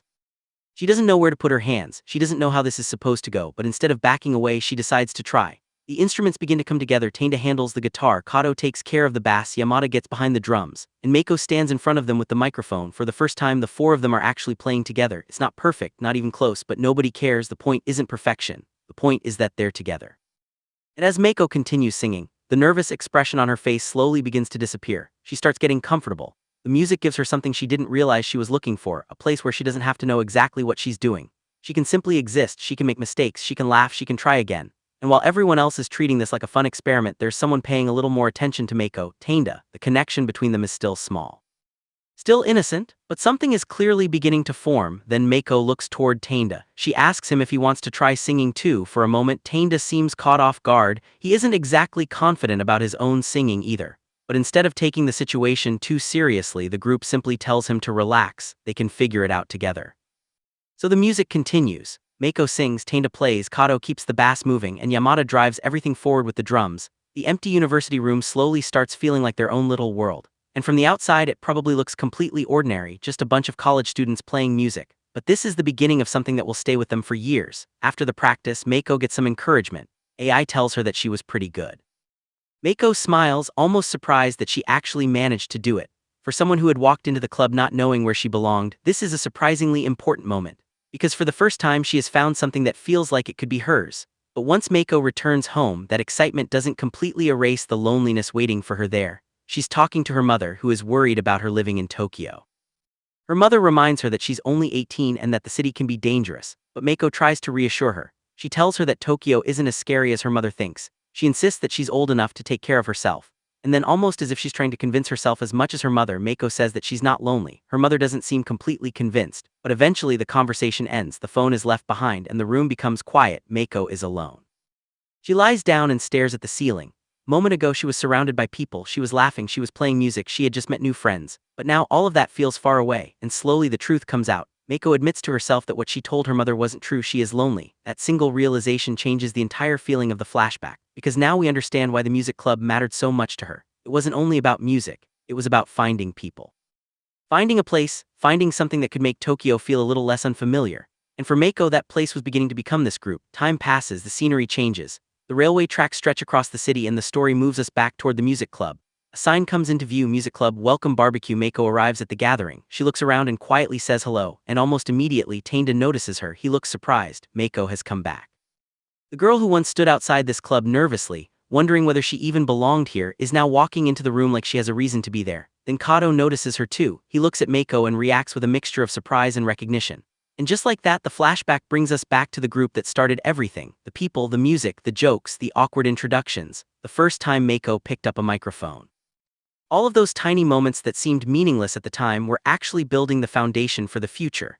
Because none of them knew what was waiting for them. They didn't know how much their lives would change. They didn't know which dreams would survive and which ones would eventually fall apart.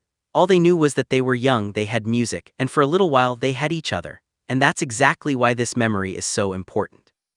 Because when we look at Meiko now, we can finally understand that she didn't suddenly become attached to this group later on. She had been connected to them from the very beginning. It all started with one simple question from a stranger on campus. Are you interested in music? And Meiko had no idea that saying yes would eventually change her entire life. But the day isn't over yet. While everyone else is busy enjoying the barbecue, Meiko and Taneda slowly separate from the group and head out for a walk together. The noisy atmosphere of the gathering gradually fades behind them. Now it's just the two of them walking side by side with the open field and the bridge stretching out in the distance. Taneda seems like he wants to say something, but before he can even ask, Meiko immediately realizes what's coming and she quickly stops him. Even ask, Taneda is caught off guard by her reaction. But instead of making things awkward, it only makes the moment more amusing. A little later, Taneda calls her by her formal name. Meiko immediately corrects him. Call me Miss now, just call me Meiko. That small change might not seem important, but it makes the distance between them feel a little smaller. Taneda then asks if she wants to take a walk with him, and Meiko quietly agrees. Meanwhile, the rest of the group continues having fun at the barbecue. Some are eating, some are drinking, and others are simply fooling around. But away from all that noise, Meiko and Taneda begin having a much more personal conversation. As they walk, they come across a vending machine. Meiko notices the little toys beside it and immediately admits that she loves things like these. Taneda laughs at her. Meiko jokingly accepts that maybe she really is a little childish. But that childish side of her is also what makes her different. She can still find happiness in the smallest things. And while they continue walking, Taneda suddenly starts talking about his past. He tells Meiko about a band he fell in love with back when he was in high school. That band had such a huge impact on him that he eventually picked up a guitar himself. Back then, Taneda says, he was bored with his everyday life. He felt gloomy and didn't really have anything he was passionate about. But everything changed once he started playing guitar. He even went out and bought an expensive vintage guitar. After that, he practiced like crazy every single day. As Taneda remembers those days, there's a different kind of excitement in his expression. Because whenever he played the guitar, he felt invincible. For a moment, music made him feel like there was nothing in the world he couldn't accomplish. Meiko listens quietly, because Taneda isn't simply talking about an old hobby anymore. He's talking about something much deeper, that feeling of finally having something worth believing in. Something Meiko herself has been searching for without even realizing it. As they continue walking, Taneda becomes more serious. He tells her that simply living can be difficult. The world is filled with so many things that sometimes it becomes impossible to figure out what truly matters. But even so, he believes there must be something precious out there, something worth searching for. And for Taneda, that something is music. He believes that if he keeps playing, if he keeps believing in it, then maybe, just maybe, he can change the world, even if it's only a little. And those words hit Meiko harder than she expects. Because only a short while ago she had told her mother that she wasn't lonely, but deep down she knew that was a lie. Now she's standing beside someone who is just as uncertain about life as she is. The difference is Taneda has something he believes in: music. And perhaps that's exactly what begins pulling Meiko closer to him. Then Taneda asks her something more directly. "You want to join a band, don't you?" Meiko hesitates. She admits that she simply wanted to try something new, but she doesn't really trust herself to stick with it. She says she's always been half-hearted about everything she does. Maybe she isn't even the kind of person who belongs in a band. Taneda listens carefully. But before he can completely reassure her, Meiko reveals something unexpected. She tells him that she might quit the music club. Taneda immediately stops. The smile disappears from his face. Just moments ago, their conversation had been light and playful. Now everything suddenly feels different. He asks her if she really means it. Meiko doesn't give him a confident answer, because the truth is she isn't completely sure either. She's afraid that this will become just another thing she starts, only to abandon halfway through. Then she admits that she doesn't know if she can handle everything. She's worried. Maybe for the first time, Meiko is realizing that if she truly wants to pursue something, she'll have to take it seriously. Taneda looks at her for a moment, then he says something simple: "If we stick together, we can work things out." Meiko looks at him, and slowly a small smile appears on her face. But then the conversation becomes even more personal. Taneda asks her, "You think that's a good idea?" Meiko doesn't answer immediately. Instead, she simply looks at him. And then she reaches out and takes his hand. There's no dramatic music, no crowd around them, no big celebration, just the two of them standing there as the evening slowly settles around them. Meiko quietly tells him, "Don't." Taneda looks at her. This time Meiko doesn't look like the nervous girl who walked into the music club earlier. There's still uncertainty in her eyes. But now there's something else too: attachment. Then she finishes what she was trying to say. "Ever let go of me?" Taneda goes silent, because at this point this isn't about the music club anymore. It isn't even about the band, it's about the two of them. They continue standing there holding hands while the city stretches out in front of them. Neither of them knows what the future holds. They don't know whether the band will actually work out. They don't know where music will take them. And they certainly don't know how much their lives are about to change. But for this one moment, Meiko has made one thing clear: she doesn't want to move forward alone. She wants someone beside her while she walks into this uncertain future. And perhaps Taneda is that person. But there's still one question hanging over them. If Meiko really leaves the music club, will this relationship between her and Taneda change too? Because the music that brought these two closer might also become the very thing that eventually pulls them apart. Begins on a quiet day by the river. The weather is clear, the water is calm, and everything around the riverside feels unusually peaceful. People are going about their normal lives, boats are moving across the river, and trains are passing in the distance. But this peaceful atmosphere doesn't last long, because suddenly we cut to a man walking down a residential street. At first he looks completely normal, but then he starts acting like he's the coolest person in the entire neighborhood. Wearing sunglasses and showing off with a huge grin, he's clearly excited about something, and the reason becomes obvious a moment later. A motorcycle. He proudly rides off on his bike, enjoying every second of it. It's a small, almost ridiculous moment, but it immediately brings the story back into its usual casual atmosphere. And while he's busy enjoying himself, the story shifts to something much more important. 6 months later, we are now introduced to Meiko and her friends. They're talking about their current lives, and Meiko admits that something about her job doesn't feel right anymore. She's beginning to wonder if staying there was actually the right decision. She even thinks about the office job she had been offered in Sendai. Maybe accepting that offer would have been better. But what really irritates her is the situation involving Kato. Someone brings up the fact that Kato seems to be interested in her, and Meiko immediately makes it clear that she didn't stay in Tokyo because of him. In other words, she doesn't want everyone turning her life decisions into some kind of romance story. Her friends, of course, aren't going to let that opportunity go to waste. They tease her about it anyway. One of them even jokingly brings up marriage. Meiko isn't exactly impressed, but underneath all the teasing, it's obvious that she's still trying to figure out where her life is going. Meanwhile, another member of their group is having problems of his own. They start talking about Roddy. Apparently, he's been showing up late to work again and again. In fact, he's apparently set a record for being late this month, and if he keeps going like this, he could actually get fired. The others react to the news with a mixture of surprise and amusement. But before the conversation can go any further, the topic suddenly shifts toward music. And that's when Meiko gets asked an interesting question. Is she still performing live? Meiko admits that she hasn't really been doing live concerts lately. She still considers herself a beginner, and she doesn't even feel confident enough to say that she can properly write songs yet. So for now, she's not rushing back onto a stage. She says maybe she'll perform again someday, if she feels like it. Her friends don't pressure her. Instead, they simply continue talking about music and what everyone has been doing. And even though the group isn't performing regularly anymore, they haven't completely abandoned their music. They're still practicing, not constantly, not professionally, just enough to keep the band alive. Then we get another small jump forward. The weather is beginning to feel like summer, and suddenly Meiko realizes just how quickly time has passed. It's already been 6 months since their last live concert. 6 months of ordinary life, work, friends, problems, and everything in between. But during those 6 months, everyone has slowly become a little busier. The band still manages to practice together in the studio about twice a month. So even though things aren't exactly the same as before, they haven't completely fallen apart either. They're still connected through the music. Meiko also reveals that she's about to start working again. This time she'll be working for a small company in the city. It's another fresh start for her. But naturally her friends don't have complete faith in her ability to stay at the job. One of them jokes that she'll probably get tired of it and quit again. Meiko doesn't bother arguing. She simply says she'll manage somehow. It's a simple response, but it shows that she's willing to give it another try. And then comes an even bigger change. Meiko has decided to move. Her current apartment is simply too big for her now.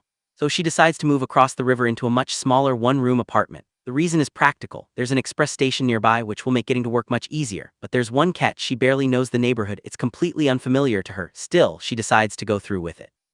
Her friends help her pack everything up and carry the boxes. The apartment quickly fills with moving boxes, furniture, and people running around trying to get everything organized. It's chaotic. But there's also something strangely exciting about it, because Meiko isn't just changing apartments, she's changing the environment around her. Eventually, the new apartment is almost empty. And in the middle of all those boxes, one thing immediately stands out: her guitar. Meiko looks around the unfamiliar room. She's honest about how she feels. She's a little nervous, but at the same time, she's also excited, because she has no idea what this new place is going to be like. She doesn't know what her new job will bring, she doesn't know how things will develop with the band, and she doesn't know what the future holds. For once, she seems willing to simply find out. Meiko picks up her guitar and sits down. The apartment is still mostly empty. There's barely any furniture around her. Just the quiet room, the sunlight coming through the window, and her guitar. She doesn't need an audience, she doesn't need a stage. She's simply spending a moment with the instrument that has remained important to her throughout everything. And then, her friends' voices bring her back to reality. They've finished helping with the move. Before leaving, Meiko thanks everyone for coming to help her. The group starts heading out, and just before they leave, we're shown a small but meaningful detail. A key is placed into Meiko's hand. She now has the key to her new apartment. She looks down at it for a moment, and quietly watches her friends leave. But this isn't the conclusion yet, because Meiko has only just stepped into her new surroundings. And what happens next is still waiting on the other side of that door. At first, everything feels completely ordinary. A group of friends is spending time together, joking around and enjoying each other's company. One of them casually mentions an unbelievable amount of money, 100 million yen, and the conversation quickly turns into the usual back and forth teasing. Everyone seems relaxed, and for a moment nothing feels particularly important. But then the story becomes much quieter. We see Meiko's face. She's smiling gently, looking at the people around her. There isn't any dramatic expression on her face, just a simple smile. And somehow that makes the next part feel even more meaningful. Outside, the day is beautiful, the sky is clear. The river is calm and people are enjoying the peaceful afternoon. There are couples riding boats on the Tama River. The Odakyu line is running normally. Everything around them is continuing exactly as it always does. Nothing seems wrong. But Meiko begins thinking about how strange that really is, because somewhere else in the world, people are dying. There is a war being fought somewhere on that very same day. And yet here life continues almost peacefully. People walk beside the river, trains keep moving. Couples spend time together. The weather is beautiful. It's an ordinary day. And that's exactly what makes the thought so unsettling. Meiko realizes that she once wished this kind of peaceful scene could continue forever. But now she understands that nothing stays the same forever. As the seasons pass, everyone keeps getting older. One of the guys suddenly announces that it's already summer, but the others immediately point out that he's saying it way too early. The timing is slightly off and everyone starts teasing him about it. He even gets a little embarrassed. It's another completely ordinary moment between friends, nothing dramatic, nothing life-changing, just people laughing together. But Meiko watches them quietly, and her thoughts become more serious. She wonders what would happen if one day she could no longer see this scene. What if the day came when all of these people weren't together anymore? What if time eventually pulled everyone in different directions? She knows that someday things will change, but instead of worrying about that future, she decides to appreciate the present. For now, she's satisfied simply being together with everyone. And just when the conversation starts becoming a little too emotional, the mood changes again. They begin talking about Kato's bonus. Apparently, Kato has received a decent amount of extra money, and now everyone wants to decide how they should spend it. One of them immediately suggests something. Why not put on a concert somewhere bigger? It's a simple idea, but everyone seems interested. After all, they haven't completely abandoned music, so why not do something special? The suggestion quickly turns into jokes about what kind of performance they could put on. One person boasts that his bass playing will be so powerful that it'll explode with flames. Another claims his drums will summon a storm. The others can only laugh at how ridiculous they're being. But underneath all those jokes, there's something real. They're thinking about performing again. The group continues walking across the bridge, joking about their imaginary concert. The city stretches out around them. The river flows below. The sky is still bright. And for a brief moment, everything feels exactly right. These people don't know what the future will bring. They don't know how long they'll remain together. They don't know whether their next concert will actually happen. But right now, They're together, they're laughing, they're making plans, and they're still dreaming about music. Then the story gives us one final look at them. No huge battle, no dramatic revelation, no shocking twist, just a group of friends walking forward together, and then, the end. This time, the ending really is the ending. Not because every problem was solved, but because life doesn't need to provide a perfect conclusion. Sometimes people simply keep moving forward, and maybe that's the point of the entire story. The important thing wasn't reaching some huge final victory. It was all those ordinary moments along the way, the jokes, the music, the river, the summer sky, the friends, and the quiet happiness of knowing that, at least for this moment, everyone is still together.